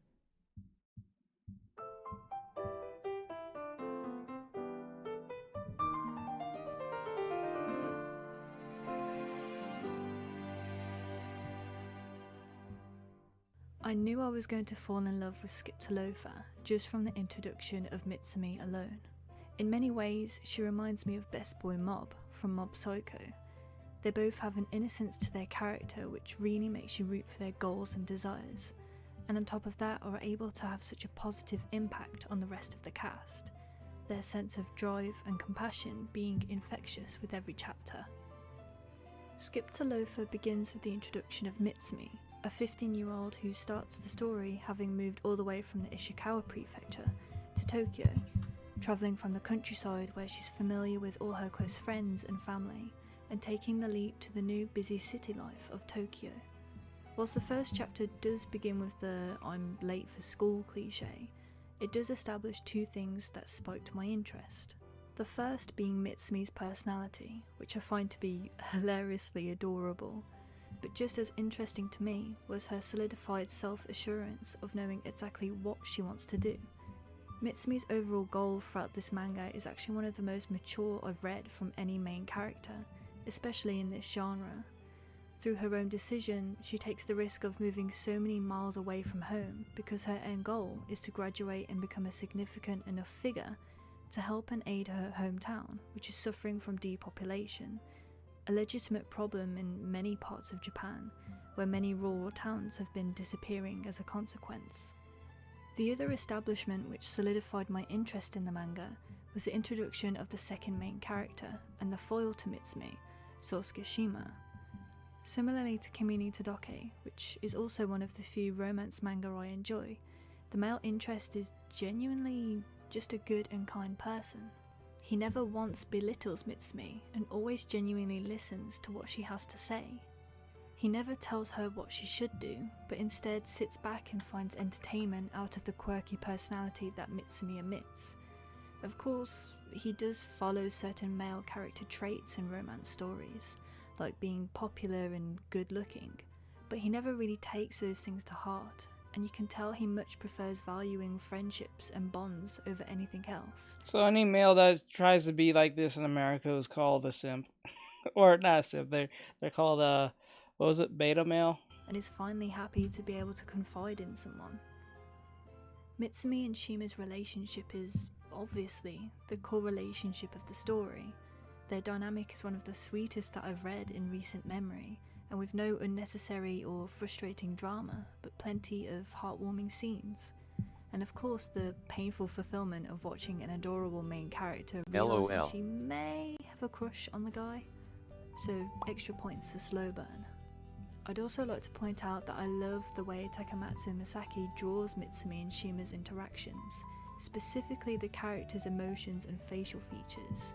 The way she can transform genuinely hilarious and goofy faces to panels where you can rightfully see and feel the raw emotions the characters are going through, without any words or special effects needed. Moving outside of the main characters and the art, Skip to Loafer also has an extremely charming cast overall.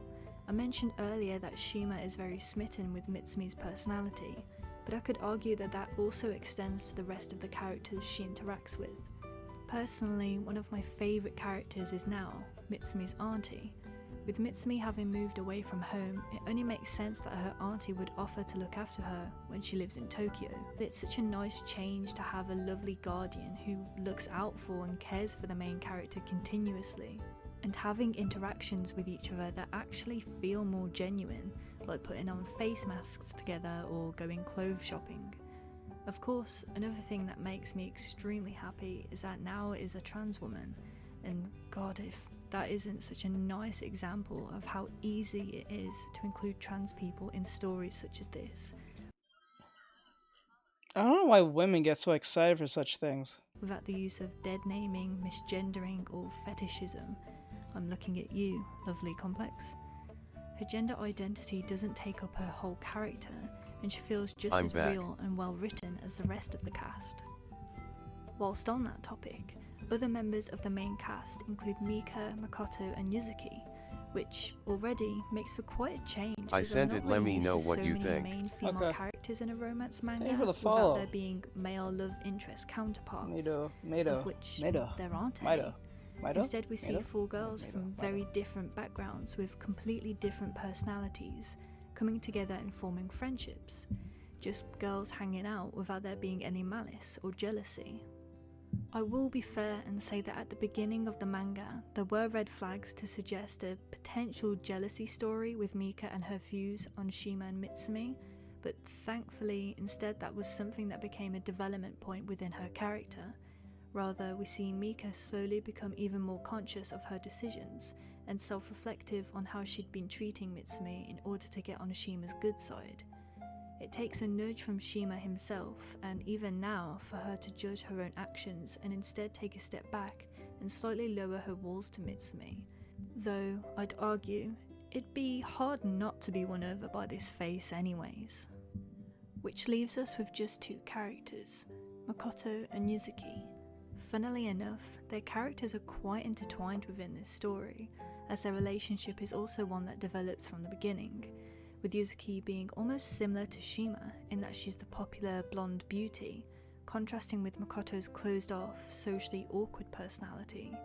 Very cliched, but much like the rest of Skip to Loafer, is laid out and developed where, if anything, the archetypes they both fit into becomes the opposite the further you read, as we see Makoto's nerdy-like characteristics are often debunked during panels where she easily gets agitated. That's a at commission. anything, You have to go or to shows your a blasé thing to do attitude that. to score tasks. You have to go to the link tree. In contrast with Yuzuki, a in character the bio that would if fit you the want one. snooty posh girl archetype if it had been a different manga, but is instead fleshed out and shown to be one of the most self-conscious of the group, along with Mika, explaining how her appearance often gives out interpretations of her personality that are built on stereotypes.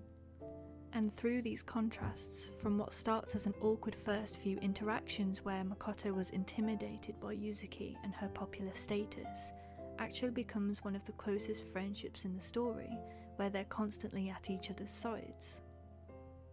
What ties them all together, however, is one person in particular, Mitsumi.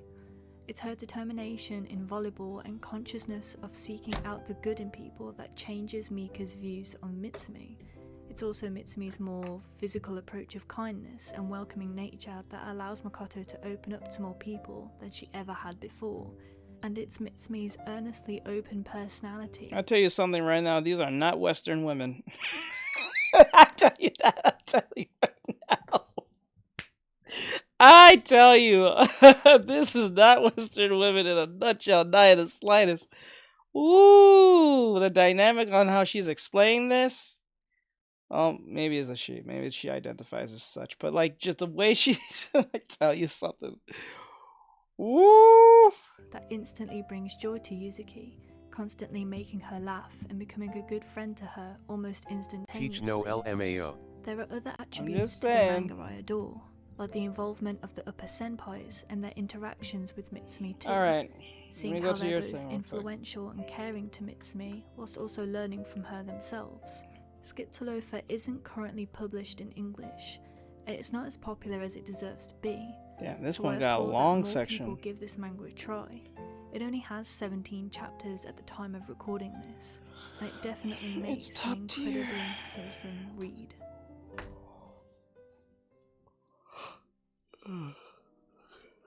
Thanks for watching, and if you somehow managed to sit through all of my talking, then big kudos to you. And if this video has actually convinced you to read any of these manga, let me know in the comments. I'm always up for a good manga discussion. Okay.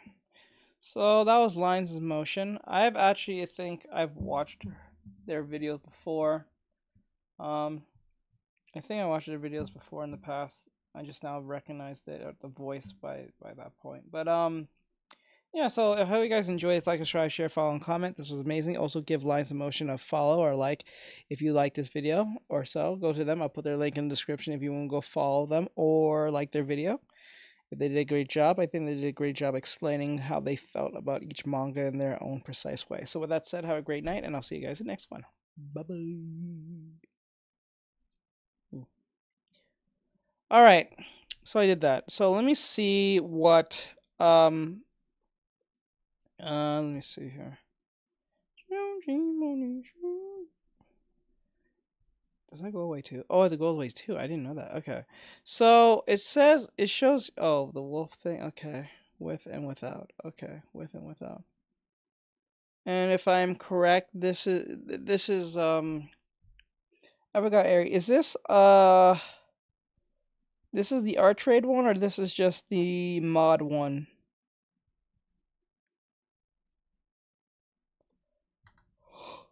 Oh. Shit. I can't get my shit together. My god. Yeah, is this the art trade one, or this is the mod one, or they're the same thing? I don't know if I was too sure on that one.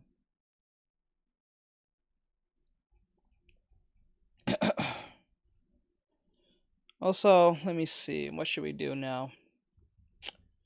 We did all that. Wait.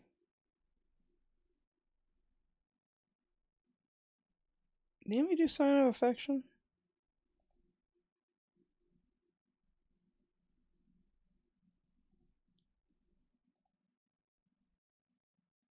Was sign of affection was in this? Huh. I don't think we did. Weird. I thought I was going to do that. Probably clicked to think it was in this. Oh shit, that's probably where I fucked up. Don't know for sure, but I don't know because my network dropped. Oh fuck. Artextric, hi Aaron. Then I'll do it tomorrow then. Hi Aaron. Aaron, you here, hon? Alright, so what I'll do is... What should I do? Should I play Overwatch or should I play Genshin? If I play Overwatch... I don't think much people will watch. If I play Genshin, yeah, I'll probably have more people watch.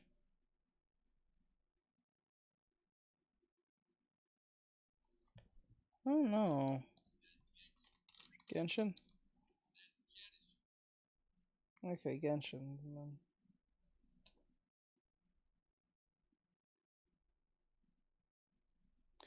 Alright, Genshin. And that's 2. Genshin. That's 3. Oh, okay, Genshin. Okay. Everyone wants Genshin. I was... whoa, okay. Didn't see that one coming. Alright. I save this. Aaron, is this the one that you sent me? This is the mod one, or this is the art trade one? Is there a difference between the two? Because I thought there was 2 different things.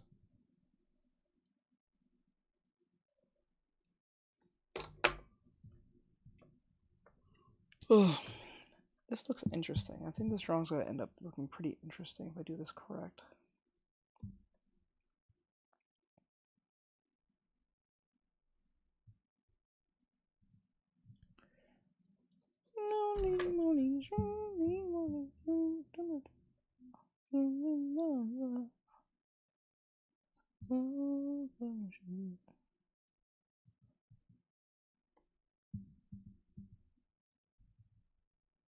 Is Aaron there?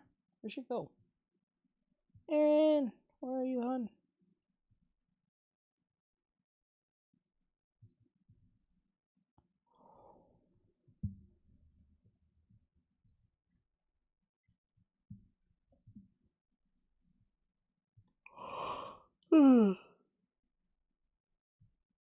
Can you not hear my comment on TikTok? No.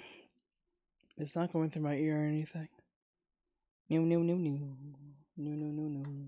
No, no, no, no, no. Oh, God.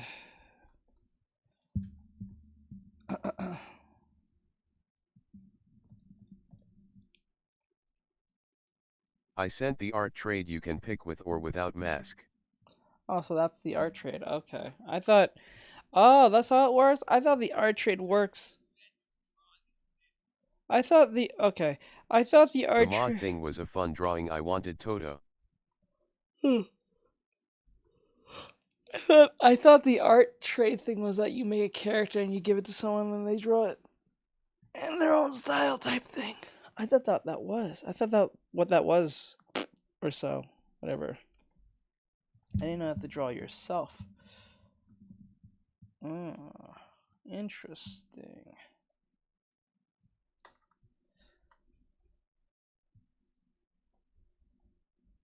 Let's see here.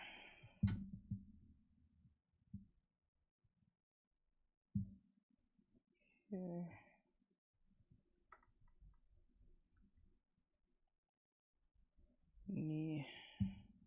Yeah, that's what it is, but I wanted to draw myself in a wolf mask in my inserts jacket, lol. Okay. Okay. Okay. I understand.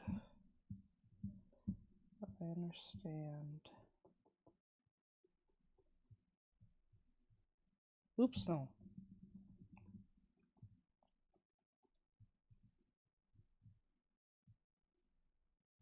But the wolf mask kinda came out looking like a fox pensive face. I thought it's where you draw one half and... No, I don't think so. Yeah, that's what is. But I wanted to draw myself in the wolf mask and the insert jacket. Okay. But the wolf mask kind of came out looking like a fox. It does look like a fox. It does look like a fox. I think you made the face a little bit too narrow. That's why I end up being more looking like a fox. I think foxes have more narrow faces than wolves. Wolves' more faces are more like open. I think if I remember right. Gotta fix his leg. So okay, what I'll do. There you go. No, that looks really weird. Okay.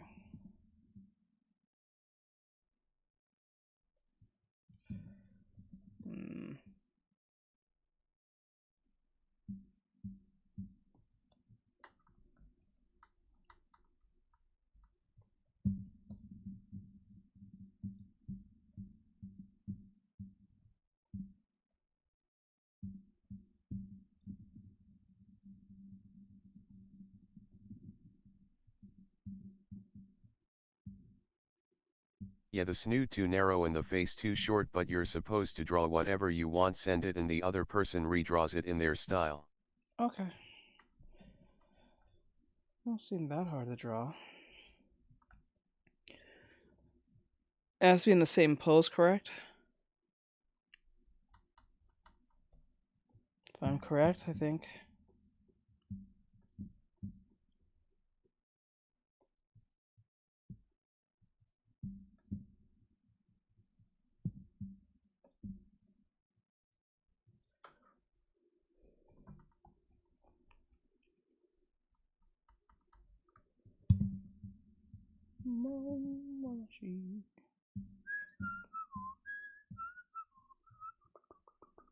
Nope, however you see for just your style how you'd interpret it.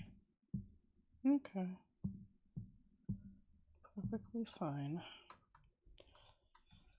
I will do that. No. No. I'm not doing animation until I get to 100,000.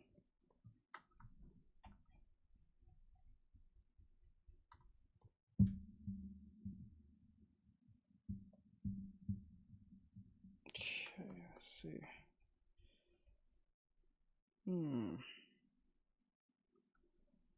Okay, boom, boom. Boom, boom, boom.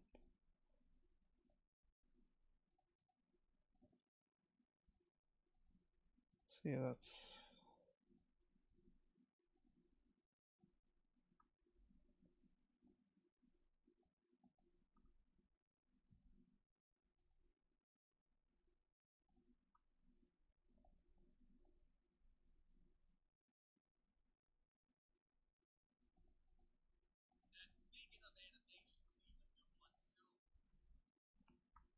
Oh, really? Okay. Alright, guys. We're going to... I'm actually just waiting on Souls because he said he needs to send me something. Also, thank you that, has my program gotten better before? Let me see. I think it's gotten better. Yes, I can see that it has gotten much better since then. I actually am quite impressed by this. This is really, really good. And the Souls part, that's really cool. Let me see. I would have probably pulled back the breast a little bit more because we'll be seeing more of this breast than this one. But I kind of see what you did here, but like I get it. Let me see.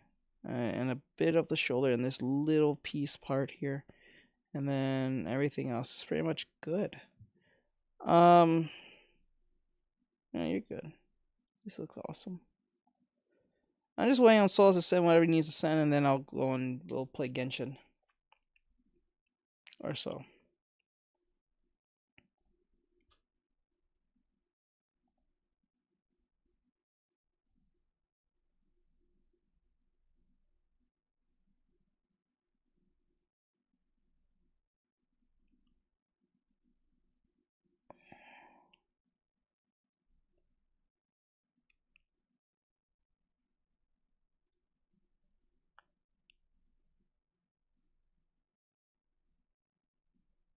My rendering has improved a little. Never under. I think I've improved a lot, to be honest. Okay, okay. I guess I'll send that later. So yeah. So what we're gonna do is play some Genshin since he'll say it later. We're gonna do some Genshin. Okay, so to give you my opinion on your outfit on your drawing, I think it looks amazing so far. I don't think anything's wrong with it. You have improved a lot with the rendering. Yes, definitely with the coloring. I have a great art teacher. You should check him out. LOL. Oh my, cute. But let me see. Let me wait. One thing I want to check on the drawing. What you did here is that.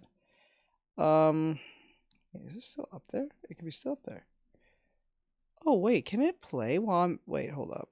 Estimate the power of kindness, but of course, not that of a firebolt either.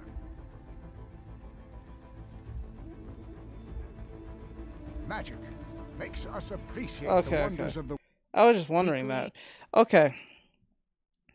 Let me see. Let me look at the drawing. Okay, so yeah, the rendering is pretty good. I still render too slow though. In total, it took me like 15 HRS. Don't worry about it. It's always, I always look. Listen, I always say it this way. I rather for right and accurate as best as you want it to be than fast and sloppy and look like shit. So yeah, don't let it bother you too much. There's no shame in that. Facts. There's no shame in it. I don't think that's a problem. I'd rather slow and steady than fast and thing. I can understand if it was like a fucking like contest, something you're trying to get out of the way. Sleepyhead. Or so. But I think you're doing just fine. I think I'm doing this drawing. Working on that. Hold on. I gotta start posting my practice again. Thank you, best art teacher. I should try my best, hon. Thank you. Alright guys, I'm gonna restart the streams. I'll be right back. We'll play some Genshin. So I'm gonna start the stream and Toodles, Larry. I'm gonna start the stream and then we'll get everything out the way in that sense. Alright? Alright, I'm out. I'll be right back. I'll be back in like 5 to 10 minutes.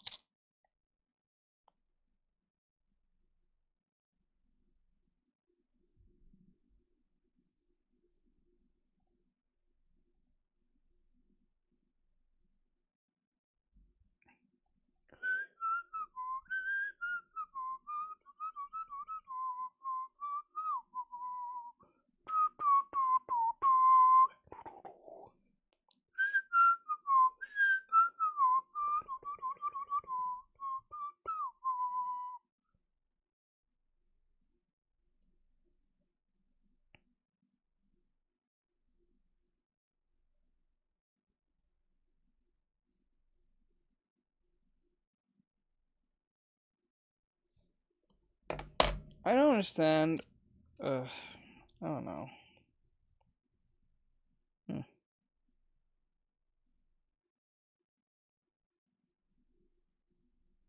Well,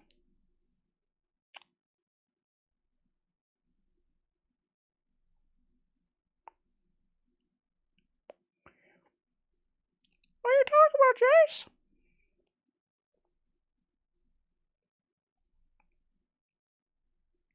I'll just put on the light for now. No, nee, mo, nee, no, nee, mo, nee, no, no, no, no, no, me, me, me, me, me, me, me, me, me, me, me, me. No, nee, no, nee, no, nee, no, nee, no, no, nee, no, nee, no, mamma mia.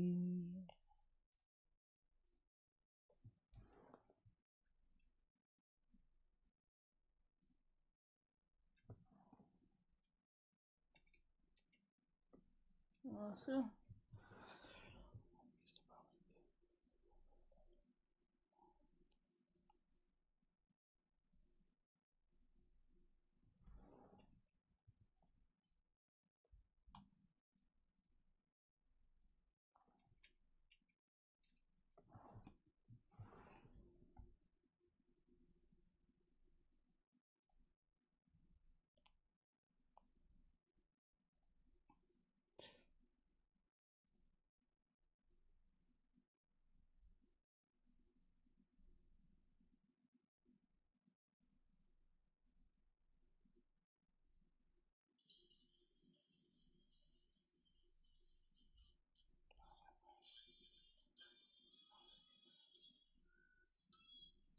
Stupid girl.